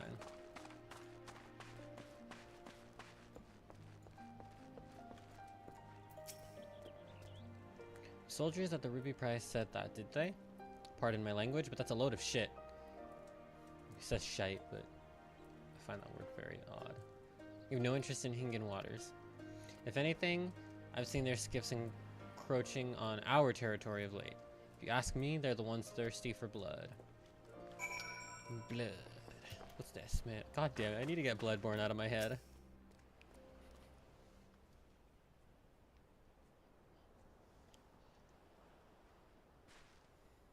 There you are, Mocha. Listen to what this person has to say. The situation is more grave than we thought. I'm thankful you came, and not a moment too soon. Oh, little Moogle, black Moogle. That's strange. A little Moogle mask necklace. Captain Rasho ain't been acting himself, you see. Normally, where he goes, Tansui goes, but not today. Excuse me. He showed up just earlier by his lonesome and ordered us to gather as many heads as able to join him on the Isle of Beko and attend some pressing business. Normally, I'd oblige the captain without a moment's hesitation, but I had a feeling something weren't right, so I asked him what manner of business we're gonna set the Ruby Price ablaze, he says. The bloody Ruby Price.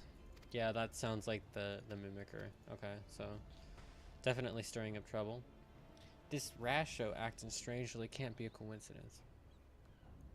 We need to get to that island quickly. Do you know the way? I have a couple mounts that seat too. It's probably faster than swimming.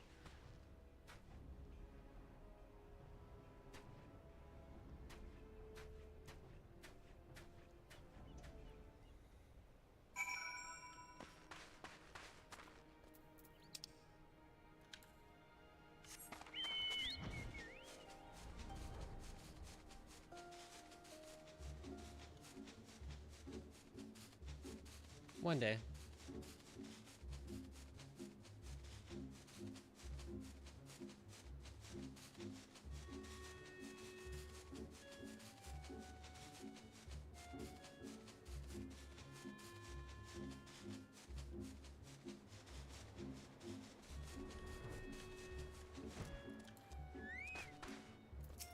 Enjoy the waters. I hear voices. You should probably talk to somebody about that.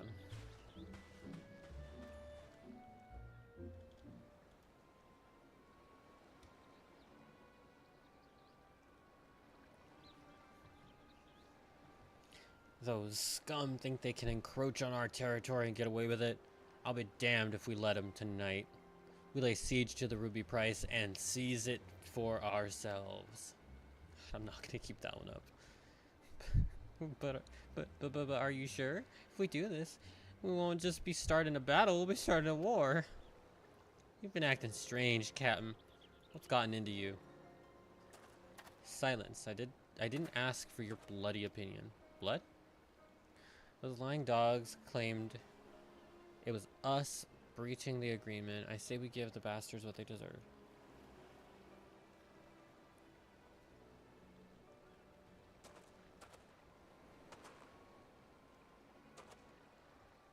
You're not welcome here. Be gone if you value your lives. Oh, he definitely recognized her. You're a terrible actor. Whoa, dramatic.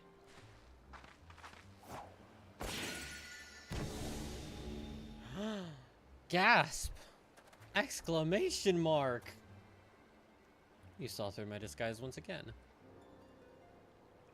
What was the voice I gave him? I think I just gave him a slightly deeper voice. Don't tell me you count even a pirate captain amongst your what? Don't tell me you count even a pirate captain among your acquaintances. Oh, assuming that we knew that guy. I guess.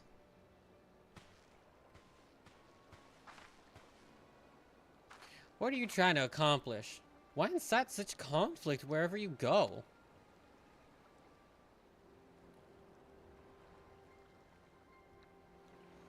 Sorry to disappoint you, but contrary to the passage of the Unbound's prattling about freeing the world from the tyranny of government, I have no grand designs. Really? That seems even more pathetic.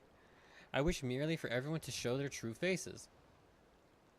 Folk love to put on airs of sophistication and virtue. Push them towards the edge, and their masks slip off to reveal the monsters underneath. They'll go for their neighbor's jugular to save their own skin. You've seen it for yourselves. It's quite the spectacle.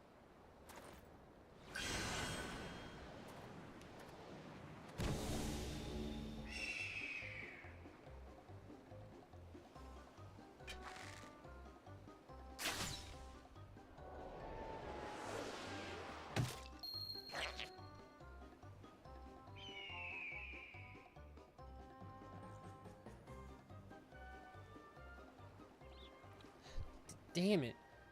The winds are too strong. Yeah, the wind.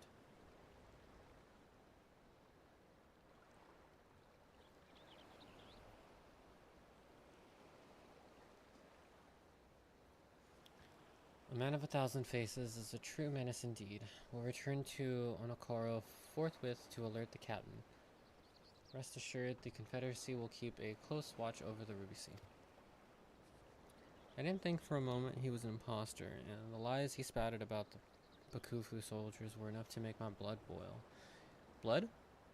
To think what would have happened had you not been here to stop us. Kami bless you. I'm letting the accent bleed over. I apologize. Bleed? All he wants is to expose people's so-called true faces. That he would use the cocoon for such a petty cause. Unthinkable. Let's return to Kugane for the... Excuse me. Let's return to Kugane for the time being.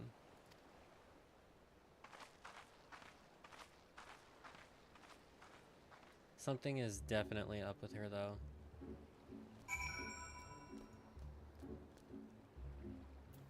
And I have yet to fight anything as Reaper.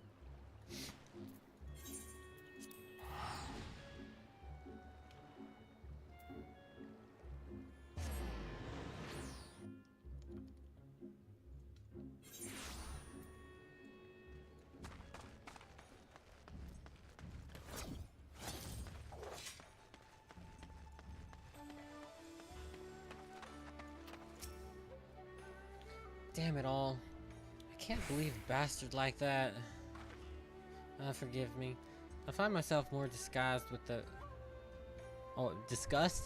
villain each time we see him, and to think all of this is driven by small-minded spite. From what I could gauge, he didn't fly towards Kugane during his escape. I believe he seeks new settlements to terrorize. Now that the Confederacy and I are acquainted, I'll see if they can't help me sniff out his roost. I get it. Roost. Because he turned into a bird. No doubt, where there's smoke, he'll be there, stoking the fire. And I suppose I'll use this period to tend to my bow. Next time, my arrow will fly true.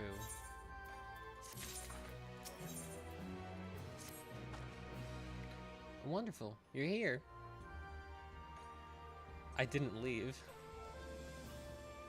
Ever since the incident in the Ruby Sea, I've kept a line of communication with the Confederacy, and they just reported something you'll be interested to hear. You did all that while I was standing right here. Apparently, a man impersonating the distinguished Lord of Doma was recently exposed. One of the Lord's retainers saw through the pretender's facade while he was attempting to stir up trouble in the Doman Enclave. The impostor then reportedly transformed into a hawk and fled. Clearly, our quarry now nests in Doma. I'd like to resume our hunt immediately, but I'm not sure where he may go. After his failure in the Enclave, do any locations come to mind? Oh, I don't even get an option. Okay. Town in Yaxia called Namai, you say. That sounds promising. The extent of your knowledge is truly remarkable, Mocha. Then without further ado, let's make our way there. See if the residents have noticed any unusual activity.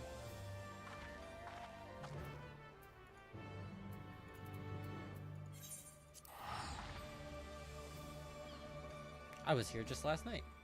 Well, not in Namai, but on this map. Not that that's relevant at all.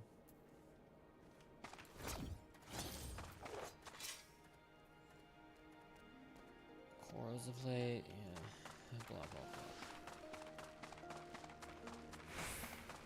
Shinden.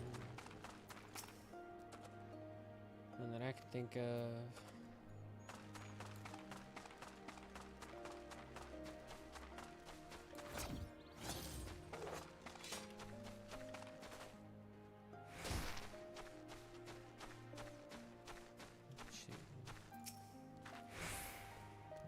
Grace, our quaint village has not seen strife since the Imperials were ousted.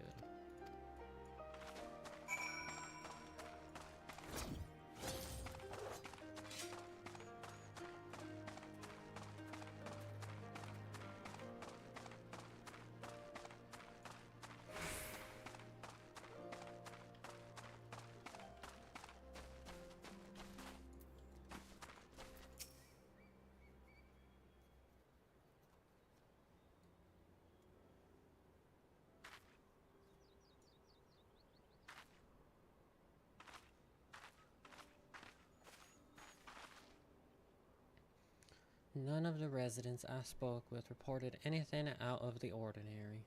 How did you fare? Then it seems the villain is not here. Where might he have gone?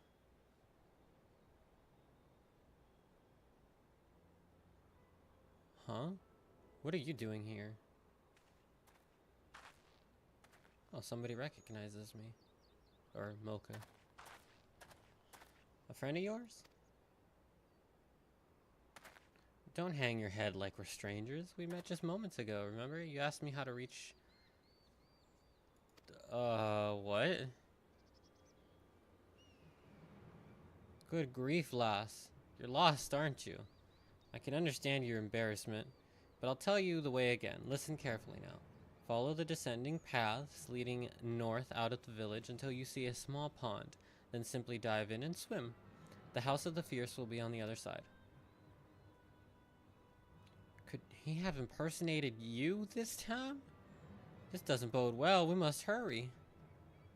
Oh, hell nah. Much obliged, sir. I can't say that word. Obliged? Much obliged.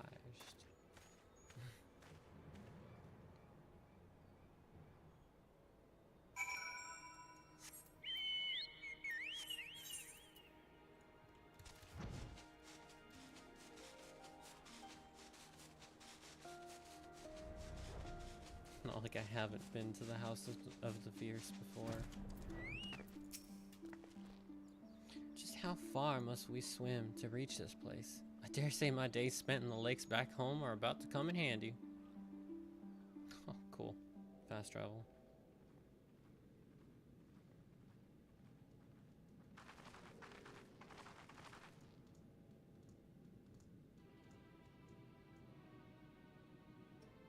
Yo, that's... ugh. Hello me, meet the real me.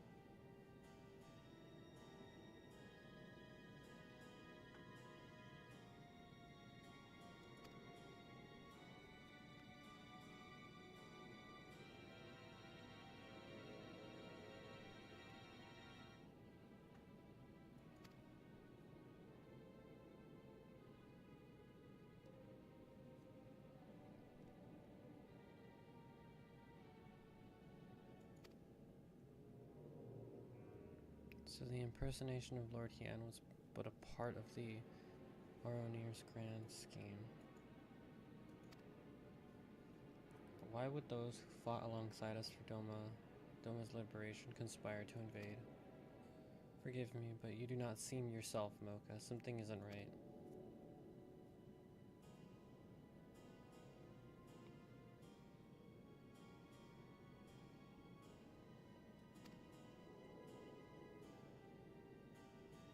Our honored friend Mocha risked life and limb to see Doma free, yet you address her with suspicion and doubt. She says we must act first to prevent greater bloodshed, then we must act. It is true that she has never led us astray. Brothers and sisters, let us join hands with Mocha once more to drive back the shadow rising over Doma. That was a look. Somebody snipped that for me.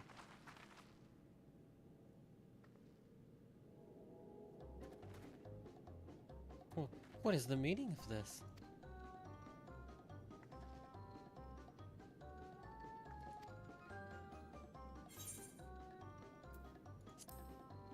You sound nothing like me.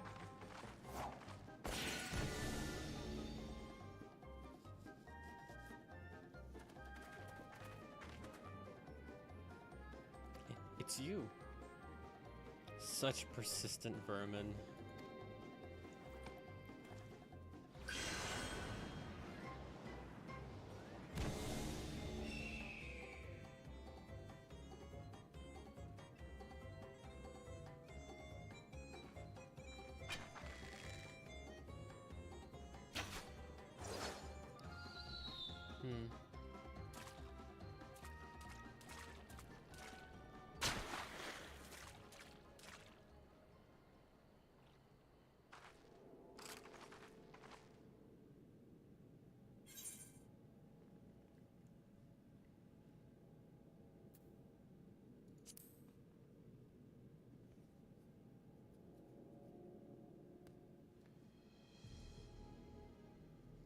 You're nothing like that other girl.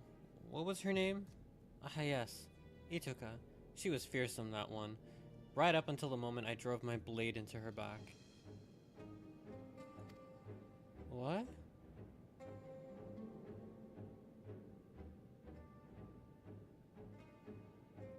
What is this? Don't tell me you've been masquerading around as Itoka herself. After all, what would make you no better than me? Hiding behind the name of another won't erase the blame you bear for everything that happened. He did the face again. Alright, you've got some splaining to do, girl.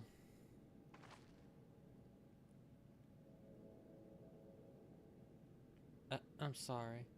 I swear I'll explain everything to you later. For now, we should apprise these men and women of the situation.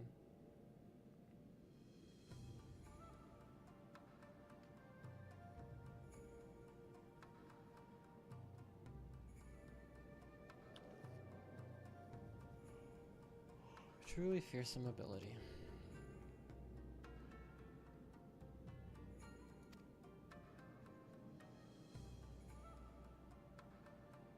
He had neither your spirit nor your grace.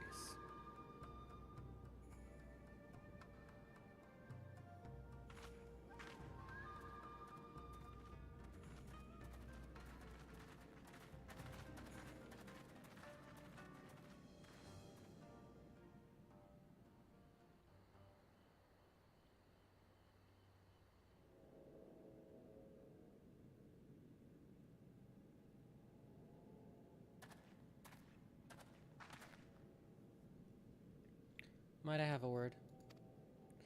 The man impersonating you earlier, I'd recognize his face anywhere. Without a doubt, he is some Samidare. Samidare? Samidare. Yeah, sure, whatever. You know him? Please, you must tell us everything. I have known Samidare nearly my entire life. We learned the shinobi arts together, you see. Roughly 25 years ago, we engaged in our first battle as proud ninja, defending Doma against the Empire's invasion. With every fiber of our body, we met their mighty magitech with nimble ninjutsu. As if moved by our resolve, the mighty auspice and guardian of Doma, Tamamo Gozen, appeared on the field of battle to aid our cause.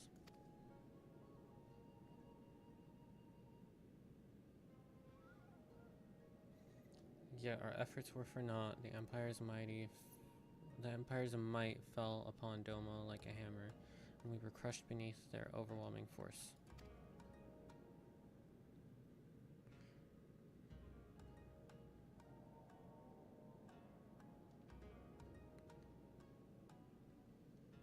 Occupation began soon thereafter, and so too did my work from the shadows. While I devoted myself to resisting the Empire in secret, Samidare was conscripted to their army and forced to become an imperial spy. I understand that he served them well, feigning the flames of war in faraway lands through rumor and manipulation. Indeed, as far back as I can recall, Samidare has ever excelled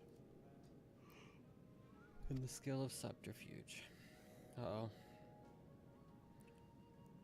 It was only after the prisoner exchange that he returned to Doma at long last, but he was a changed man. He could find no joy or solace in the peace he once fought to secure for our nation. Instead, he sought to disrupt it.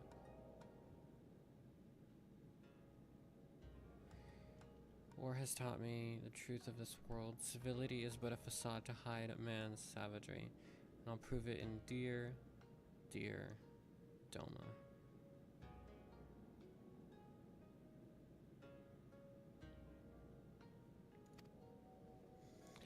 The fool I am, I thought he was jesting. Only later, when I discovered the web of lies he had spun to turn folk against one another, did I realize he meant every word. Nevertheless, I searched his home afterwards and discovered a missive from an organization called the Passage of the Unbound.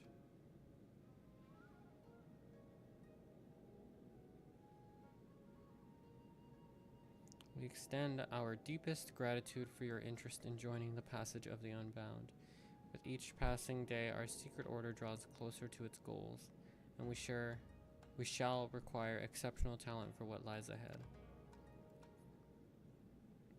Bearing these needs in mind, we have decided to welcome you into the fold, to celebrate the start of an auspicious future together.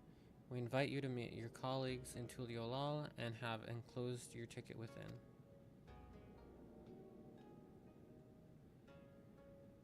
Exceptional ecos, more lack. This Passage of the Unbound kept a watchful eye on nations far and wide to recruit cutthroats like Samidare, who only follow their own desires. Upon his arrival in Tyrol, Samidare's ambitions guided him to my home, where he stole the Dreamweave cocoon and set out to use it for his own twisted ends. I'm afraid that appears to be the way of it. In all likelihood, it is the Passage of the Unbound which alerted him to his Dreamweave cocoon's existence. I think I slipped into the accent again.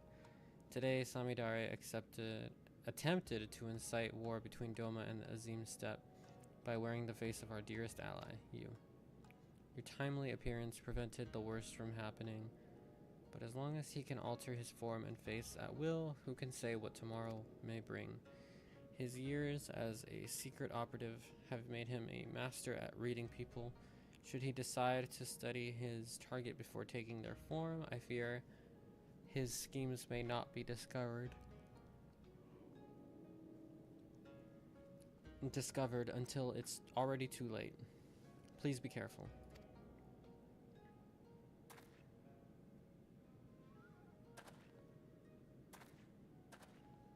So what's this about you not being Itoka? Attempting to find Samidare now would be a fruitless endeavor. He could be any bird in the sky or any beast roaming the wild. Let's return to Kugane. I'll reveal everything to you there, I promise. Okay.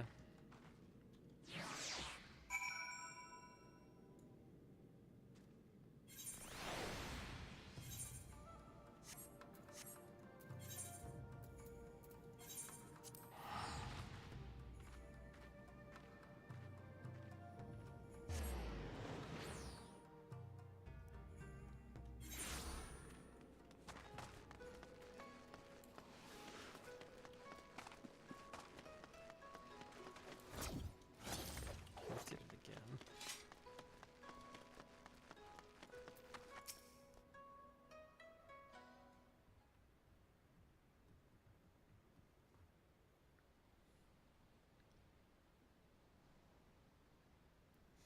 I'm grateful for your help today. Once again, I let our prey slip away. The only silver lining is that we know who he is now. More importantly, I apologize for deceiving you. As Samidare said, I'm not the greatest hunter of my home. I'm not Itoka. I'm Kuiki? Kuiki. I'm gonna go with Kuiki. I hail from the same village as Itoka, and I too am a hunter, but I'm only a name. You see, you've seen my aim for yourself. Yet most shameful of all is that it's my fault the Dreamweave cocoon was stolen. So shocked. Normally it is enshrined in the deepest recesses of our home. Only Itoka had leave to wield it. The forest provides shelter and sustenance to many, and not all we share its bounty with are friendly. When great beasts threaten our home, the cocoon's power may be used to protect our lives. Yet I used it for my own foolish desires.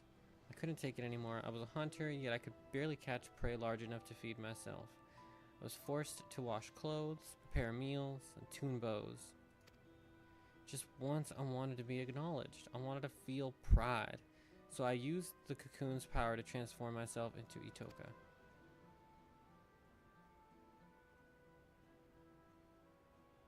With her dexterity and finesse, I finally caught prey befitting a true hunter.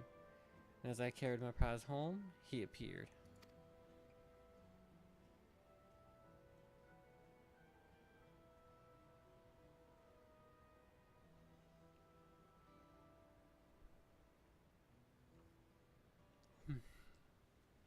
I never had reason to mistrust someone before, so I approached to nurse his wounds. Yet the moment I drew close, he knocked the cocoon from my grasp and struck me unconscious. He was long gone by the time I awoke. I confessed my sin to the village elder, and in her boundless grace she forgave me. But I could not forgive myself. I left home that very eve in secret to pursue the thief, all the way to Kugane. After several days of fruitless scouring the city, who should I see but Itoka? As our most exceptional hunter, it came as no surprise that the elder had charged her with recovering the cocoon.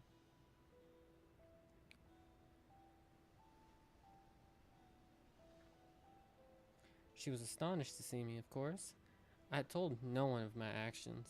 I feared she would send me home. But when I expressed to her my shame, my anger, she consoled me and told me we would find the cocoon together.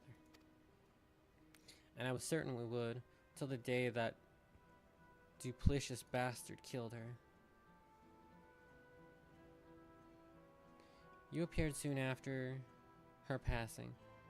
I thought with someone as strong as you at my side, maybe I could avenge her. So I did. Like Samidare said, I'm no better than he is. I'm an imposter. But my desire to reclaim the cocoon is every bit as strong as Itoko's was. I'm so sorry for lying to you, Mocha. I hope that you can find it in your heart to forgive me, and continue to aid me in reclaiming to the Dreamweave cocoon.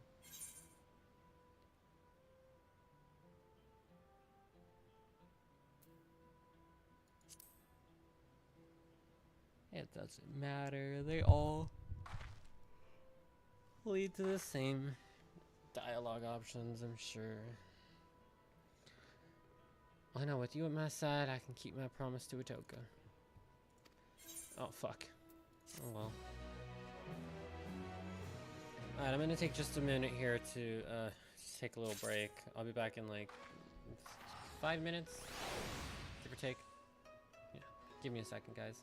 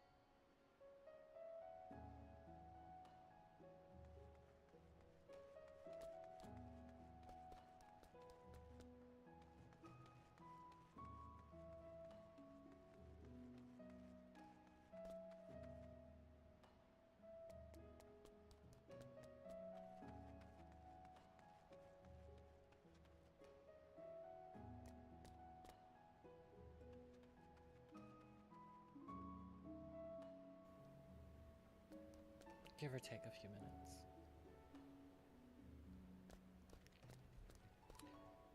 Oh, I've got a splitting headache right now. Nevertheless, we persist. Ooh, pretty weapon. I wonder what that's from.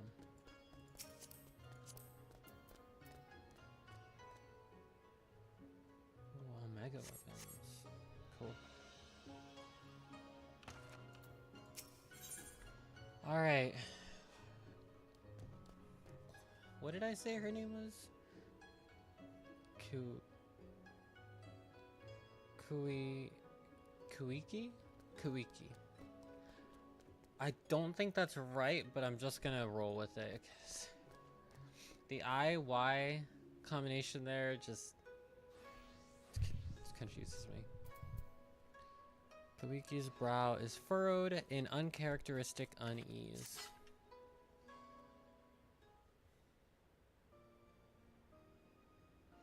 I'm so relieved to see you.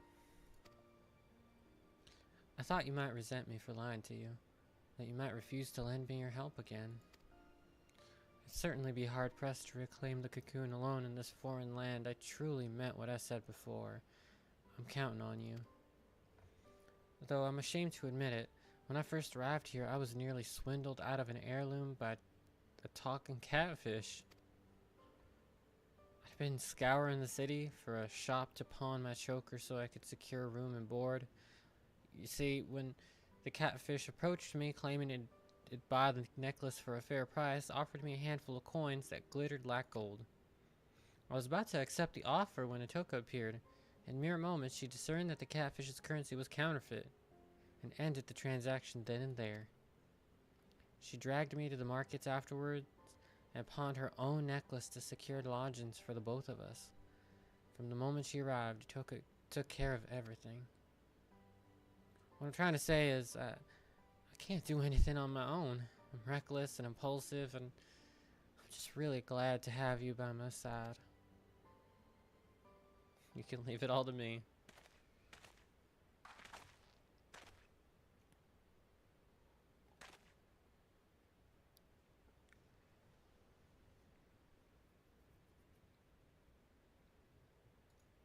Urgent tidings. We spoke with you at the House of Fierce. What brings you all this way? Oh, okay, it is that guy. He was able to make contact with... in the last 5 minutes? Continuity and all that. I told him I was willing to make amends and join my oldest friend in exposing the lies in people's hearts. He responded most eagerly and bade me meet him in secret. Bade me meet him in secret. Okay. Wait, really? Did he say where? Hell's Lid. I had a mind to lay an ambush for him, but not knowing the extent of the power he wields, I thought it best to seek help. So I come to beg your aid, Mocha. Your strength and valor are unequaled, and we cannot apprehend Samidare without you. We may never get another chance to catch him unawares like this. There's no time to lose. Wait, forgive me for speaking plain, Huntress, but I fear we would only be a hindrance to Mocha when the fighting begins. Let us go to Hell's Lid by skiff and meet her after the villain is subdued. What? Why? I take your point. You're right. Without us there to distract her, Mocha can focus wholeheartedly on the battle. Sorry, would you mind going in alone? We'll be there as soon as we can. Alright. This wouldn't be the toughest battle I've taken on.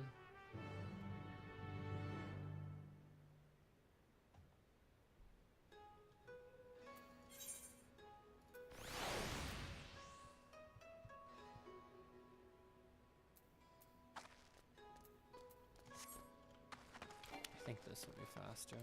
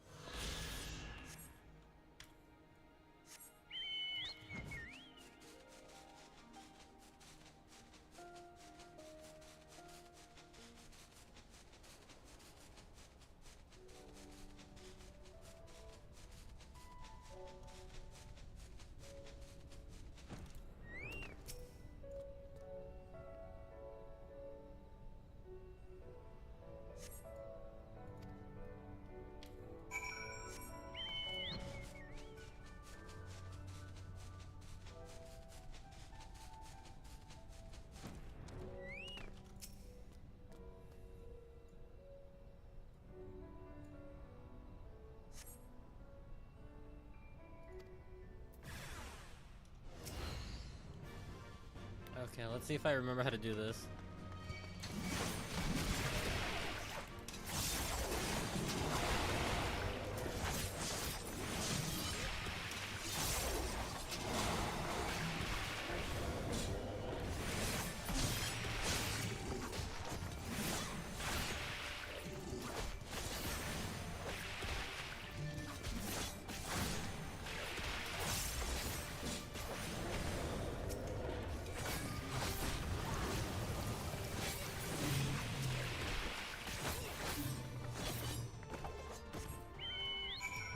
Not really, but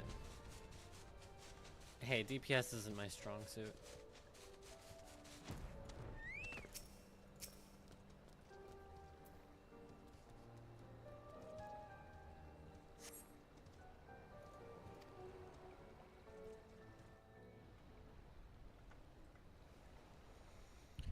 I have a bad feeling about this.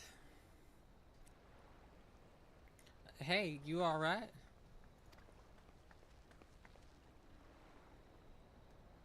I came as soon as... Oh, is the battle over already?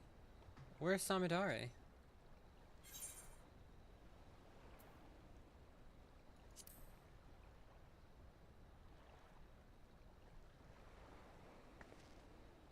So this was a trap? Wait, over there.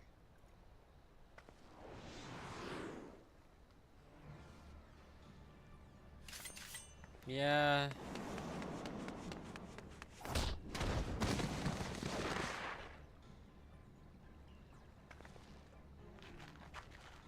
Yeah.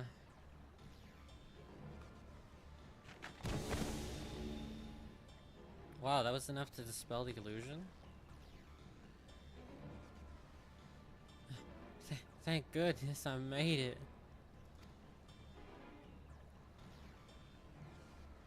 After all that time I spent in that old Kojin shell, convincing his underlings to attack you, my blade was mere ilms from the skin of your back, alas. A meticulous plan gone to waste. It seems I underestimated your strength and the failed huntress's tenacity. I dare say I'm outmatched, and no common beast I might mimic can stand against you. I must contemplate your deaths with more care, more rigor. Look forward to our next meeting.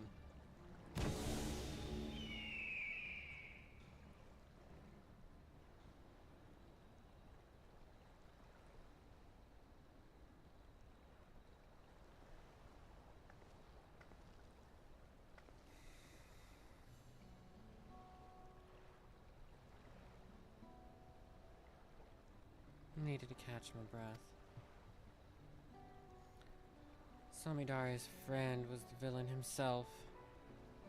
Yeah, I could have told you that. As soon as the skiff made it to the open sea, he threw me overboard. Damn near had to swim like a fish to make it here in time. He's made me into a fool again. He waylaid me before using a similar ruse. By the time I figured out what was what, Itoka was already... I always wondered how a craven like Samidare was able to kill her, our greatest hunter. And now I know.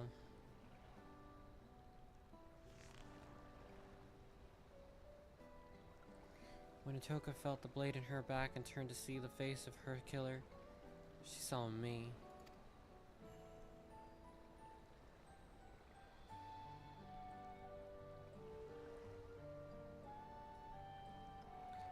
I'm glad I was able to prevent history from repeating itself. I don't want to lose you too. But we should return to Gugane. Samidare may have planted more than one trap for us here. Unlikely, but sure.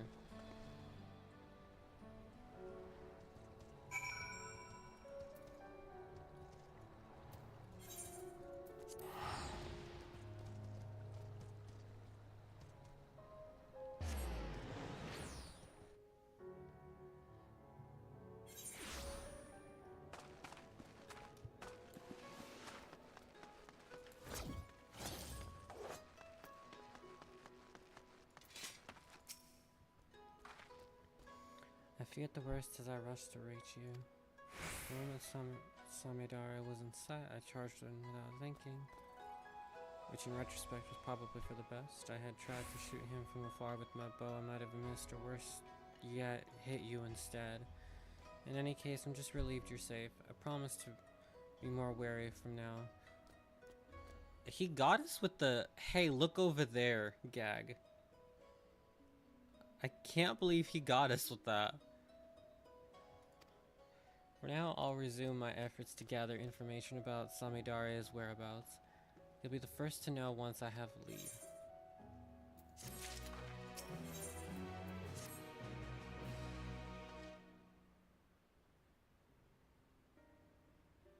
Good to see you, Mocha. I've been standing right here. Or should I say, Samidare? There's only one way to be sure. I need you to tell me something only you and I would know. When I used the cocoon to take on Itoka's form, what creature did I hunt? You didn't say. You never told me. It's really you. What a relief indeed. I never told you that my arrow struck a great wild boar. A prize for any hunter. Samidare is the only one who ever saw it.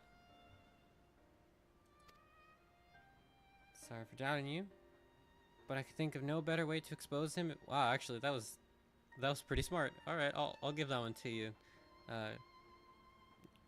Kiwiki? Yeah, Kiwiki. I have to remain vigilant, after all, even though no news of his plots has reached me as of late. From here to Yaxia. Yanxia? Never said that one out loud either, huh? People are on alert for a many-faced agitator within their midst, and not even a stray cat is beyond scrutiny. While Samidare can no longer act so brazenly, I'm afraid this means his trail's gone cold. We also have another problem. When he pushed me into the Ruby Sea, the remedy I carried was soaked in salt water. I'm afraid it is no longer effective. Shit. No doubt his plan from the start was to eliminate the one means we had of undoing the cocoon's mimicry. We're at a disadvantage. Excuse me. Which is why I intend to synthesize a new batch. I was just about to go procure the necessary ingredients from the supplier when you arrived. Why don't you join me?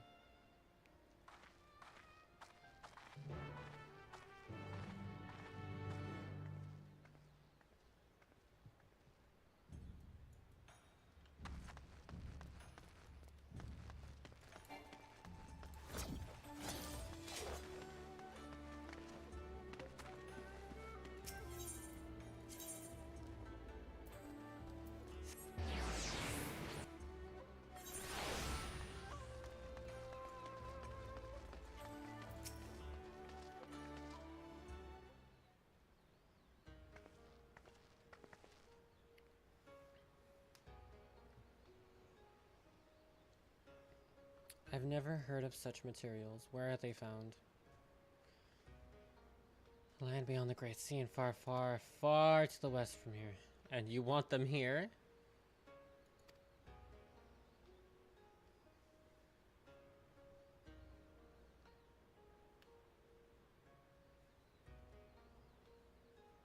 Oh, how polite. I feared as much. It doesn't help that the materials can only be harvested when the season's right.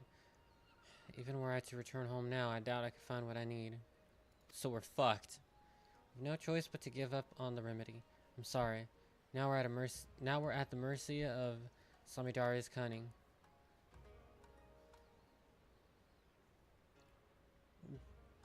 Tell me, have you any slaves that might ease my ache? Salves. Okay, I misread that horribly.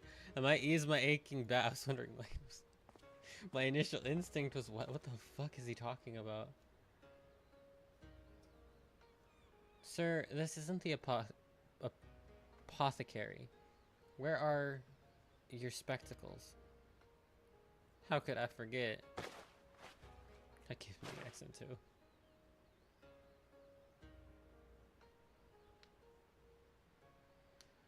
much better. Sometimes I forget that I'm as blind as a bat without these. Forgive me, Shirokashi. Uh-oh. Someone's paranoid. Bits of a glass cover help you to see better. No way! I've seen Volk wearing them before, but I always thought they were decorative like my choker. Where can I procure a pair of my own? Yamabuki is your man. He has a breadth of artisan contacts who will ensure you receive a pair fine-tuned to your specifications. You'll find a shop on this very street. Is she just blind?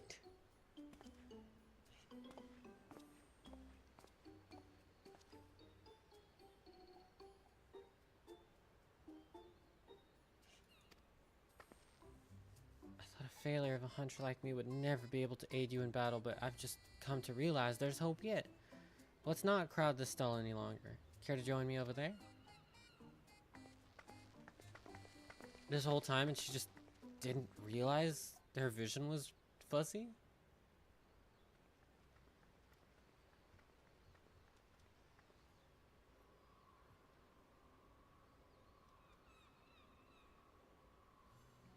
Ever since I was a child, I've had trouble seeing things from afar. So my aim with the bow is so poor. I'm not fit to be a hunter. Never was. It's only natural that chores like washing sheets and preparing meals felt to me. But I always yearned to do more, to be more. I've looked up to Itoka ever since I can remember. No matter how hard I tried, I simply couldn't give up on my dream. I had to be just like her. So I begged her to teach me everything she knew. From the basics of drawing a bow to precise aiming techniques the few hunters use. Yet despite all her efforts, my sight failed me where it counted most.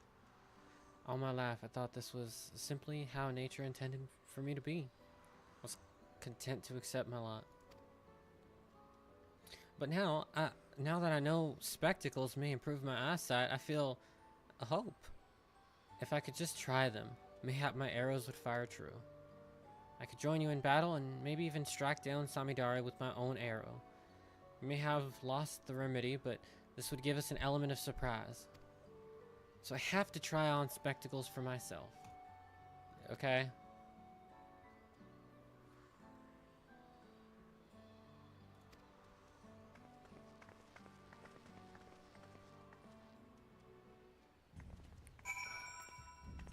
I guess anyone would be really excited to find out that they could improve their vision.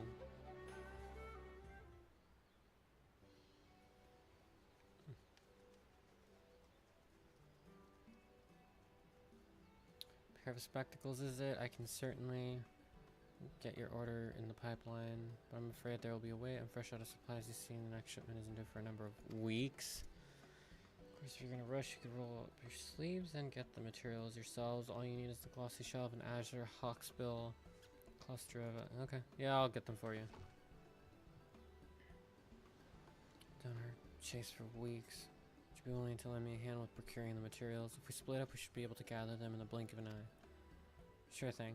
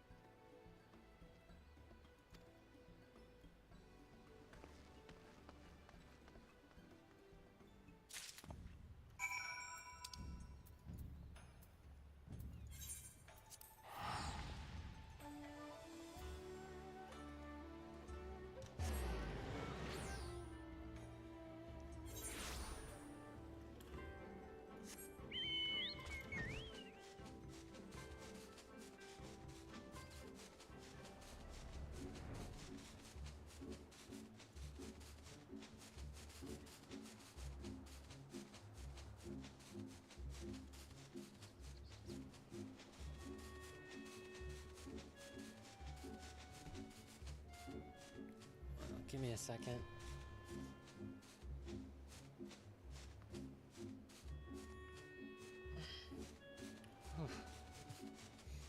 Pardon me.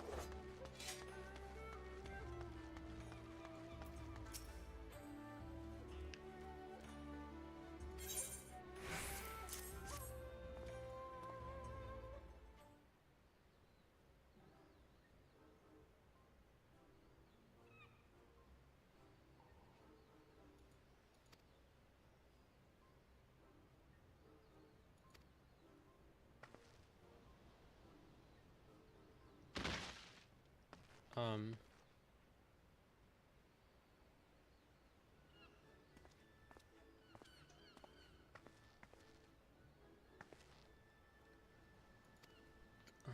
Okay. I spoke with the Kojin of the Blue as planned, but soon learned that the Hawksbill shells have been sparse as of late. They were reluctant to part with a single one. I was able to wear them down, though, until they proposed an exchange. If I dealt with the Red Kojin who invaded their fishing grounds, they'd spare a shell. I knew my bow would be useless, so I took a leaf out of Mocha's book and fought them up close and personal. Oh, okay. As you can see, I took quite a beating, but so did they. I may be a little worse for wear, but the trouble was worth it. I have the shells promised, and with it, your associates can get started. Indeed they can. Let us first measure your eyesight, and then they can get to work.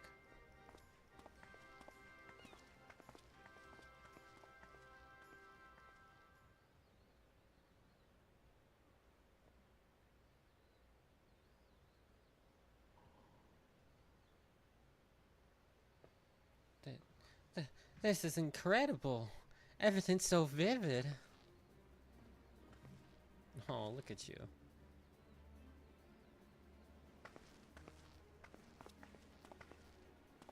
Why, I'm sure I could hit a bird over the horizon.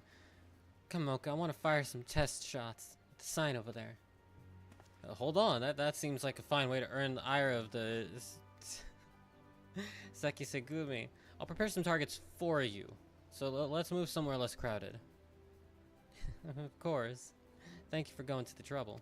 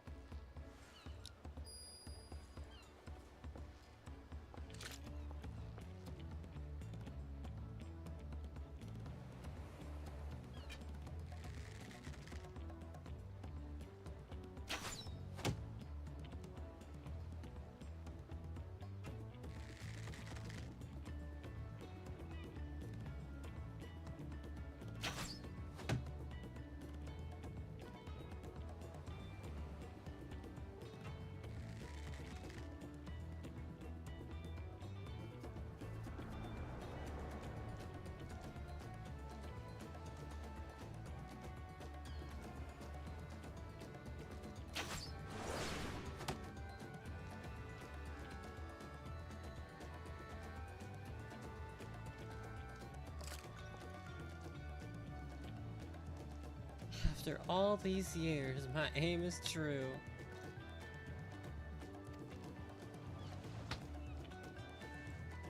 When we find Samidare, he won't know what hit him.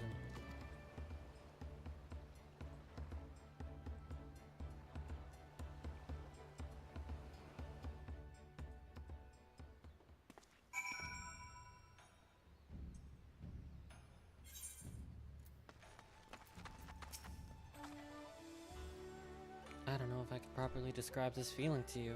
After so long, I don't feel like someone pretending to be a hunter. I don't feel like a burden.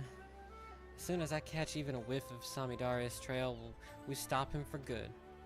When that moment arrives, please lend me your strength for one last time. Together we'll retrieve the cocoon and return to my village.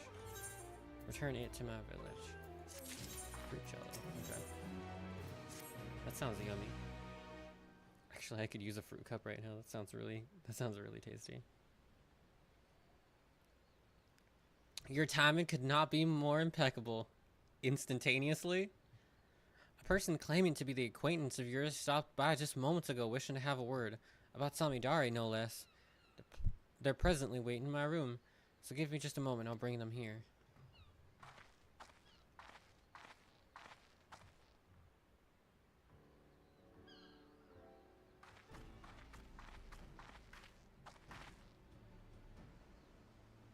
Serena.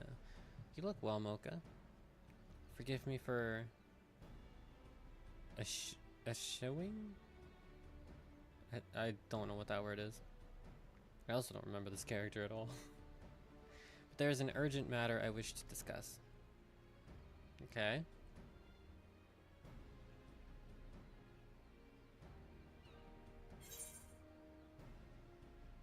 Oh, I see.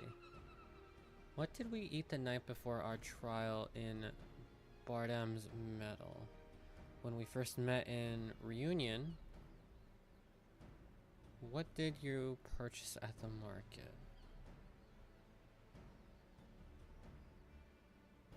I don't remember either of those interactions, so I'm just gonna let this play out.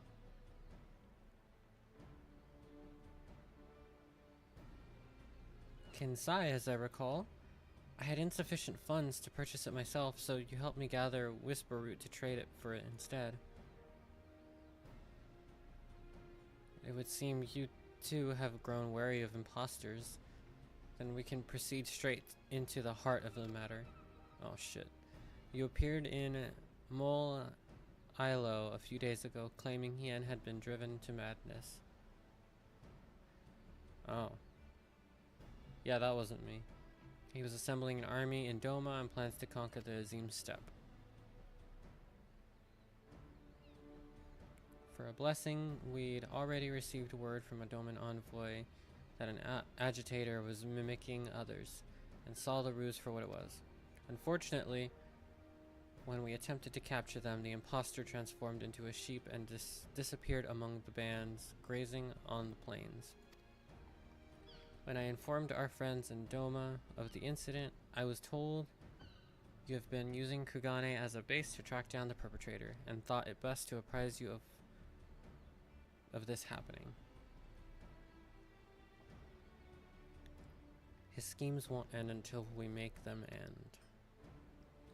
We may discover a clue as to his whereabouts in Reunion. If anyone in the steppe has seen him, that is where he will be. Okie dokie. Thank you for the information. Character I will once again immediately forget about. Jeez. Off to the Azim Steppe then. With any luck, someone in Reunion will have insight to offer.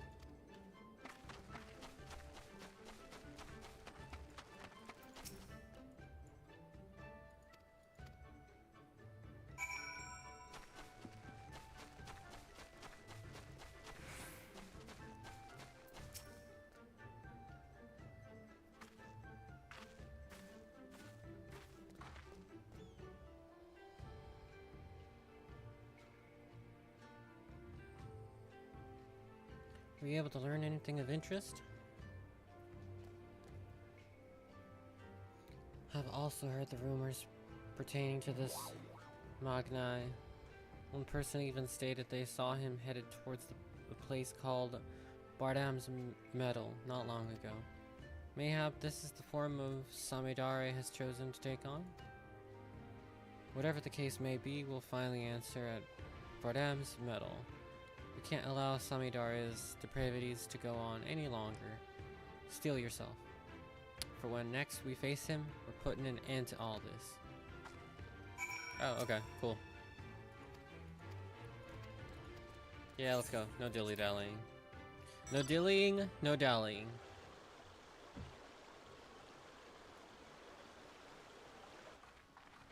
Oh, are we using the Rathalos stage again?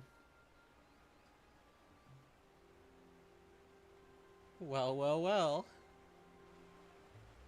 If it isn't a couple of my favorite auras.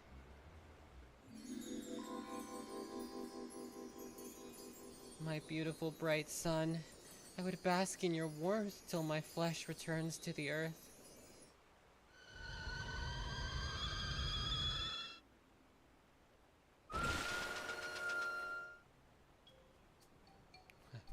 Has the feral dog gone rabid? You speak these honeyed words to me, to lure me into your cot, only to slit my throat as I sleep. Hush, fool. I'm your Nama.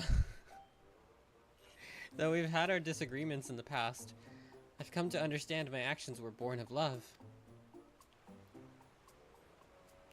Yet, only now I am forced to wed do I realize this. Despite my shame, I wish to confess my feelings before it is too late. Wed? A Datharli beast? Like you? To whom? To what? Yen of Doma. By becoming kin, he seeks to leverage the influence of the Datharl to claim dominion over the steppe. I hate to tell you, Sidhu.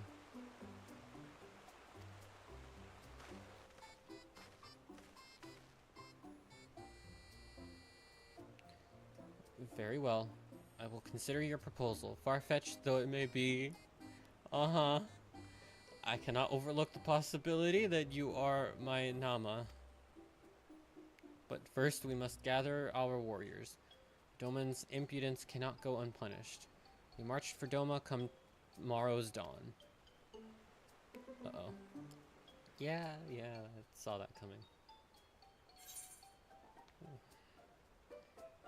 That is not your moon!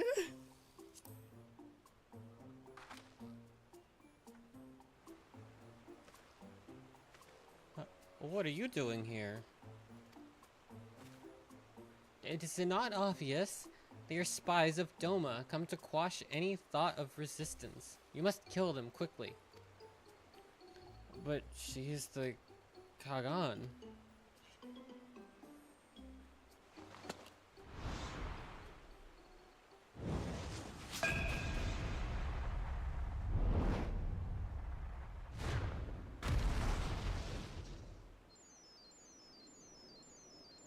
Just like that, huh? My guy gets so shit on. You two are quite the persistent pair. I had hoped to strike at your backs from the shadows, but now you've forced my hand.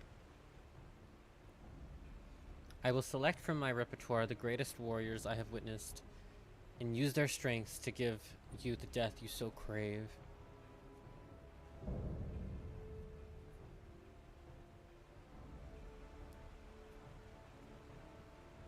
Beginning with her.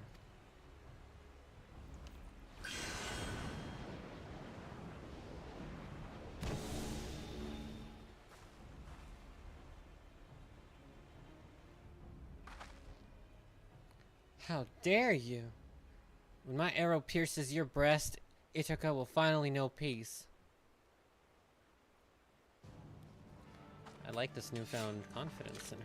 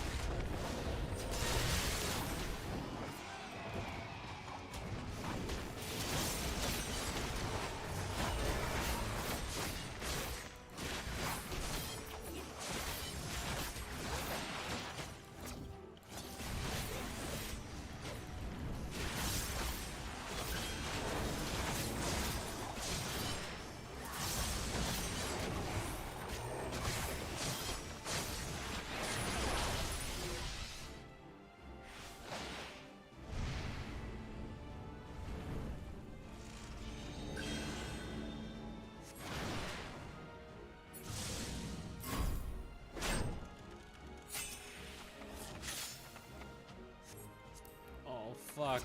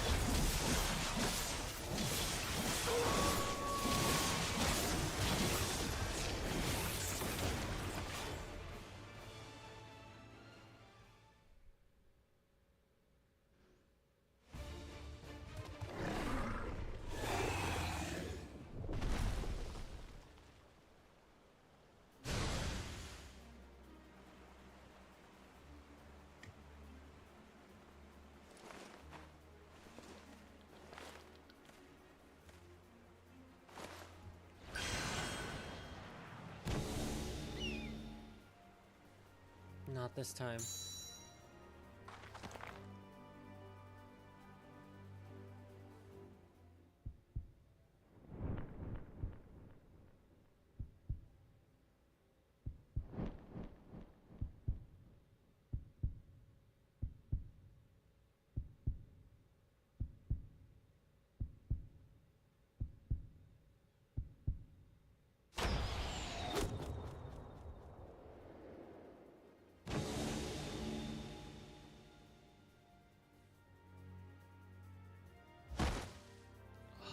Probably didn't feel good.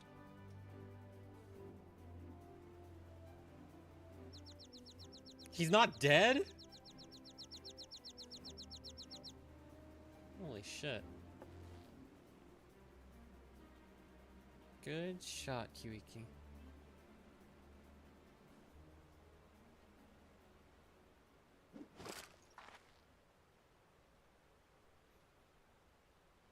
Itoka. It's finally done. And I can finally stop doing this goddamn accent.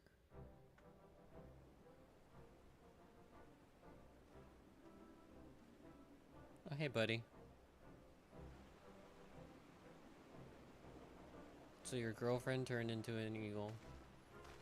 So your girlfriend turned into a man, and then a fox, and then you, and then an eagle. That's rough, buddy. Girlfriend turned into the moon. I feel as though I've just woken from the strangest dream. Yeah, that's all it was, a dream.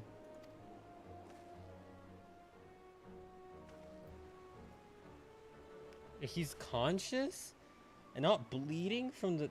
Never mind. I'm not gonna read too much into it.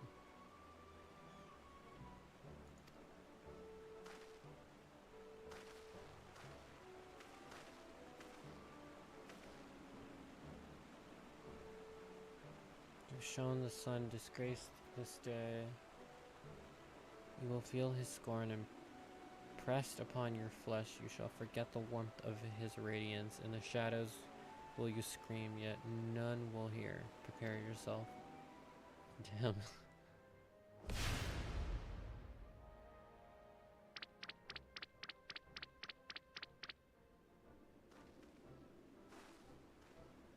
Okay.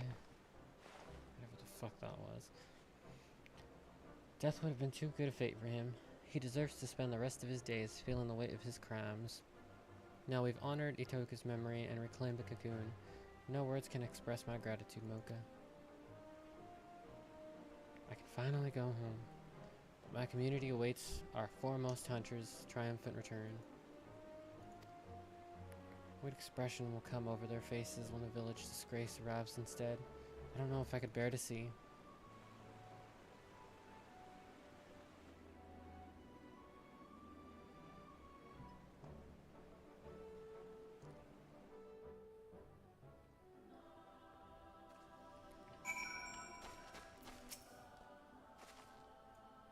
Our journey to reclaim the Dreamweave cocoon has come to an end, at long last. With that, I could return home in high spirits. As I recall, you said Shapia is the one who requested your help, yes? Let us make the journey back to Tuliolal and report to her all that has happened.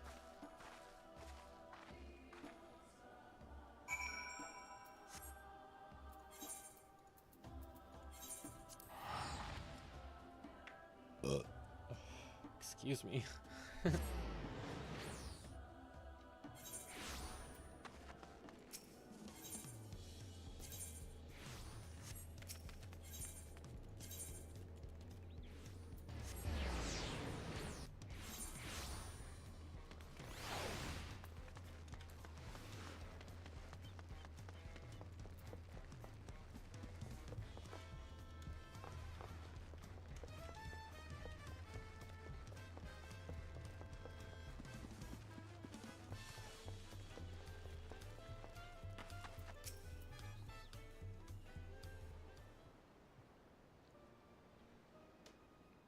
You're back. Were you able to retrieve the Dreamweave cocoon?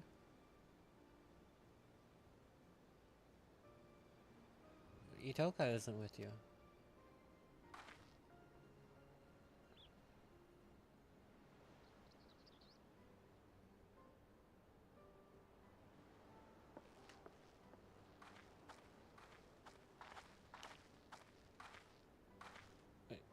Kyuiki?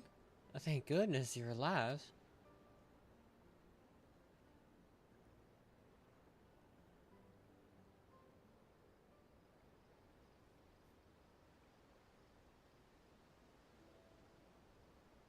May her soul rest in the cocoon's embrace. I can't believe Utoka's gone. Yes, our village's greatest hunter is lost to us, while its greatest failure survives. Here, take the cocoon back where it belongs, home. I have no right to return. Now, don't be ridiculous. You are a child of the forest. You are our dear sister. You can always, always come home.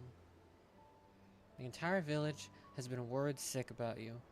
We all saw how crestfallen you were, so when you suddenly disappeared, we feared you took your life. For 3 days and 3 nights, we scoured land and water to find you. Yet look at you now, Kyuiki. Not only are you hale and whole, but you have reclaimed the cocoon too. I'm sure that Itoka's spirit, hunting in the forests above, is smiling down at you with pride. And she would much rather you take up her mantle and protect the village than wallow in guilt over her death.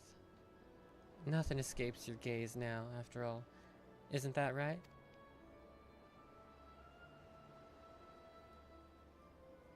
Thank you. I, thanks for ruining the moment, Chloe. Thank you. Shishepia.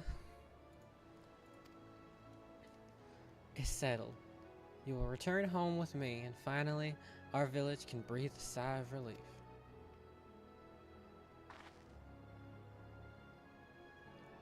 And it would be remiss of me not to thank you properly, Mocha, for assisting Kyuiki in reclaiming the Dreamweave cocoon. You have my heartfelt gratitude. I was a little more than a liar and a hypocrite when we first met. But during our time together, I discovered that I'm so much more than that. That with the right tools, even I could become a hunter worthy of following in Itoka's footsteps. I'm truly grateful to you for helping me see to that. Farewell for now, Mocha. I hope that one day our paths may cross again.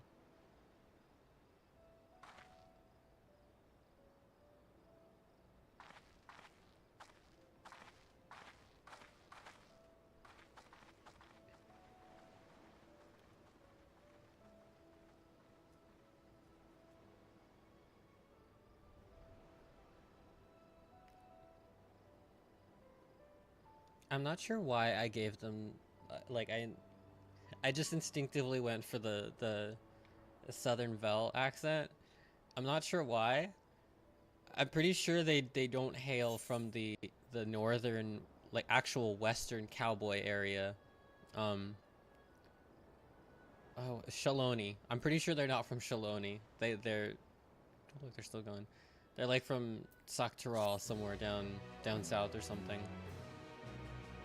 I don't remember exactly. I'm not the greatest at geography or whatever.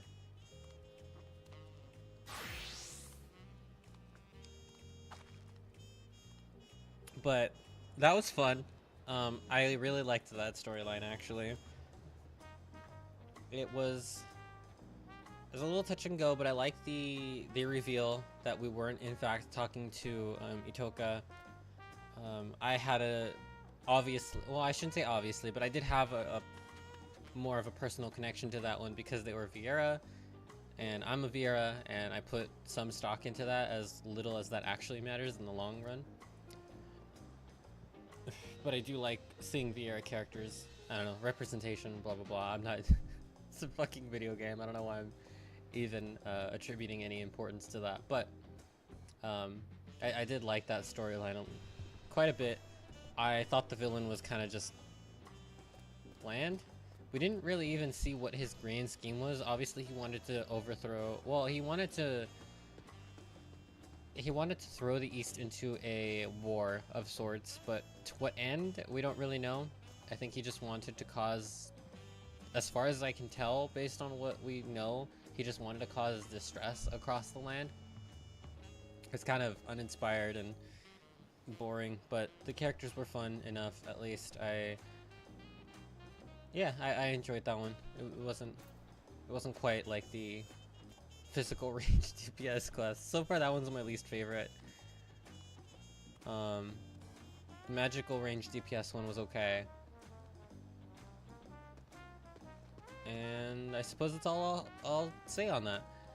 Lastly, we have the healer role quest.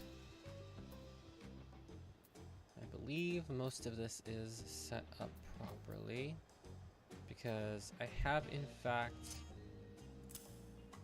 touched on this class before.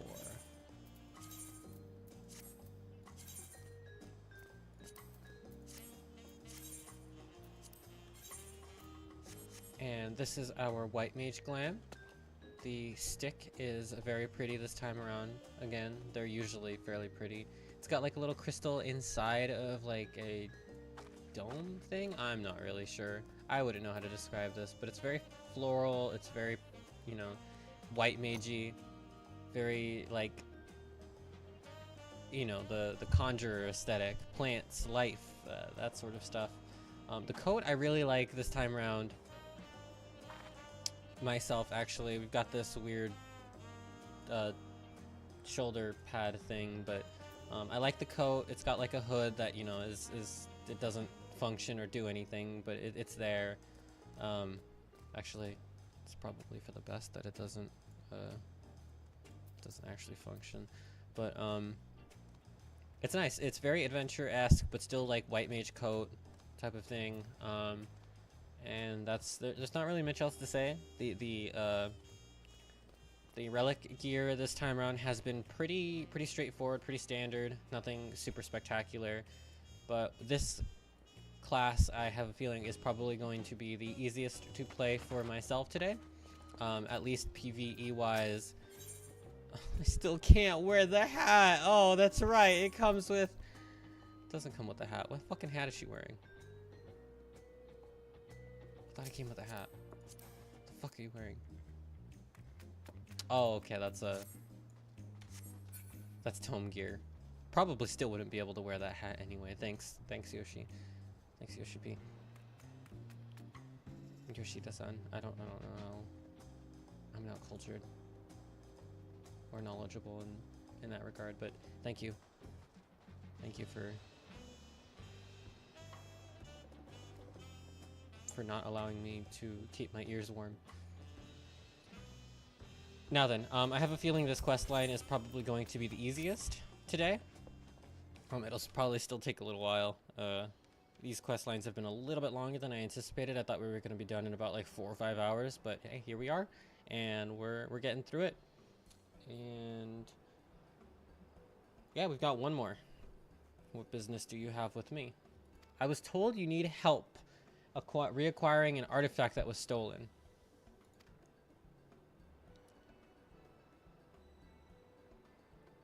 Naipine? And I have journeyed far from the northern valleys of Dawntrail to reach this grand city. Tell me, traveler, what is your name? Mocha. Rest assured I shall remember it.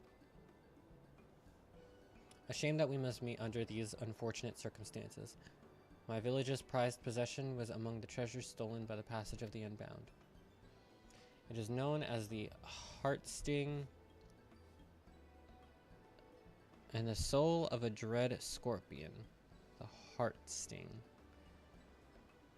One of the Tira Vidra is sealed within.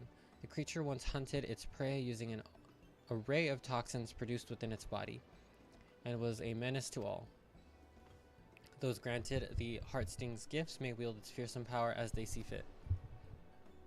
We believe the thieves have already taken it across the ocean to Eorzea and will doubtless wreak havoc in the wrong hands. Thus I seek a healer to remedy any harm wrought by the Heartsting's toxins in that faraway land. Make sense?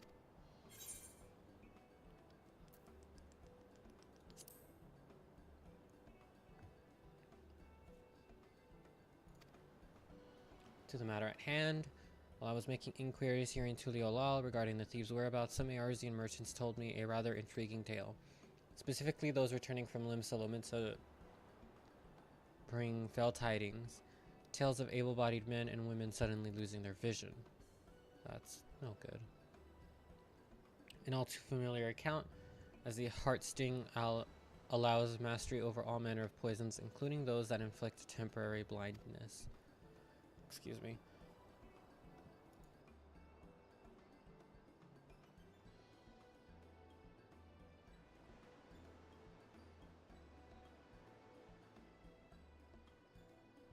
Ugh, okay. A great deal of training is required to properly utilize the scorpion's gifts, but the blinding toxin is one of the simplest to wield. It seems to me the brigands are masterminds of these strange incidents, harnessing the treasure's power for their own nefarious ends. Loshkana, the village elder's daughter, makes for Lim-Salominsa in pursuit of the Heartsting. I intended to set sail with her, but my foot was badly injured by a stage a strange mechanical doll during the thieves' ambush. Lashkana insisted I remain here to recover, and she would not take no for an answer. I must ask that you cross the sea in my stead, and provide Loshkana your aid. Considering that our enemy wields deadly poisons, the danger is too great for her to face alone.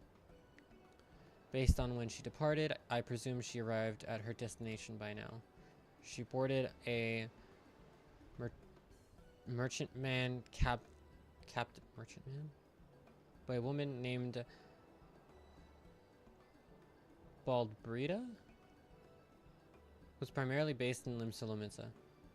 She may be able to help you locate Loshkana.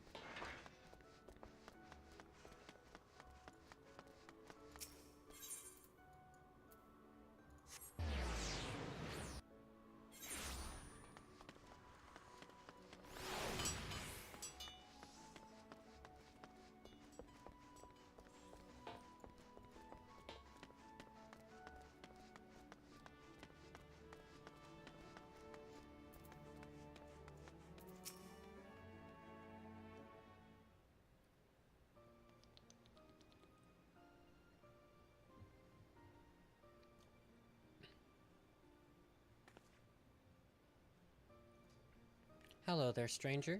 Can I help you?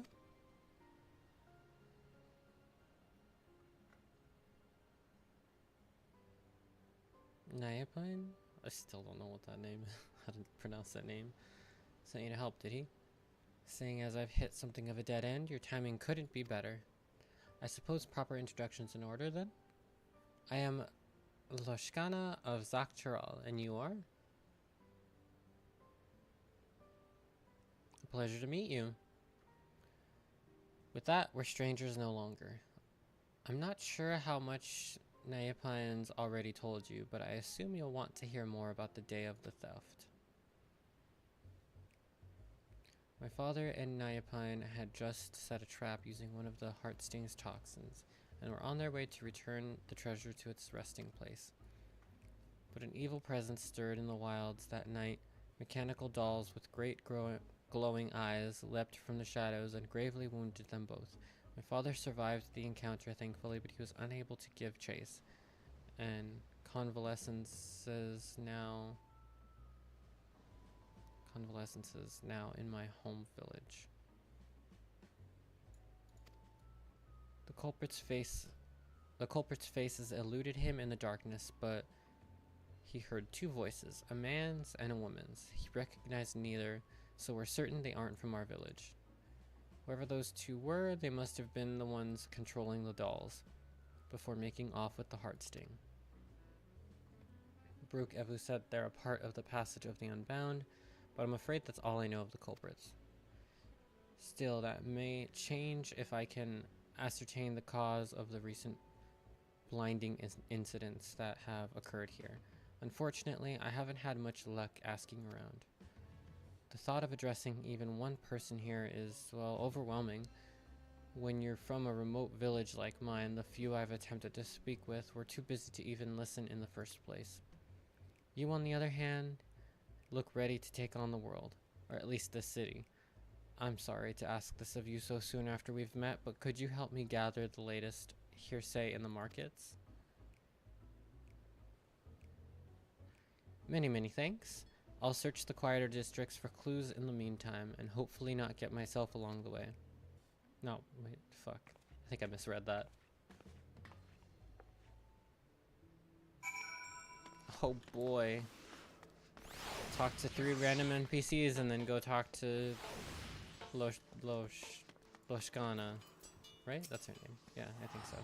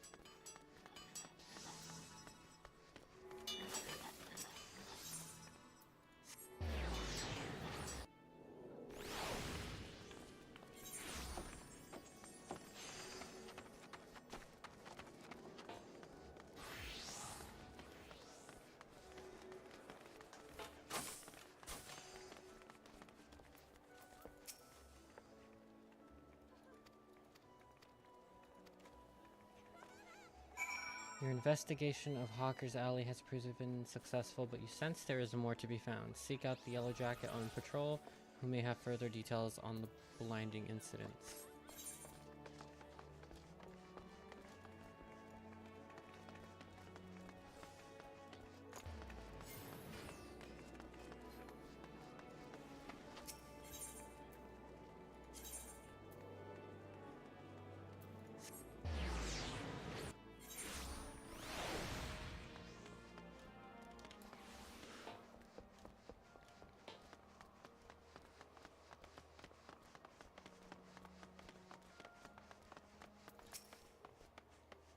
"12 be good. You're Mocha Scarlatina, aren't you?" The Mocha? It's an honor to meet the realm's vaunted hero up so close.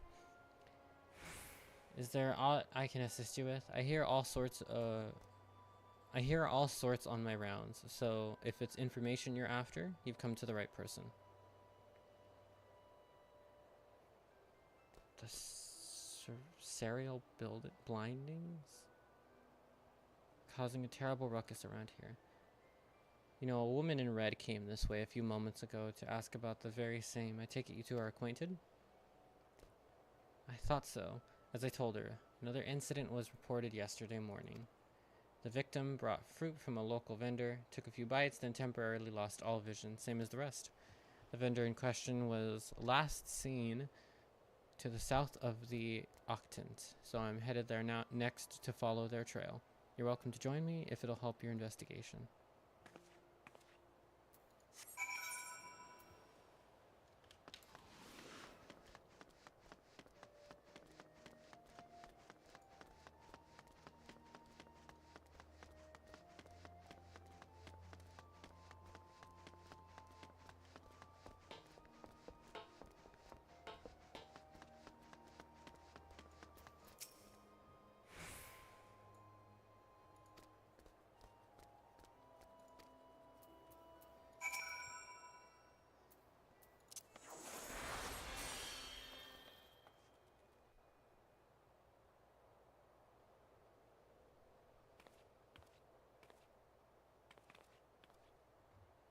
I'm healed?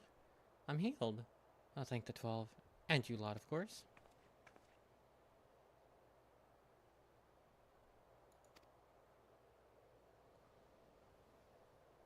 I'd hate to ruin the mood, but I'll need to report this to my superiors. Could you tell us what transpired here before we found you, sir? It was awful, just awful, I tell you. I was walking home after another arduous day at work, minding my own business, when a Lala fell in merchant suddenly came out to me. You, my good man, look exhausted, he said. Why not soothe your weary spirit and fill your empty belly with one of the realm's sweetest apples? You've earned it. Nay, you deserve it. It was a tempting sales pitch, but I wasn't keen to gamble on potentially cursed fruit. Sensing my apprehension, he proudly declared his merchandise safe to eat. Uh-huh, because normal people just do that.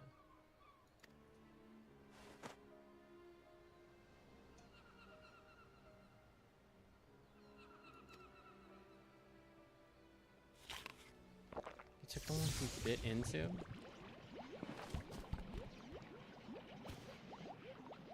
That is until I took my first bite, and numbness spread through my body like wildfire.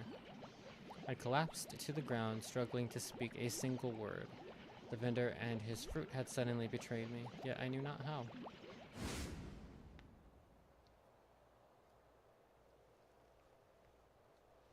As I fell, a woman's shrill laughter echoed from a few yalms away, and the vendor soon followed. I never saw the woman for myself, what with the whole not being able to move business, but between her laughing fits she made mention of a heart sting, or some such. Oh, convenient, he heard the exact thing that we are looking for. Surely as the wind blows, for a mercy. Oh, neither she nor her vendor friend tried to steal my belongings, but they've certainly stolen my dignity. I hope those convincing charlatans get what's coming to them. This is dangerous fruit we're dealing with. First blindness, now paralysis. First things first, I should escort this man home. If you've mind to pursue the perpetrators further, then have care out there, alright?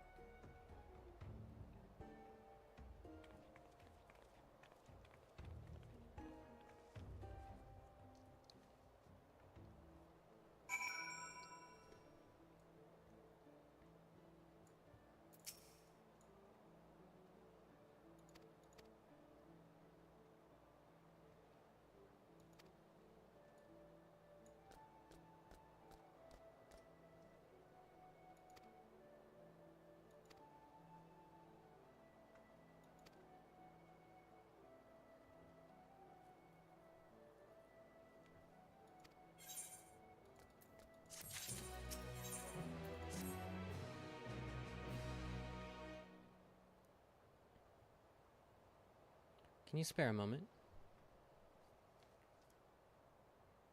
I'll try to start on a positive note then. The good news is that there have been no further incidents involving poison fruit. I should be happy about that, but it's not exactly conductive to tracking down our thieves. Despite my best attempts, my investigation's at a standstill.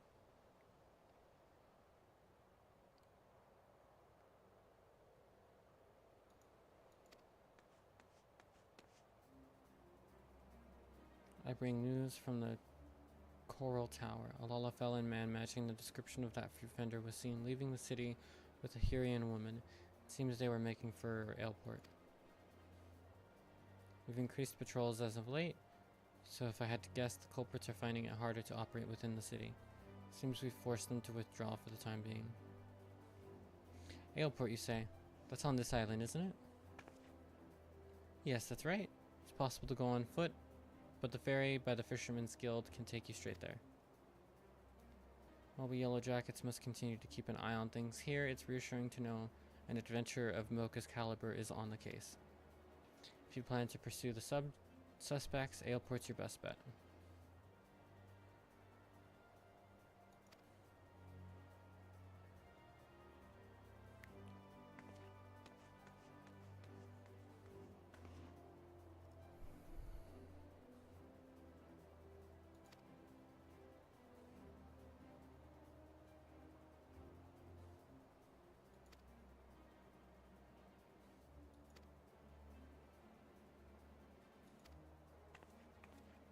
Can do.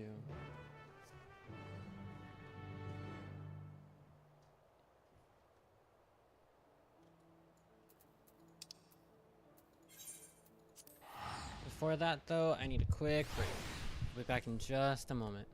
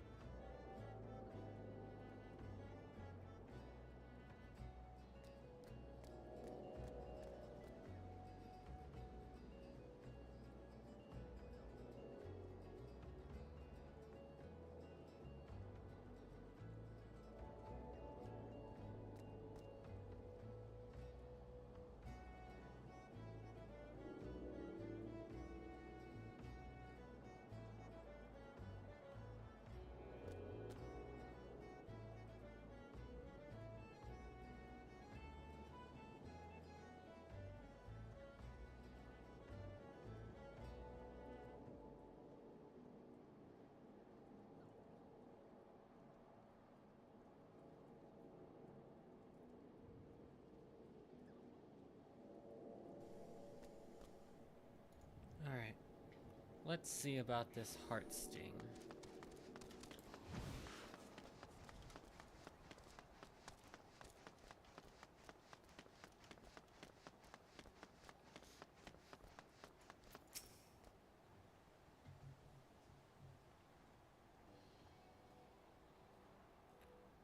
You're a welcome sight among such unfamiliar scenery. The ferry skipper was eager to teach me all about this area on the right here, so I believe I have a general idea of what's what. Wouldn't want to lose my bearings on a hunt this important. I asked him about our merchants, but he said he hadn't seen a pair like that. Skipper did mention another merchant though, one who's well versed in the comings and goings of his fellow traders. If anyone's sighted our unlucky duo, it's him. Let's hope it's enough to put us on the culprit's trail again. The merchant we seek should be peddling his wares by the gates to Skull Valley, so let's start there. Ugh. Sniffle.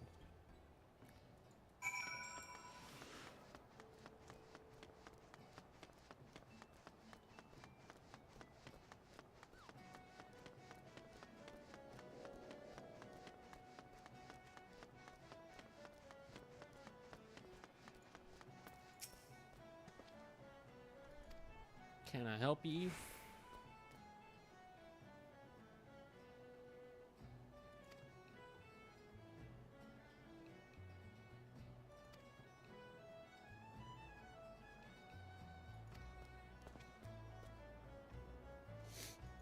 Toxins.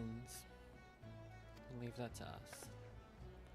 Swift Perch is southeast of here, yes? Let's find them before the poison takes hold.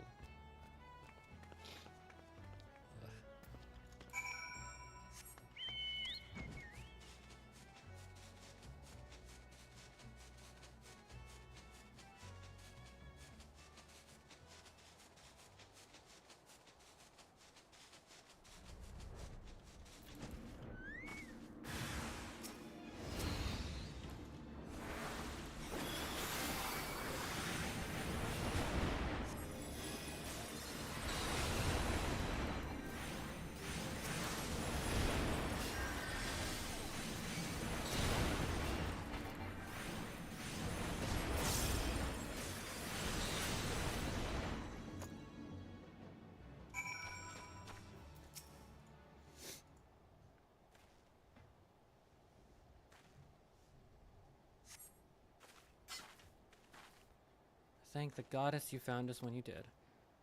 Those potion sellers must have swindled us. Yeah, you can't handle their strongest potions. One draught of elixir was all it took to send Zareg into the most furious fit of hiccups I've ever seen. Poor bastard couldn't even cast a single spell. Who are you calling a... Poor bastard, I tried. Oh well. If the heart stings toxins are at work here, we should be able to cleanse them with Asuna, just like the last time. Oh, sod it. We have plenty of time to chat after Zareg stops hiccuping a storm. I hate to ask more of you, but if you could cast Asuna on my partner, it'd be much appreciated. Everybody talks way too much.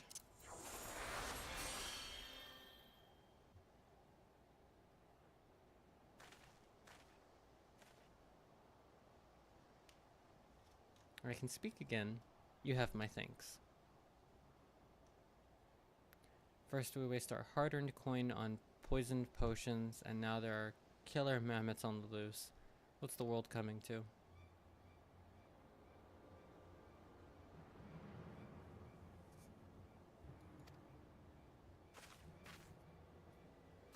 Oh my, our spear-wielding friend is sharp of eye.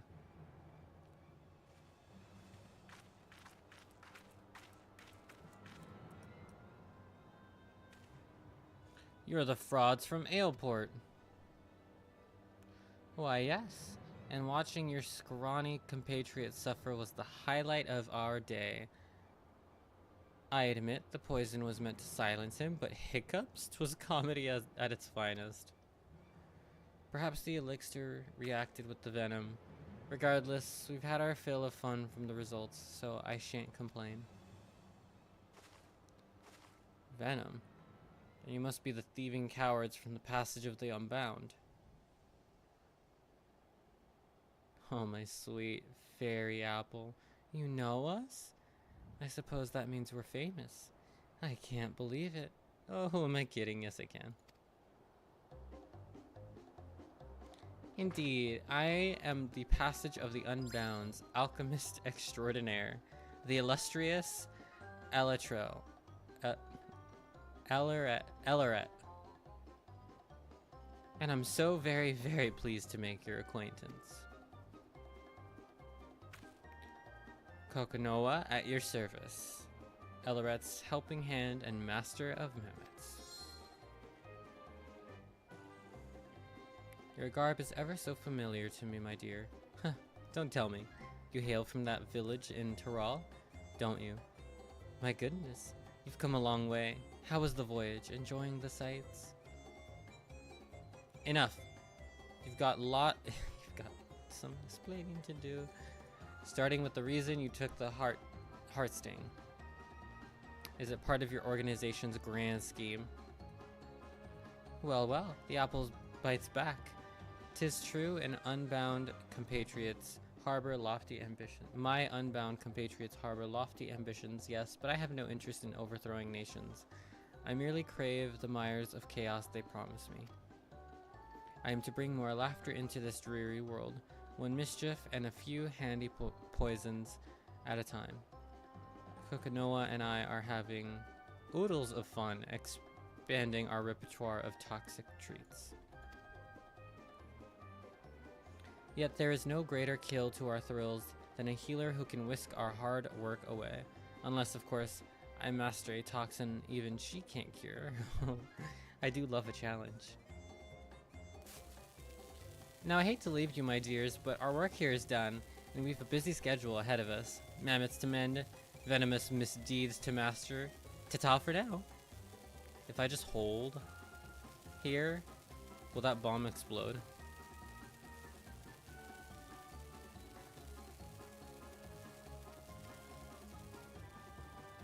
No, wait. Damn you.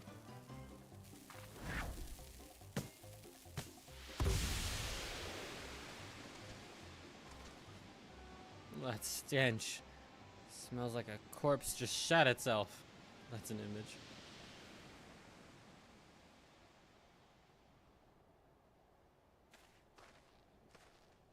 This odor is too much to bear. Take me home to the 12's wood. Wusum. The air is clear there. Oh no, don't you dare give out on me, Zerig. We've still got a job to do. We mustn't keep our client waiting any longer. But we're in your debt. Thank you again for everything, Miss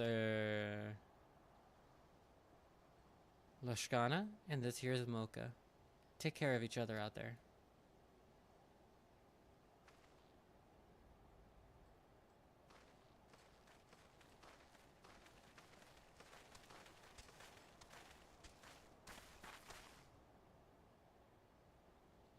Sigh.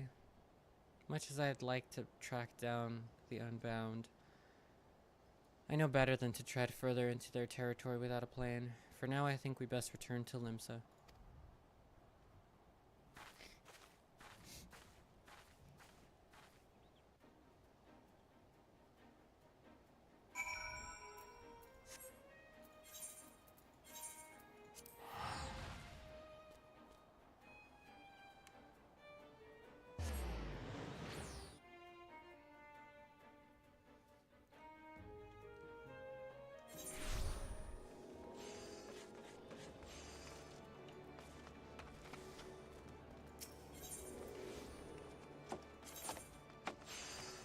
That's not what I meant to click.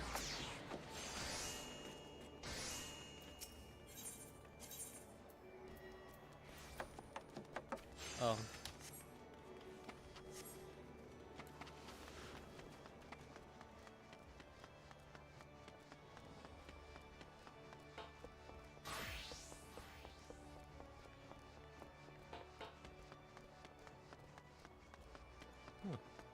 A relic from a bygone era.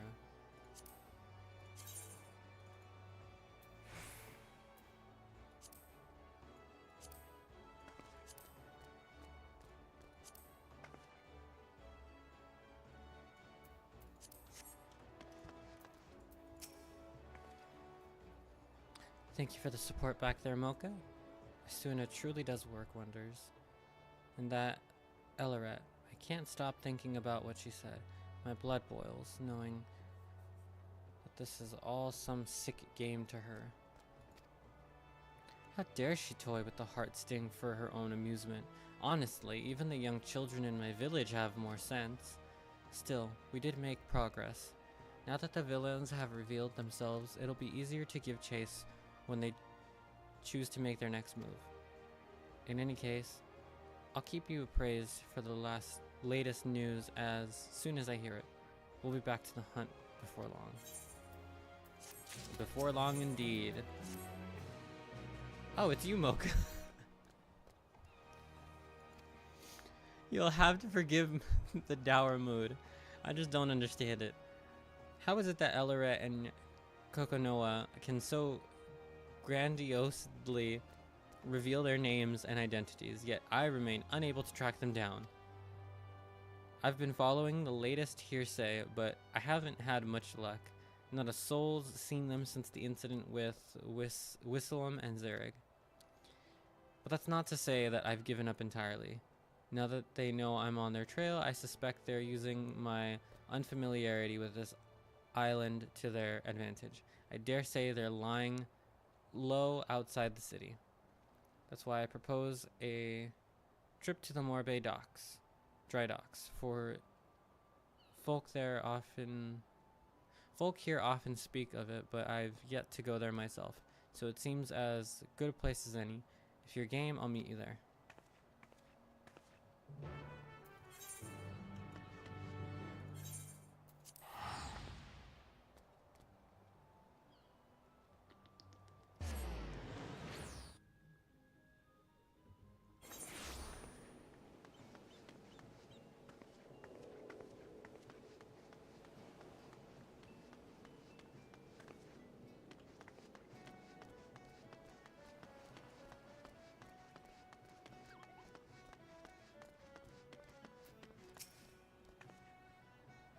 There you are, Mocha. While I was waiting for you, this fellow came asking for help. Sorry to trouble ye, but me little brother's gone missing, and I could use a hand finding him. He said he wanted to see the ships I made, so I started showing him around, but the next thing I knew, he was gone. Lad's probably got himself lost. Oh, that poor dear. I know we still have the heart sting to consider, but I'd like to search for this man's brother, if that's alright with you. Much appreciated. I'm sure we'll find him all the faster with your help. Ye have me thanks. Your brother wouldn't say a boo to a goose, so I doubt he'd leave the docks on his own. He's got a mop of red hair like mine, so you'll know him when you see him. We'll keep an eye out. I know you're itching to search for him as well, but could I ask you to wait here in case he comes back? Let's split up so we can cover more ground. Good luck.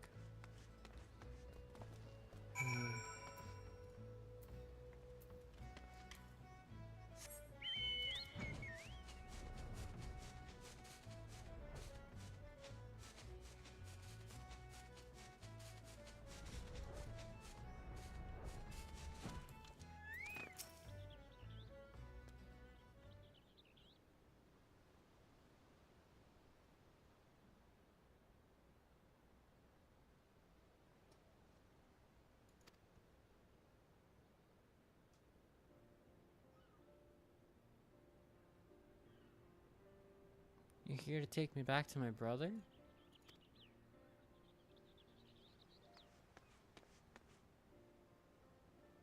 You found the little one. I'm so glad he's safe.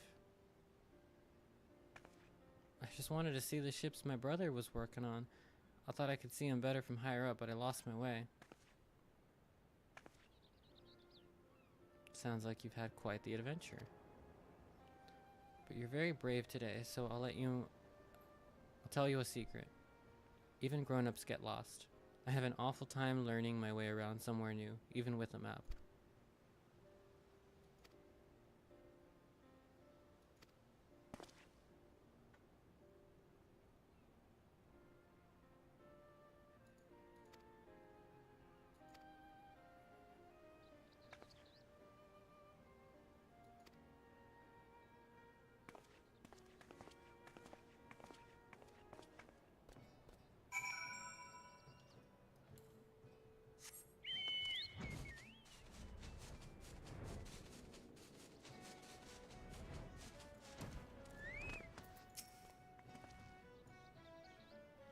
Both you deserve a proper reward, but I ain't got much to offer at the moment. We're in no need of coin, just some information if you have it. Have you seen a Huron woman and a Lalafelian man around the docks in the recent days? If not, have you heard any rumors of food or drink that causes ailments when you consume them? Blindness, numbness, perhaps? Afraid I haven't seen or heard anything of or anyone like that. Sorry I couldn't be more help to you. It's alright. Knowing they haven't been around the docks is equally helpful. Well, that's good, at least. I'll be praying to the navigator ye both find who you're looking for. Any road the two of us ought to be heading home. Thanks again for everything. Good fortune and safe travels to ye both.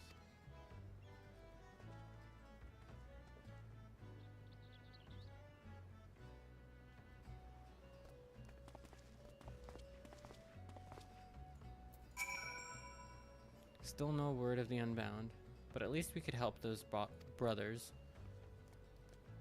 Children often let their curiosity guide them, which means they'll naturally wander off on their own adventures. I don't blame that man for worrying as much as he did.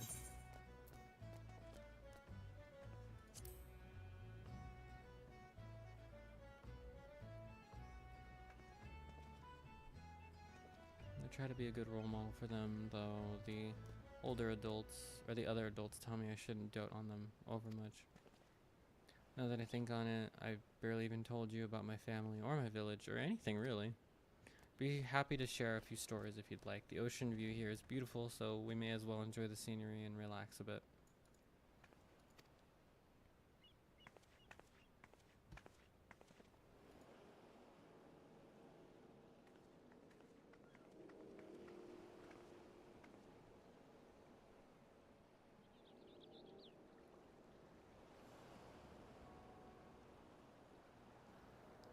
My people hail from the northern valleys of Zaktaral.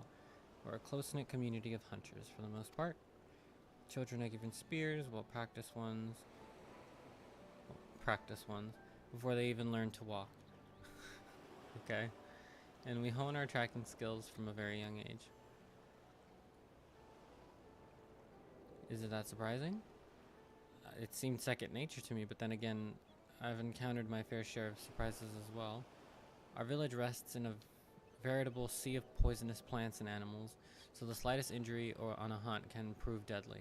Thus we believe it prudent to begin our training as early as possible.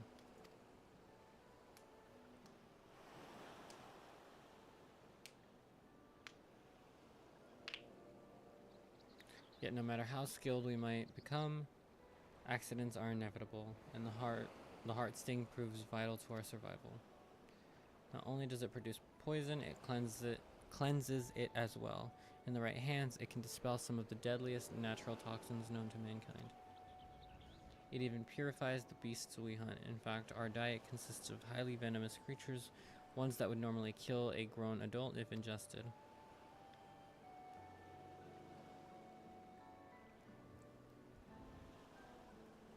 The heart sting allows us to lead a quiet, peaceful life in the lands where others dare not tread.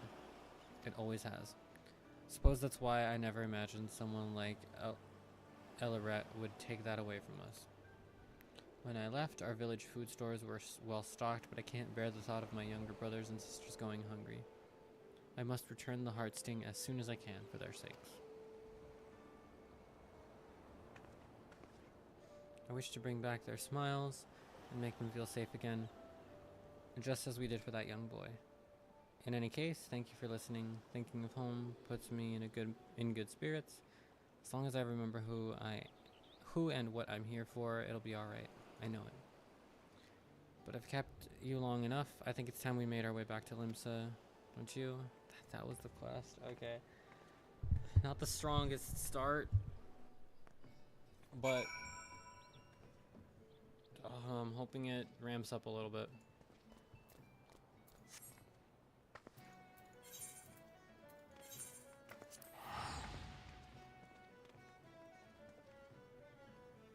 A couple of non-combatants, it seems, for our villains as well. So I'm curious as to how they're going to handle the final fight.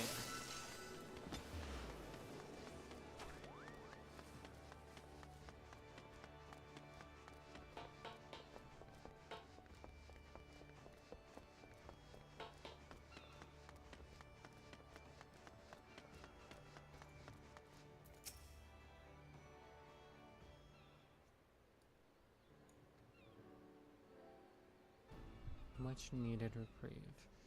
But we'll need to plan our next destination and soon. Fancy meeting you here.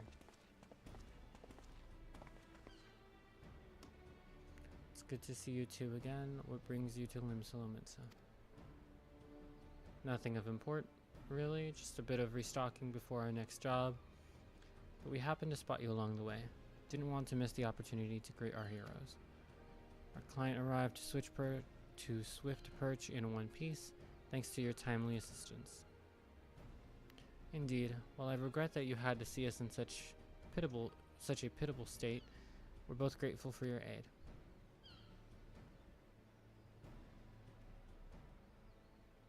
When we last met, you spoke of pursuing those two charlatans, did you not?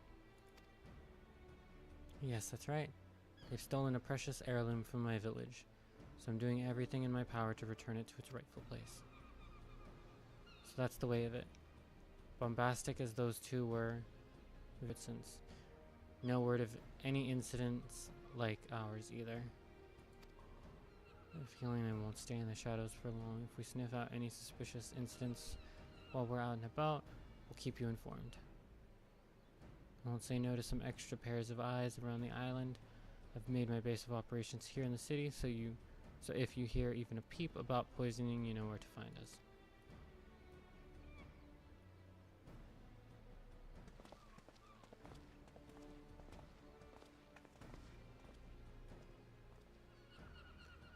We may not have found any leads on Elaret, but I'm glad we had a chance to chat. And with Wisdom and Zareg on our side, things are looking up. For now, I'll keep in touch with our newfound allies. Should I hear any news on our culprits, I'll be sure to let you know.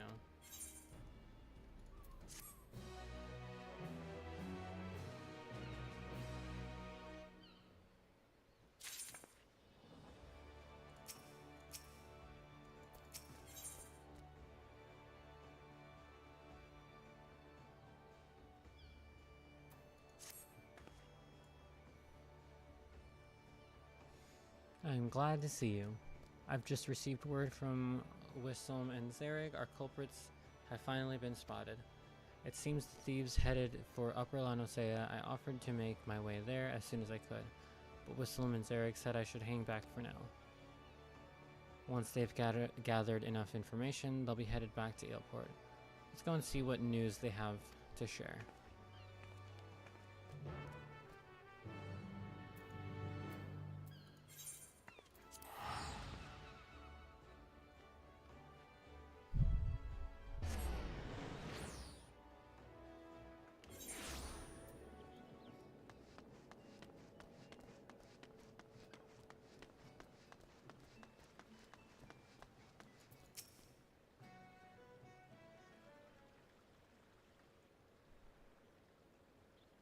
No sign of Whistle or Zareg yet. I don't mean to assume the worst, but I admit I'm a bit worried. I knew I should have insisted on going. I don't want them injured on my behalf. I say we head out and find them. Terribly sorry for the delay. Oh, okay. Thank goodness. How did you fare out there? You found Elaret and Kokonoa? Kokonoa, yes? We found them alright, but it didn't take long for them to find us. What does that mean? We were set upon by Kokonowa's Mamets. His mechanical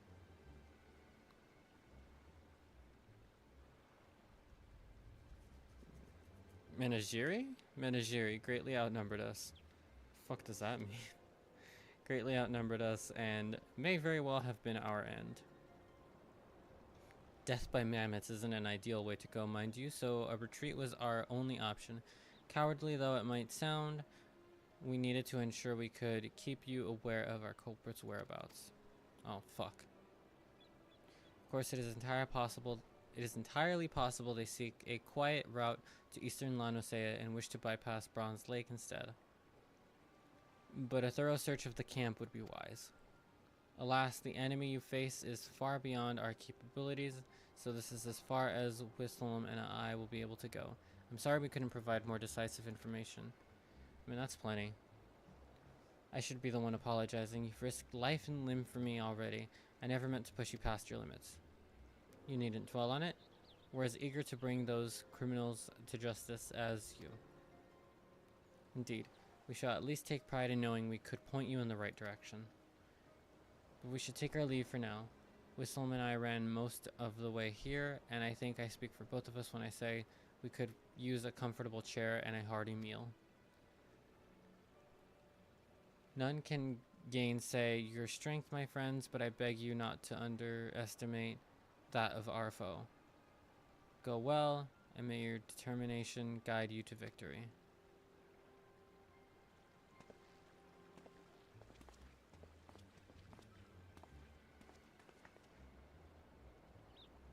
Camp Bronze Lake. Ferry skipper spoke of the place my first time here. We should hurry and seek passage before Elora and Kokonowa elude us again.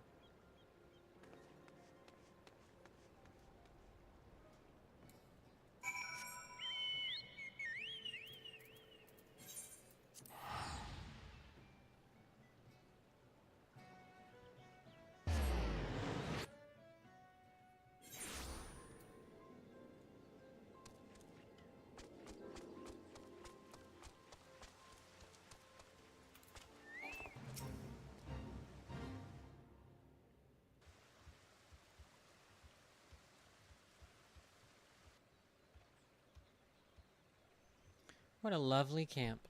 Now, if I were a half-crazed alchemist with the heart sting and a new scheme up my sleeve, where would I hide?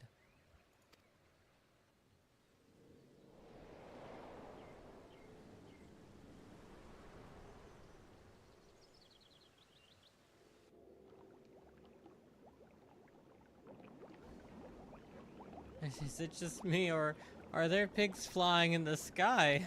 It hurts to laugh.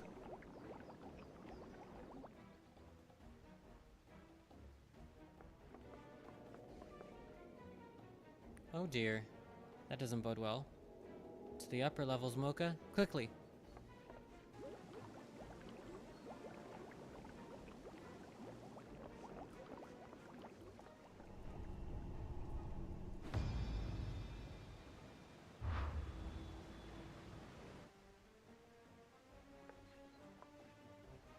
Poisoning the springs? You truly are the lowest of the low.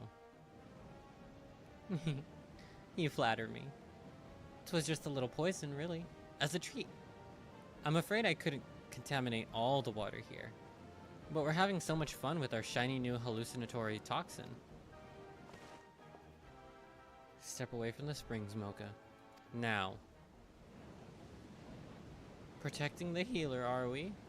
How sickeningly sweet of you. But you ought to watch your step as well, my dear fairy apple, lest you find yourself seeing stars, or...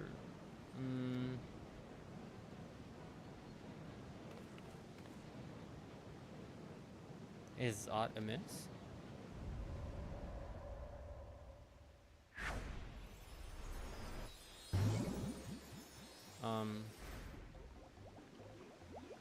You look absolutely hideous. Or should I say adorable? Why, you're as bonny as a porcelain doll. she toxicked herself?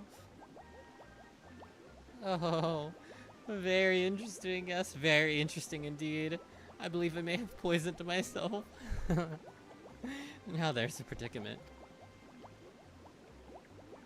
And guess what? Do you recall those antidotes I prepared at the base? Because I've I've forgotten to bring them.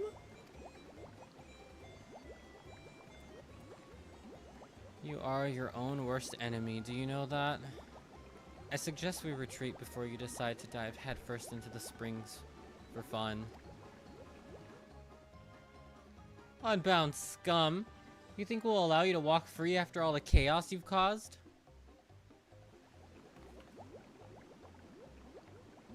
Well, yes, actually. Have you seen Alaret?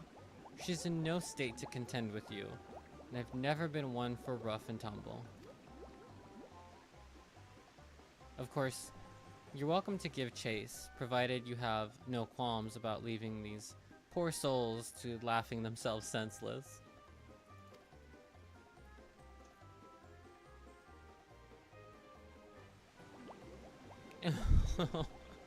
Retreat though we must.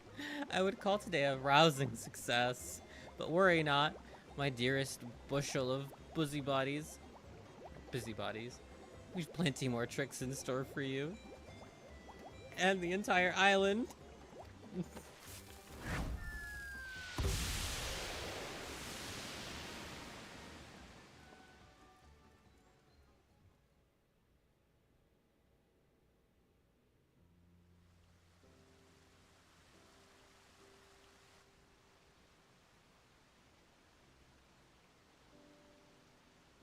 I don't sense any toxins in the water anymore. The springs should be safe again.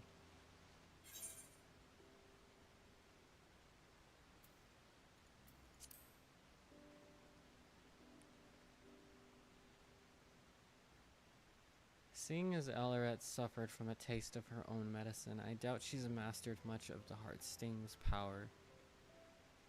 As such, any poison she produces from it would be relatively weak. Most of her handiwork has already evaporated within the stream. Oh, with the steam. One might compare it to the way those awful unbound smoke bombs dissipate, and thank goodness they do.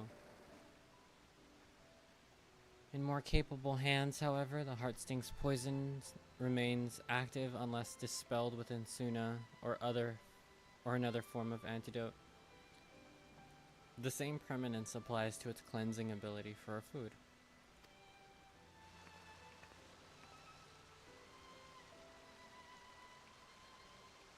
I think we've bigger problems to address first. Let's make our rounds of the camp, then talk about our next steps. I'm going to have a look around the springs to ensure toxins are gone for good. Could I ask you to treat any victims you come across? Sure thing.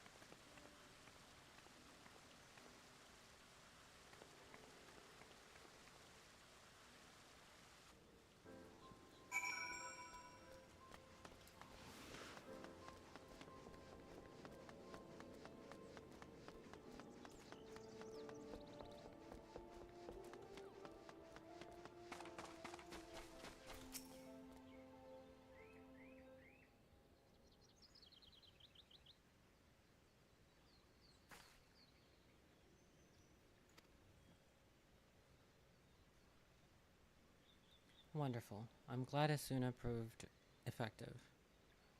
For my part, I've given the springs a thorough look. The toxins have dissipated completely, so the bathers should be safe from here on out. As for Eleret and Kokonowa's antics, I've had a moment to reflect on everything. Now that our work is done, do you have a moment to chat?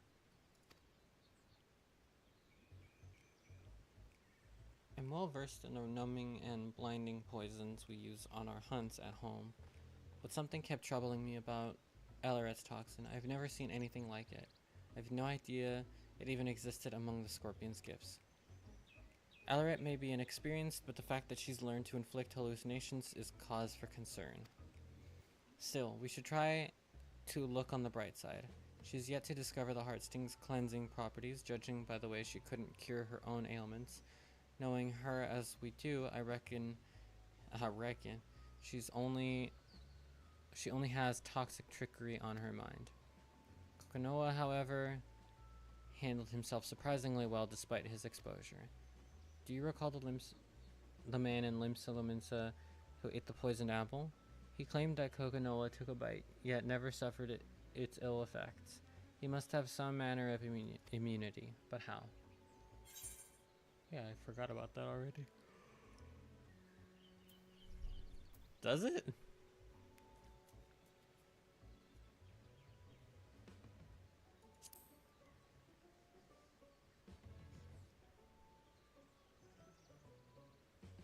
So instead of using an heirloom like the Heartsting, the Dunes folk train their bodies to endure fatal toxins.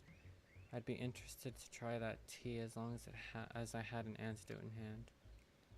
I didn't realize Kokonowa's might have had that sort of upbringing. It would certainly explain why Eleret's tricks don't seem to affect him. Few in my village would ever think to consume potentially lethal food or drink without drawing on the Heartsting's power. Yet the Dunes folk do it so gladly. The more I consider our differing approaches to poison, the more fascinating it becomes.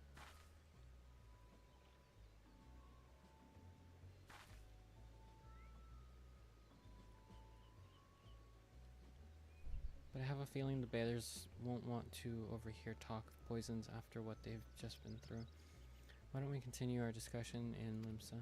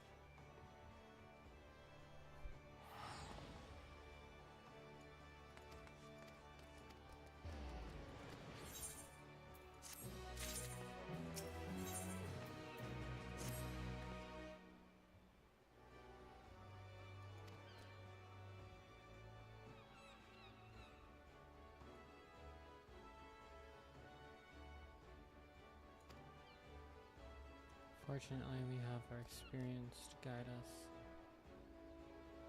Filgrin. Don't appear to be tracing their steps. Crystal Jackson, target. Entrepreneur named Gigerju. This is fun.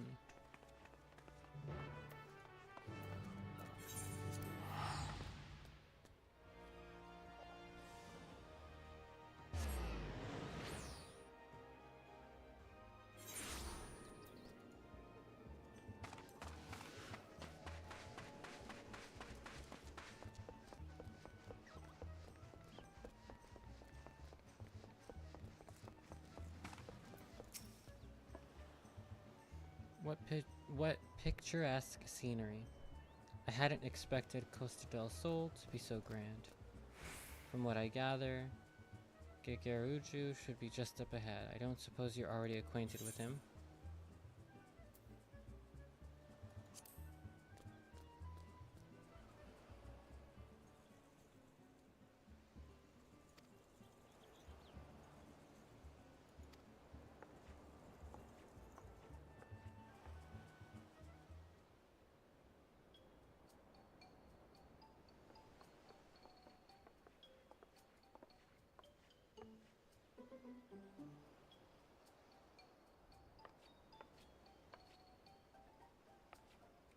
Intrepid adventure.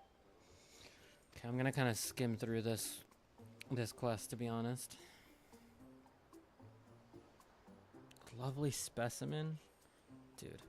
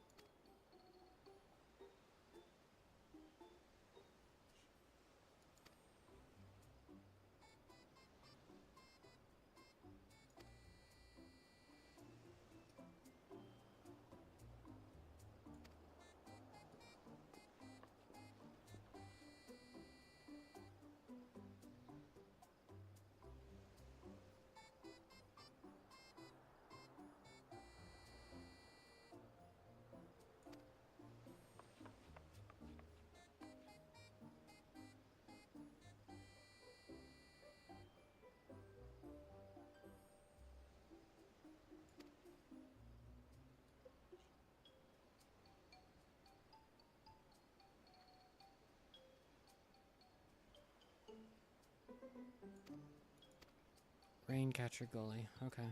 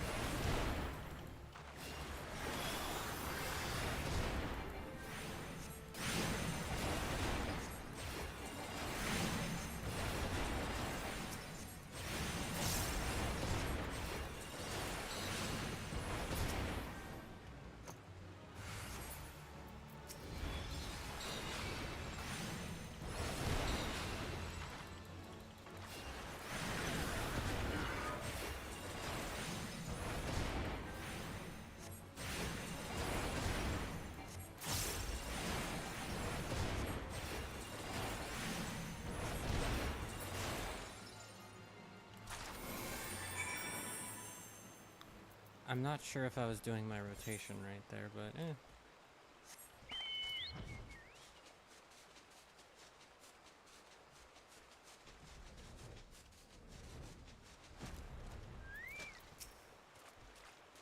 I think we've cleared out the mammoths. How fared your hunt? Oh, what the fuck did I pick up?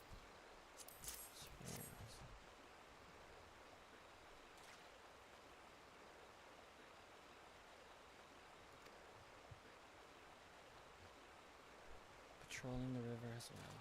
Now that they've tested their poisons on Bronze Lake Springs, do they mean to take the rivers next? Do settlements around here get their water from rivers? What would that even accomplish?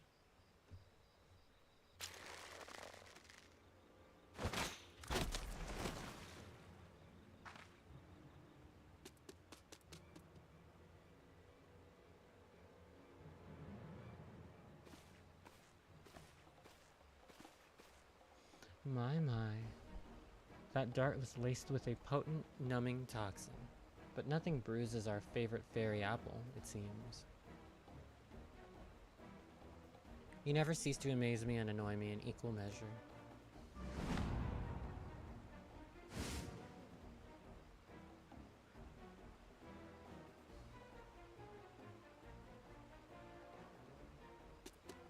She's like to have the same manner of immunity as I. Her village was positively brimming with poisonous flora and fauna, after all. I have a request for you, my dears. Would you please give up on your little trinket, pretty please? I wish only to revel in the fruits of my devilry. Yet you continue to spoil my every attempt. And trust me, I despise our conflicts as much as you do. Indeed. Do you think we enjoy watching our finest mammoths suffer at your hands? Enough. If you truly wanted to end this, you'd hand over the heart sting. Scorpion's gifts weren't meant for a petulant, childish criminal like you. Fine then. No more Mrs. Nice Elleret. Or Miss Nice Elleret. But answer me this. Who have my antics killed? Who? No one. I remind you. So why must you refuse me? Why must the world refuse me? Our blighted society has never looked fondly upon my love for mischief. For years I despaired until my unbound family and its leader granted me the greatest gifts of all. Love and understanding. So long as I remain unbound, I care not what the wretched masses think. I shall play my tricks as my heart desires, and all who stand in defiance will know my wrath. That includes you, my dears.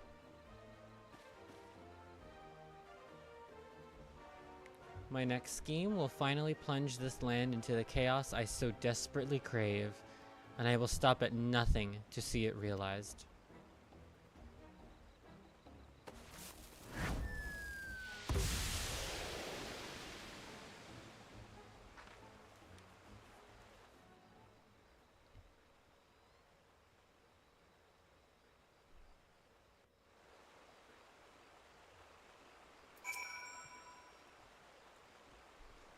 I'm feeling much better. I'm ashamed I didn't sense that mammoth's presence quickly enough, but I'm glad you came out of the ambush unscathed. That aside, I wish they didn't use such putrid smoke to make their exits. I don't know if my nose or stomach can take any more of those awful bombs. With Elleret and Coconoa gone, I doubt we'll be able to find much else here. Let's return to Costa del Sol and inform them of the latest.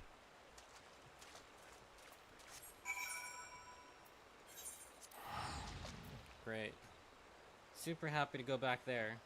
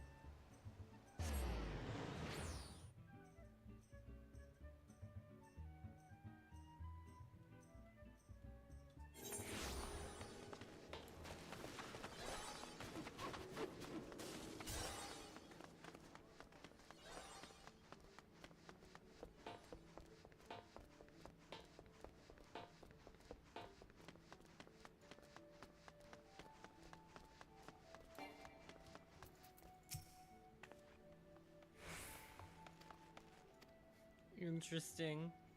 Interesting is a nondescript word for I'll leave it at womanizing shitbag. Alright, last quest. We're here. Finally. Almost done. Let's see what this, so far, my least favorite, least inspired, and the least inspired questline has to offer. I'm hoping the ending at least wraps it up nicely. The villains, again, are at least slightly interesting, but again, their motives are just so bland. I mean, I guess it's just the role quest, the little side quest. It's fine. Lashkana, you know, I'll save my thoughts for after the quest, but you'll have to bear with me for just a moment. I need a little bathroom break. Apologies. I will be right back.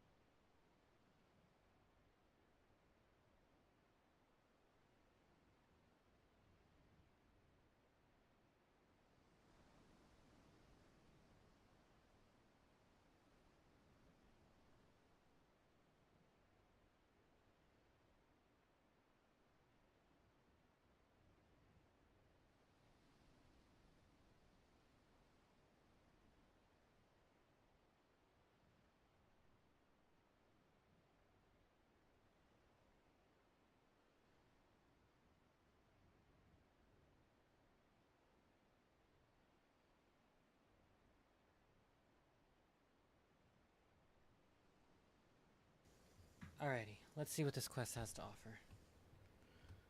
I've been on the lookout for anyone from Costa del Sol, but nothing yet. Perhaps we should travel over there ourselves, just in case. Who could this be? Forgive me the sudden entrance, but I bring a message from the Master Gageruju. Your quarry has been sighted in eastern Lanusea. I'm glad I didn't leave early. Thank you for bringing word. Where in eastern Lanusea were they last seen?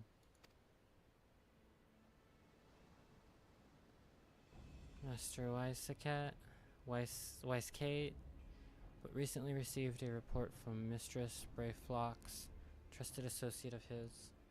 Man, even the names back then were wild. It's been so long since I've done ARR, so I don't really remember a lot of these characters. We have little doubt the Inbreakers and Tinkerdolls he speaks of are Elaret and her troop. Find Miss Brayflox in soon.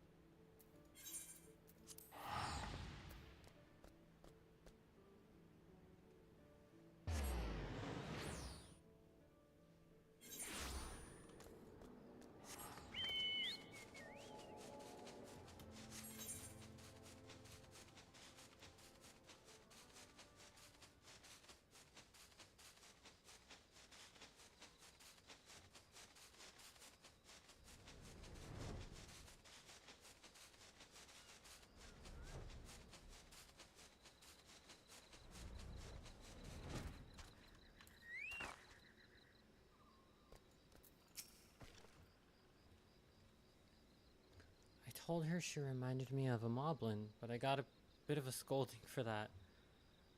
Not mobbies, she said. Gobbies. Right. And gobbies require hand lending to backstrike at inbreakers. Inbreakers bring big flock of tinker dolls to search for water gush. Water gush. Does Alaret mean to poison the island's water source? Likely. Poison makes no good for goopy flock. No good for Vilbrand. Narrow hearts in need of many punishings. I forget that the goblins speak very strangely.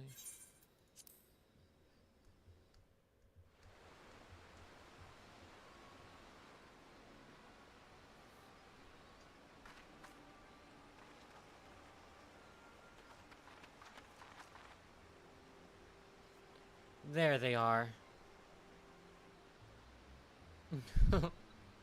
I knew bringing those bits and bobs for battle was a good idea. If you've after some manner of surrender with heartfelt embraces and handing over of Magitech heirlooms, you've come to the wrong long stop, my dear.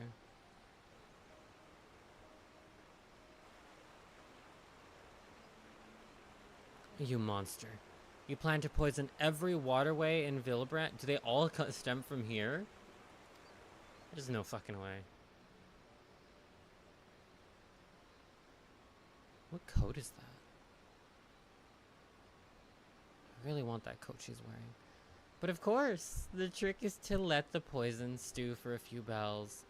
With a healthy helping of those tantalizing toxins, and a dollop of advanced alchemical processes, poof, this eyesore of an island will get a taste of my finest work yet. My latest masterpiece neither dissipates nor evaporates, and no amount of inherent immunity can save you from its influence. It may be safe to the touch, but one tiny sip will have you begging for mercy.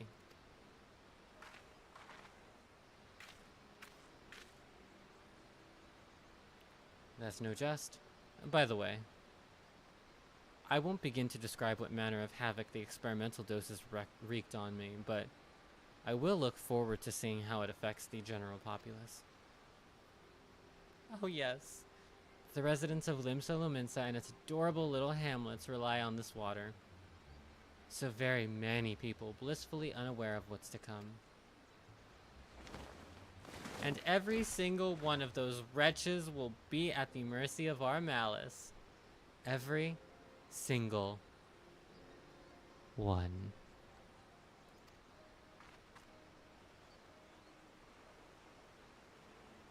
If she unleashes those toxins into the waterways, this is going to end up far worse than Bronze Lake.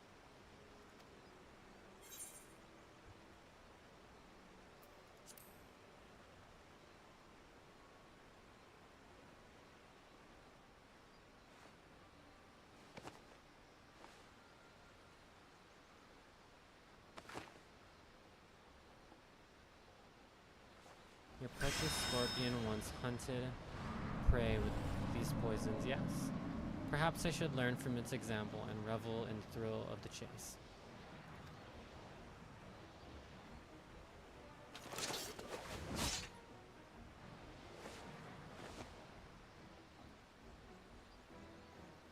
I suspect that's my cue to back away. I'd rather watch the chaos unfold from a safe distance.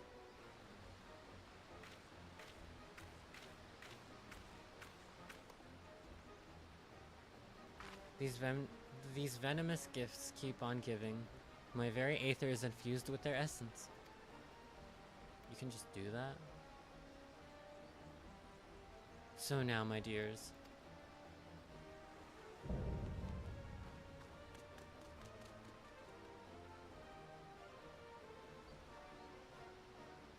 It's time I hunt you for a change.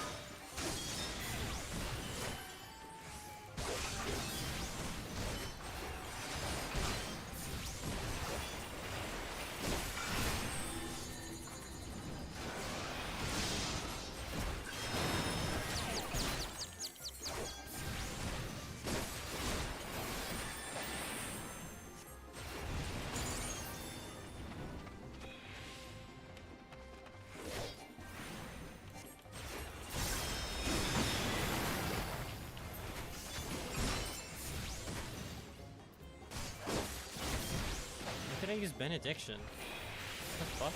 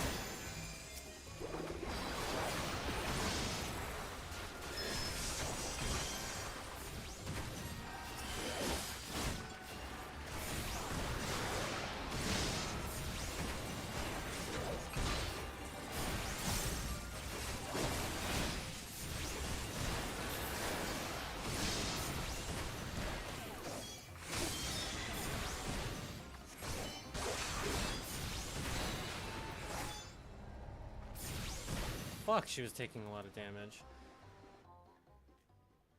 Wow, okay, first duty that I've failed. Color me surprised.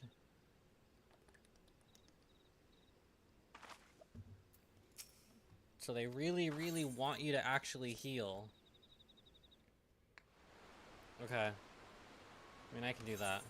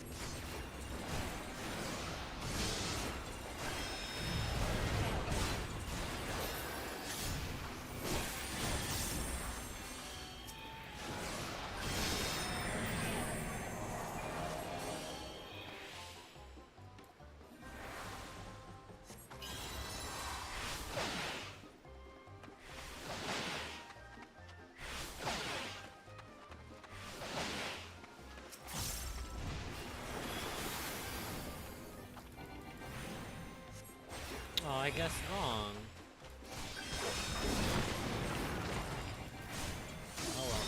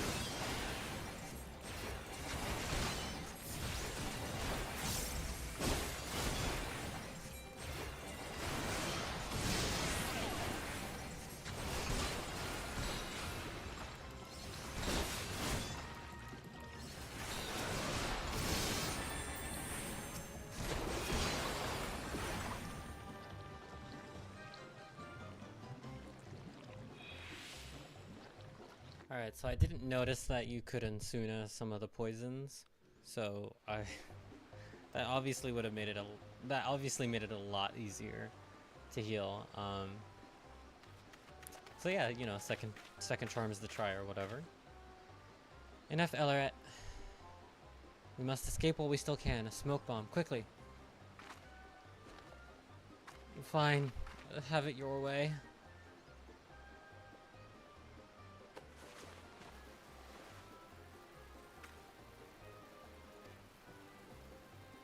Huh?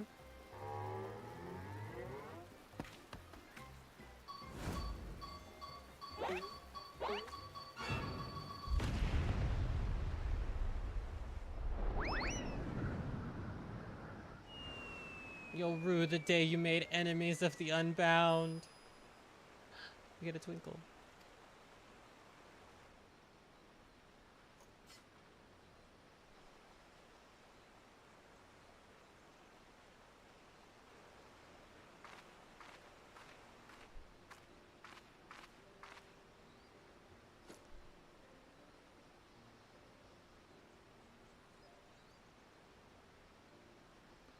She's left quite the mess behind her. Nothing the heart sting can't detoxify, though. Let's hurry and clear away the poison.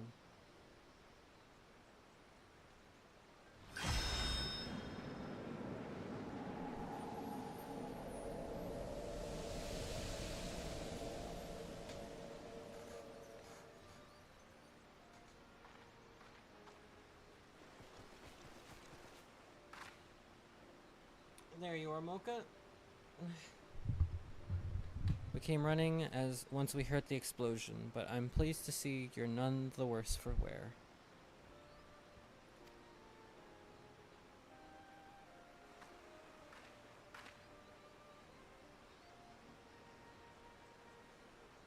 Alaret and Kokonoa picked up the wrong explosive. We should consider ourselves fortunate that the goblin bombs resemble unbound smoke bombs. Yeah, fortunate indeed. Gobby booms and friendly faces win the day. Inbreakers go flying skyward.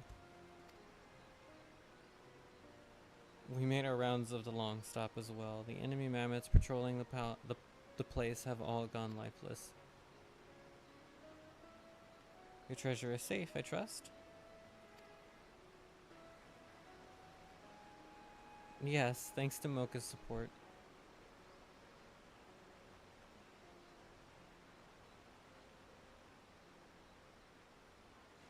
Very good.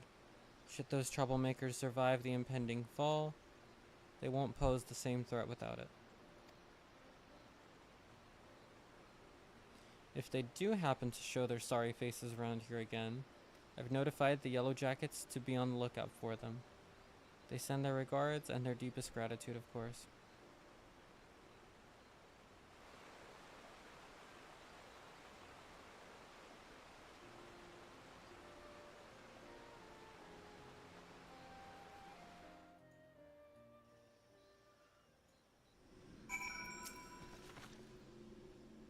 The heart sting is safe again. Thank you for everything, Mocha. And thank you too, Brayflox. We may not have found Alaret and Kokonoa without you. Brayflox happy gives hand lending. Important for all good Gobby is to offer hand lending to fellow Gobby friends. It is an honor to be counted among your Gobby friends. Now, as eager as I am to get the heart sting safely back to Tyrol, I'd like to say my goodbyes to everyone here first, if that's alright.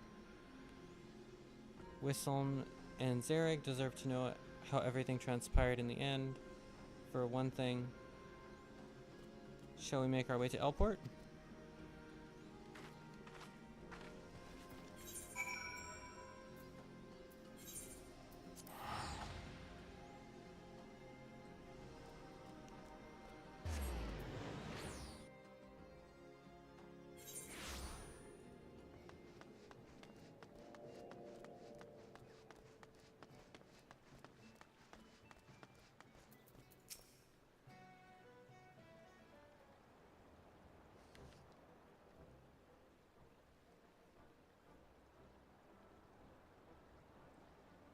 Well met, you two. How fares the hunt for Alaret? Sent them flying, did you? Now those are what I call good tidings. To think they'd confuse a goblin explosive for their own smoke bombs. Serves them right, I say. With Miss Loshkana's heirloom returned, we can breathe a collective sigh of relief. I, for one, am pleased there will be no more risk of poisoned elixirs. I wouldn't have witnessed those hiccups on my worst enemy.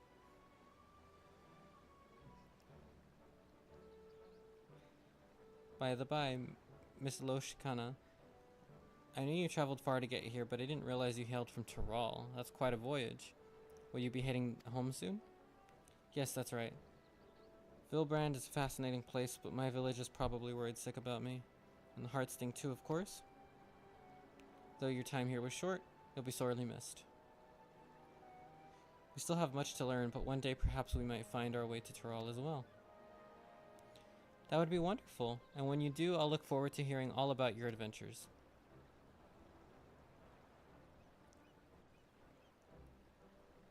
And you. We had a feeling you were no ordinary adventurer. Imagine our surprise when we learned you were the savior of the realm itself. One of our Yellow Jacket acquaintances boasted about meeting the Warrior of Light while investigating the cereal poisonings, and that's when it dawned on us. She sends her regards, by the way.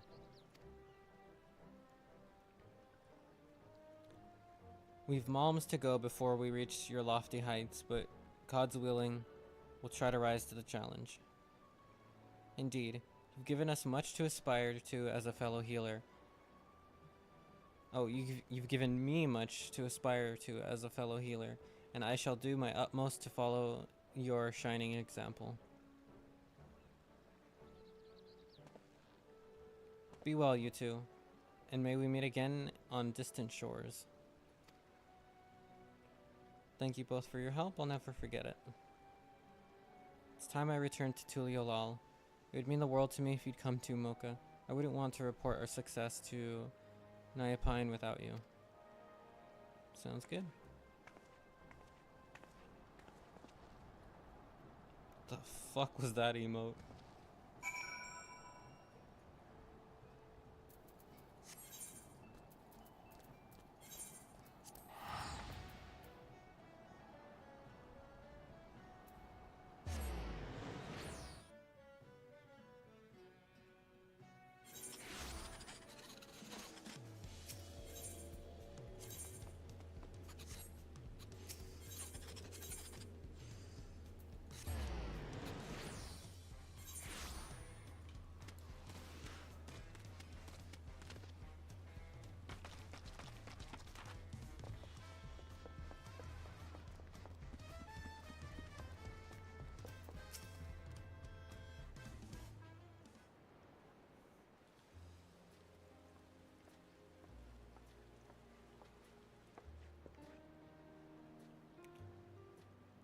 Loshkana, and Mocha as well. Your combined presence here can only mean one thing.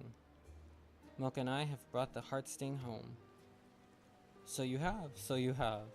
I regret that I could not assist you, but I am relieved that all is well. Words cannot express my gratitude to you both. Taking back the Heartsting was no easy task, but I learned a great deal on my journey to Eorzea.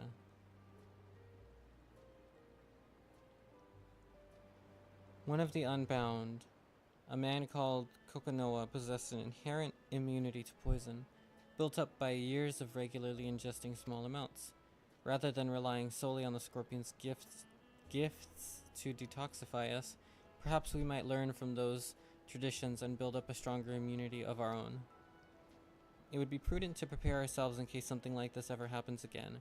If we were to continue living among the deadly, perhaps it's time we found new ways to overcome the challenges we face.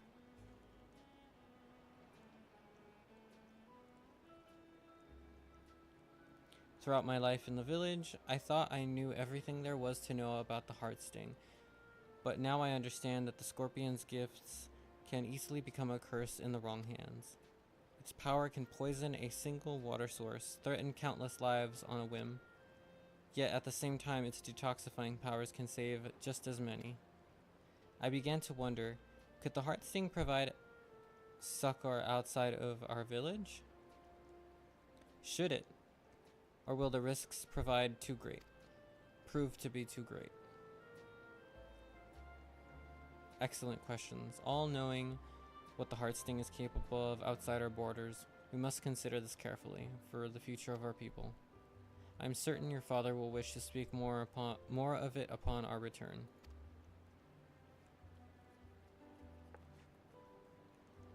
As you can see, our community has much to consider if we're to keep thriving. But for the moment, I'm simply glad the Heartsting is back in Tyrol, and I can't thank you enough for your help. Until I met you, I'd never hunted alongside a healer, but knowing I had your support filled me with courage. Yours is a heartening presence, one I'm going to miss dearly. You have my gratitude and my trust, Mocha, now and forever.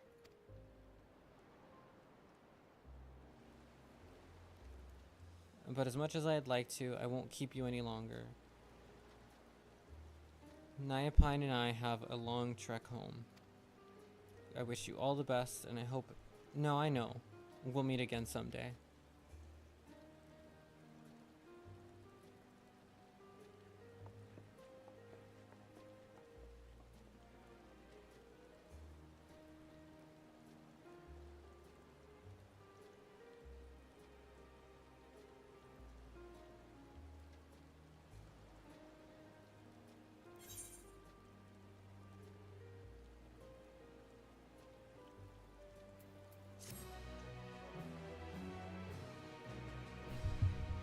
Okay, so definitely my probably least favorite of the quests. Loshkana, despite actually being able to remember her name and not really any of the other characters off the top of my head, it was pretty bland, but I guess the villains were at least entertaining or vibrant in of themselves.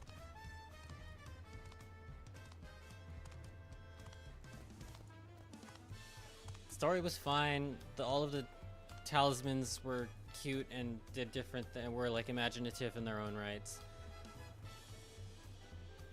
And I'm actually surprised we don't get a final.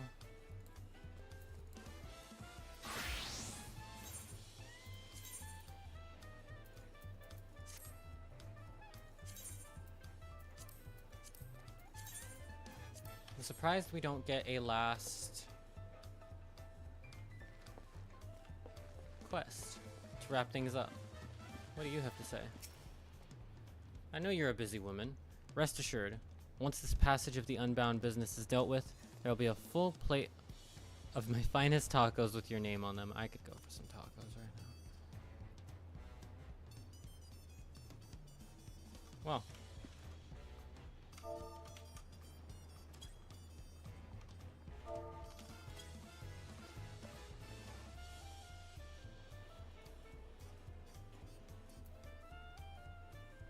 I suppose that's about it for today. I'm going to actually really quickly Google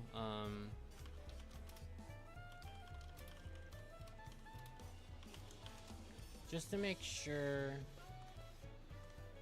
Okay, so the role quest conclusionary quest will release in the next patch. So that is going to call it for today. I may or may not do a special. I won't be streaming the quest, especially if it's just a single quest, but I will likely record it at the very least and make a little video on it and post it to my YouTube channel. So look out for that. But nonetheless, I had a lot of fun today. We did quite a bit. I had to get all of these quests wrapped up, and I thought it would be really fun to just do a little stream of them. I did the tank role quest on stream during our initial Dawntrail, what was it called? Early access streams. So I did want to kind of almost not like, what's the word? I wanted to have a little bit of a, what's the word when you like finally reach a, I can't think of it off the top of my head. I've been streaming for 8 hours. I'm pretty tired. I'm actually pretty hungry as well. So I'm just gonna leave it off there. Thank you guys so much for watching. I really appreciate it. I had so much fun, like I said. It means a lot to me. Those of you who joined me today, those of you who will watch the VOD, those of you who will watch on YouTube, I see you. I appreciate you. Be sure to like, comment, and subscribe on the YouTube VOD. It helps me a lot. Follow me here on Twitch. It's the easiest way to know when I go live. Follow me on Twitter, Blue Sky, Instagram, Fansly, ManyVids if you like the not suitable for work thing. If that is your thing, if you can, and if you'd like to follow me there, please do. It helps me a lot. I've been slowing down a little bit with the social media presence because I am doing a lot of things in my day-to-day life. I've got some other things going on, so I'm kind of putting that at the forefront of my mind and kind of just focusing on those kinds of things. So you'll still see me here. I will be a little far and few in between. Streams will be semi-regular and consistent, however seldom for the time being. Like I said, I do want to do a Spyro the Dragon stream that I'm still planning to do fairly soon. I want to as well play some Bloodborne and some Resident Evil 2, Dark Souls 2, and Nier Automata. I think I'm going to start with Resident Evil 2. I did say that in my last stream, however, I'm reconsidering. I've been really wanted to get back to Drangleic, but I've also really wanted to finish Nier Automata. There's just that itch that's been scratching at me since I've played that game. So I'm not too sure No promises. Spyro and Bloodborne definitely coming. Likely Resident Evil 2 and Dark Souls 2, nonetheless. And I will leave it off at that. Thank you guys so much. I love you all so much. Be sure to follow me on all my socials. It helps me out a lot. Oh, and if you did like today's stream, consider buying me a coffee. I wasn't able to set up a PayPal for that yet. It wasn't super apparent, so I need to figure out an alternate form of payment. But if you can and you would like to buy me a coffee, please consider it. It helps me out a ton and means a lot to me. But yeah, I'm not gonna stick around to ramble too much. Thank you guys so much. I love ya, and I'll see you in the next one. Bye.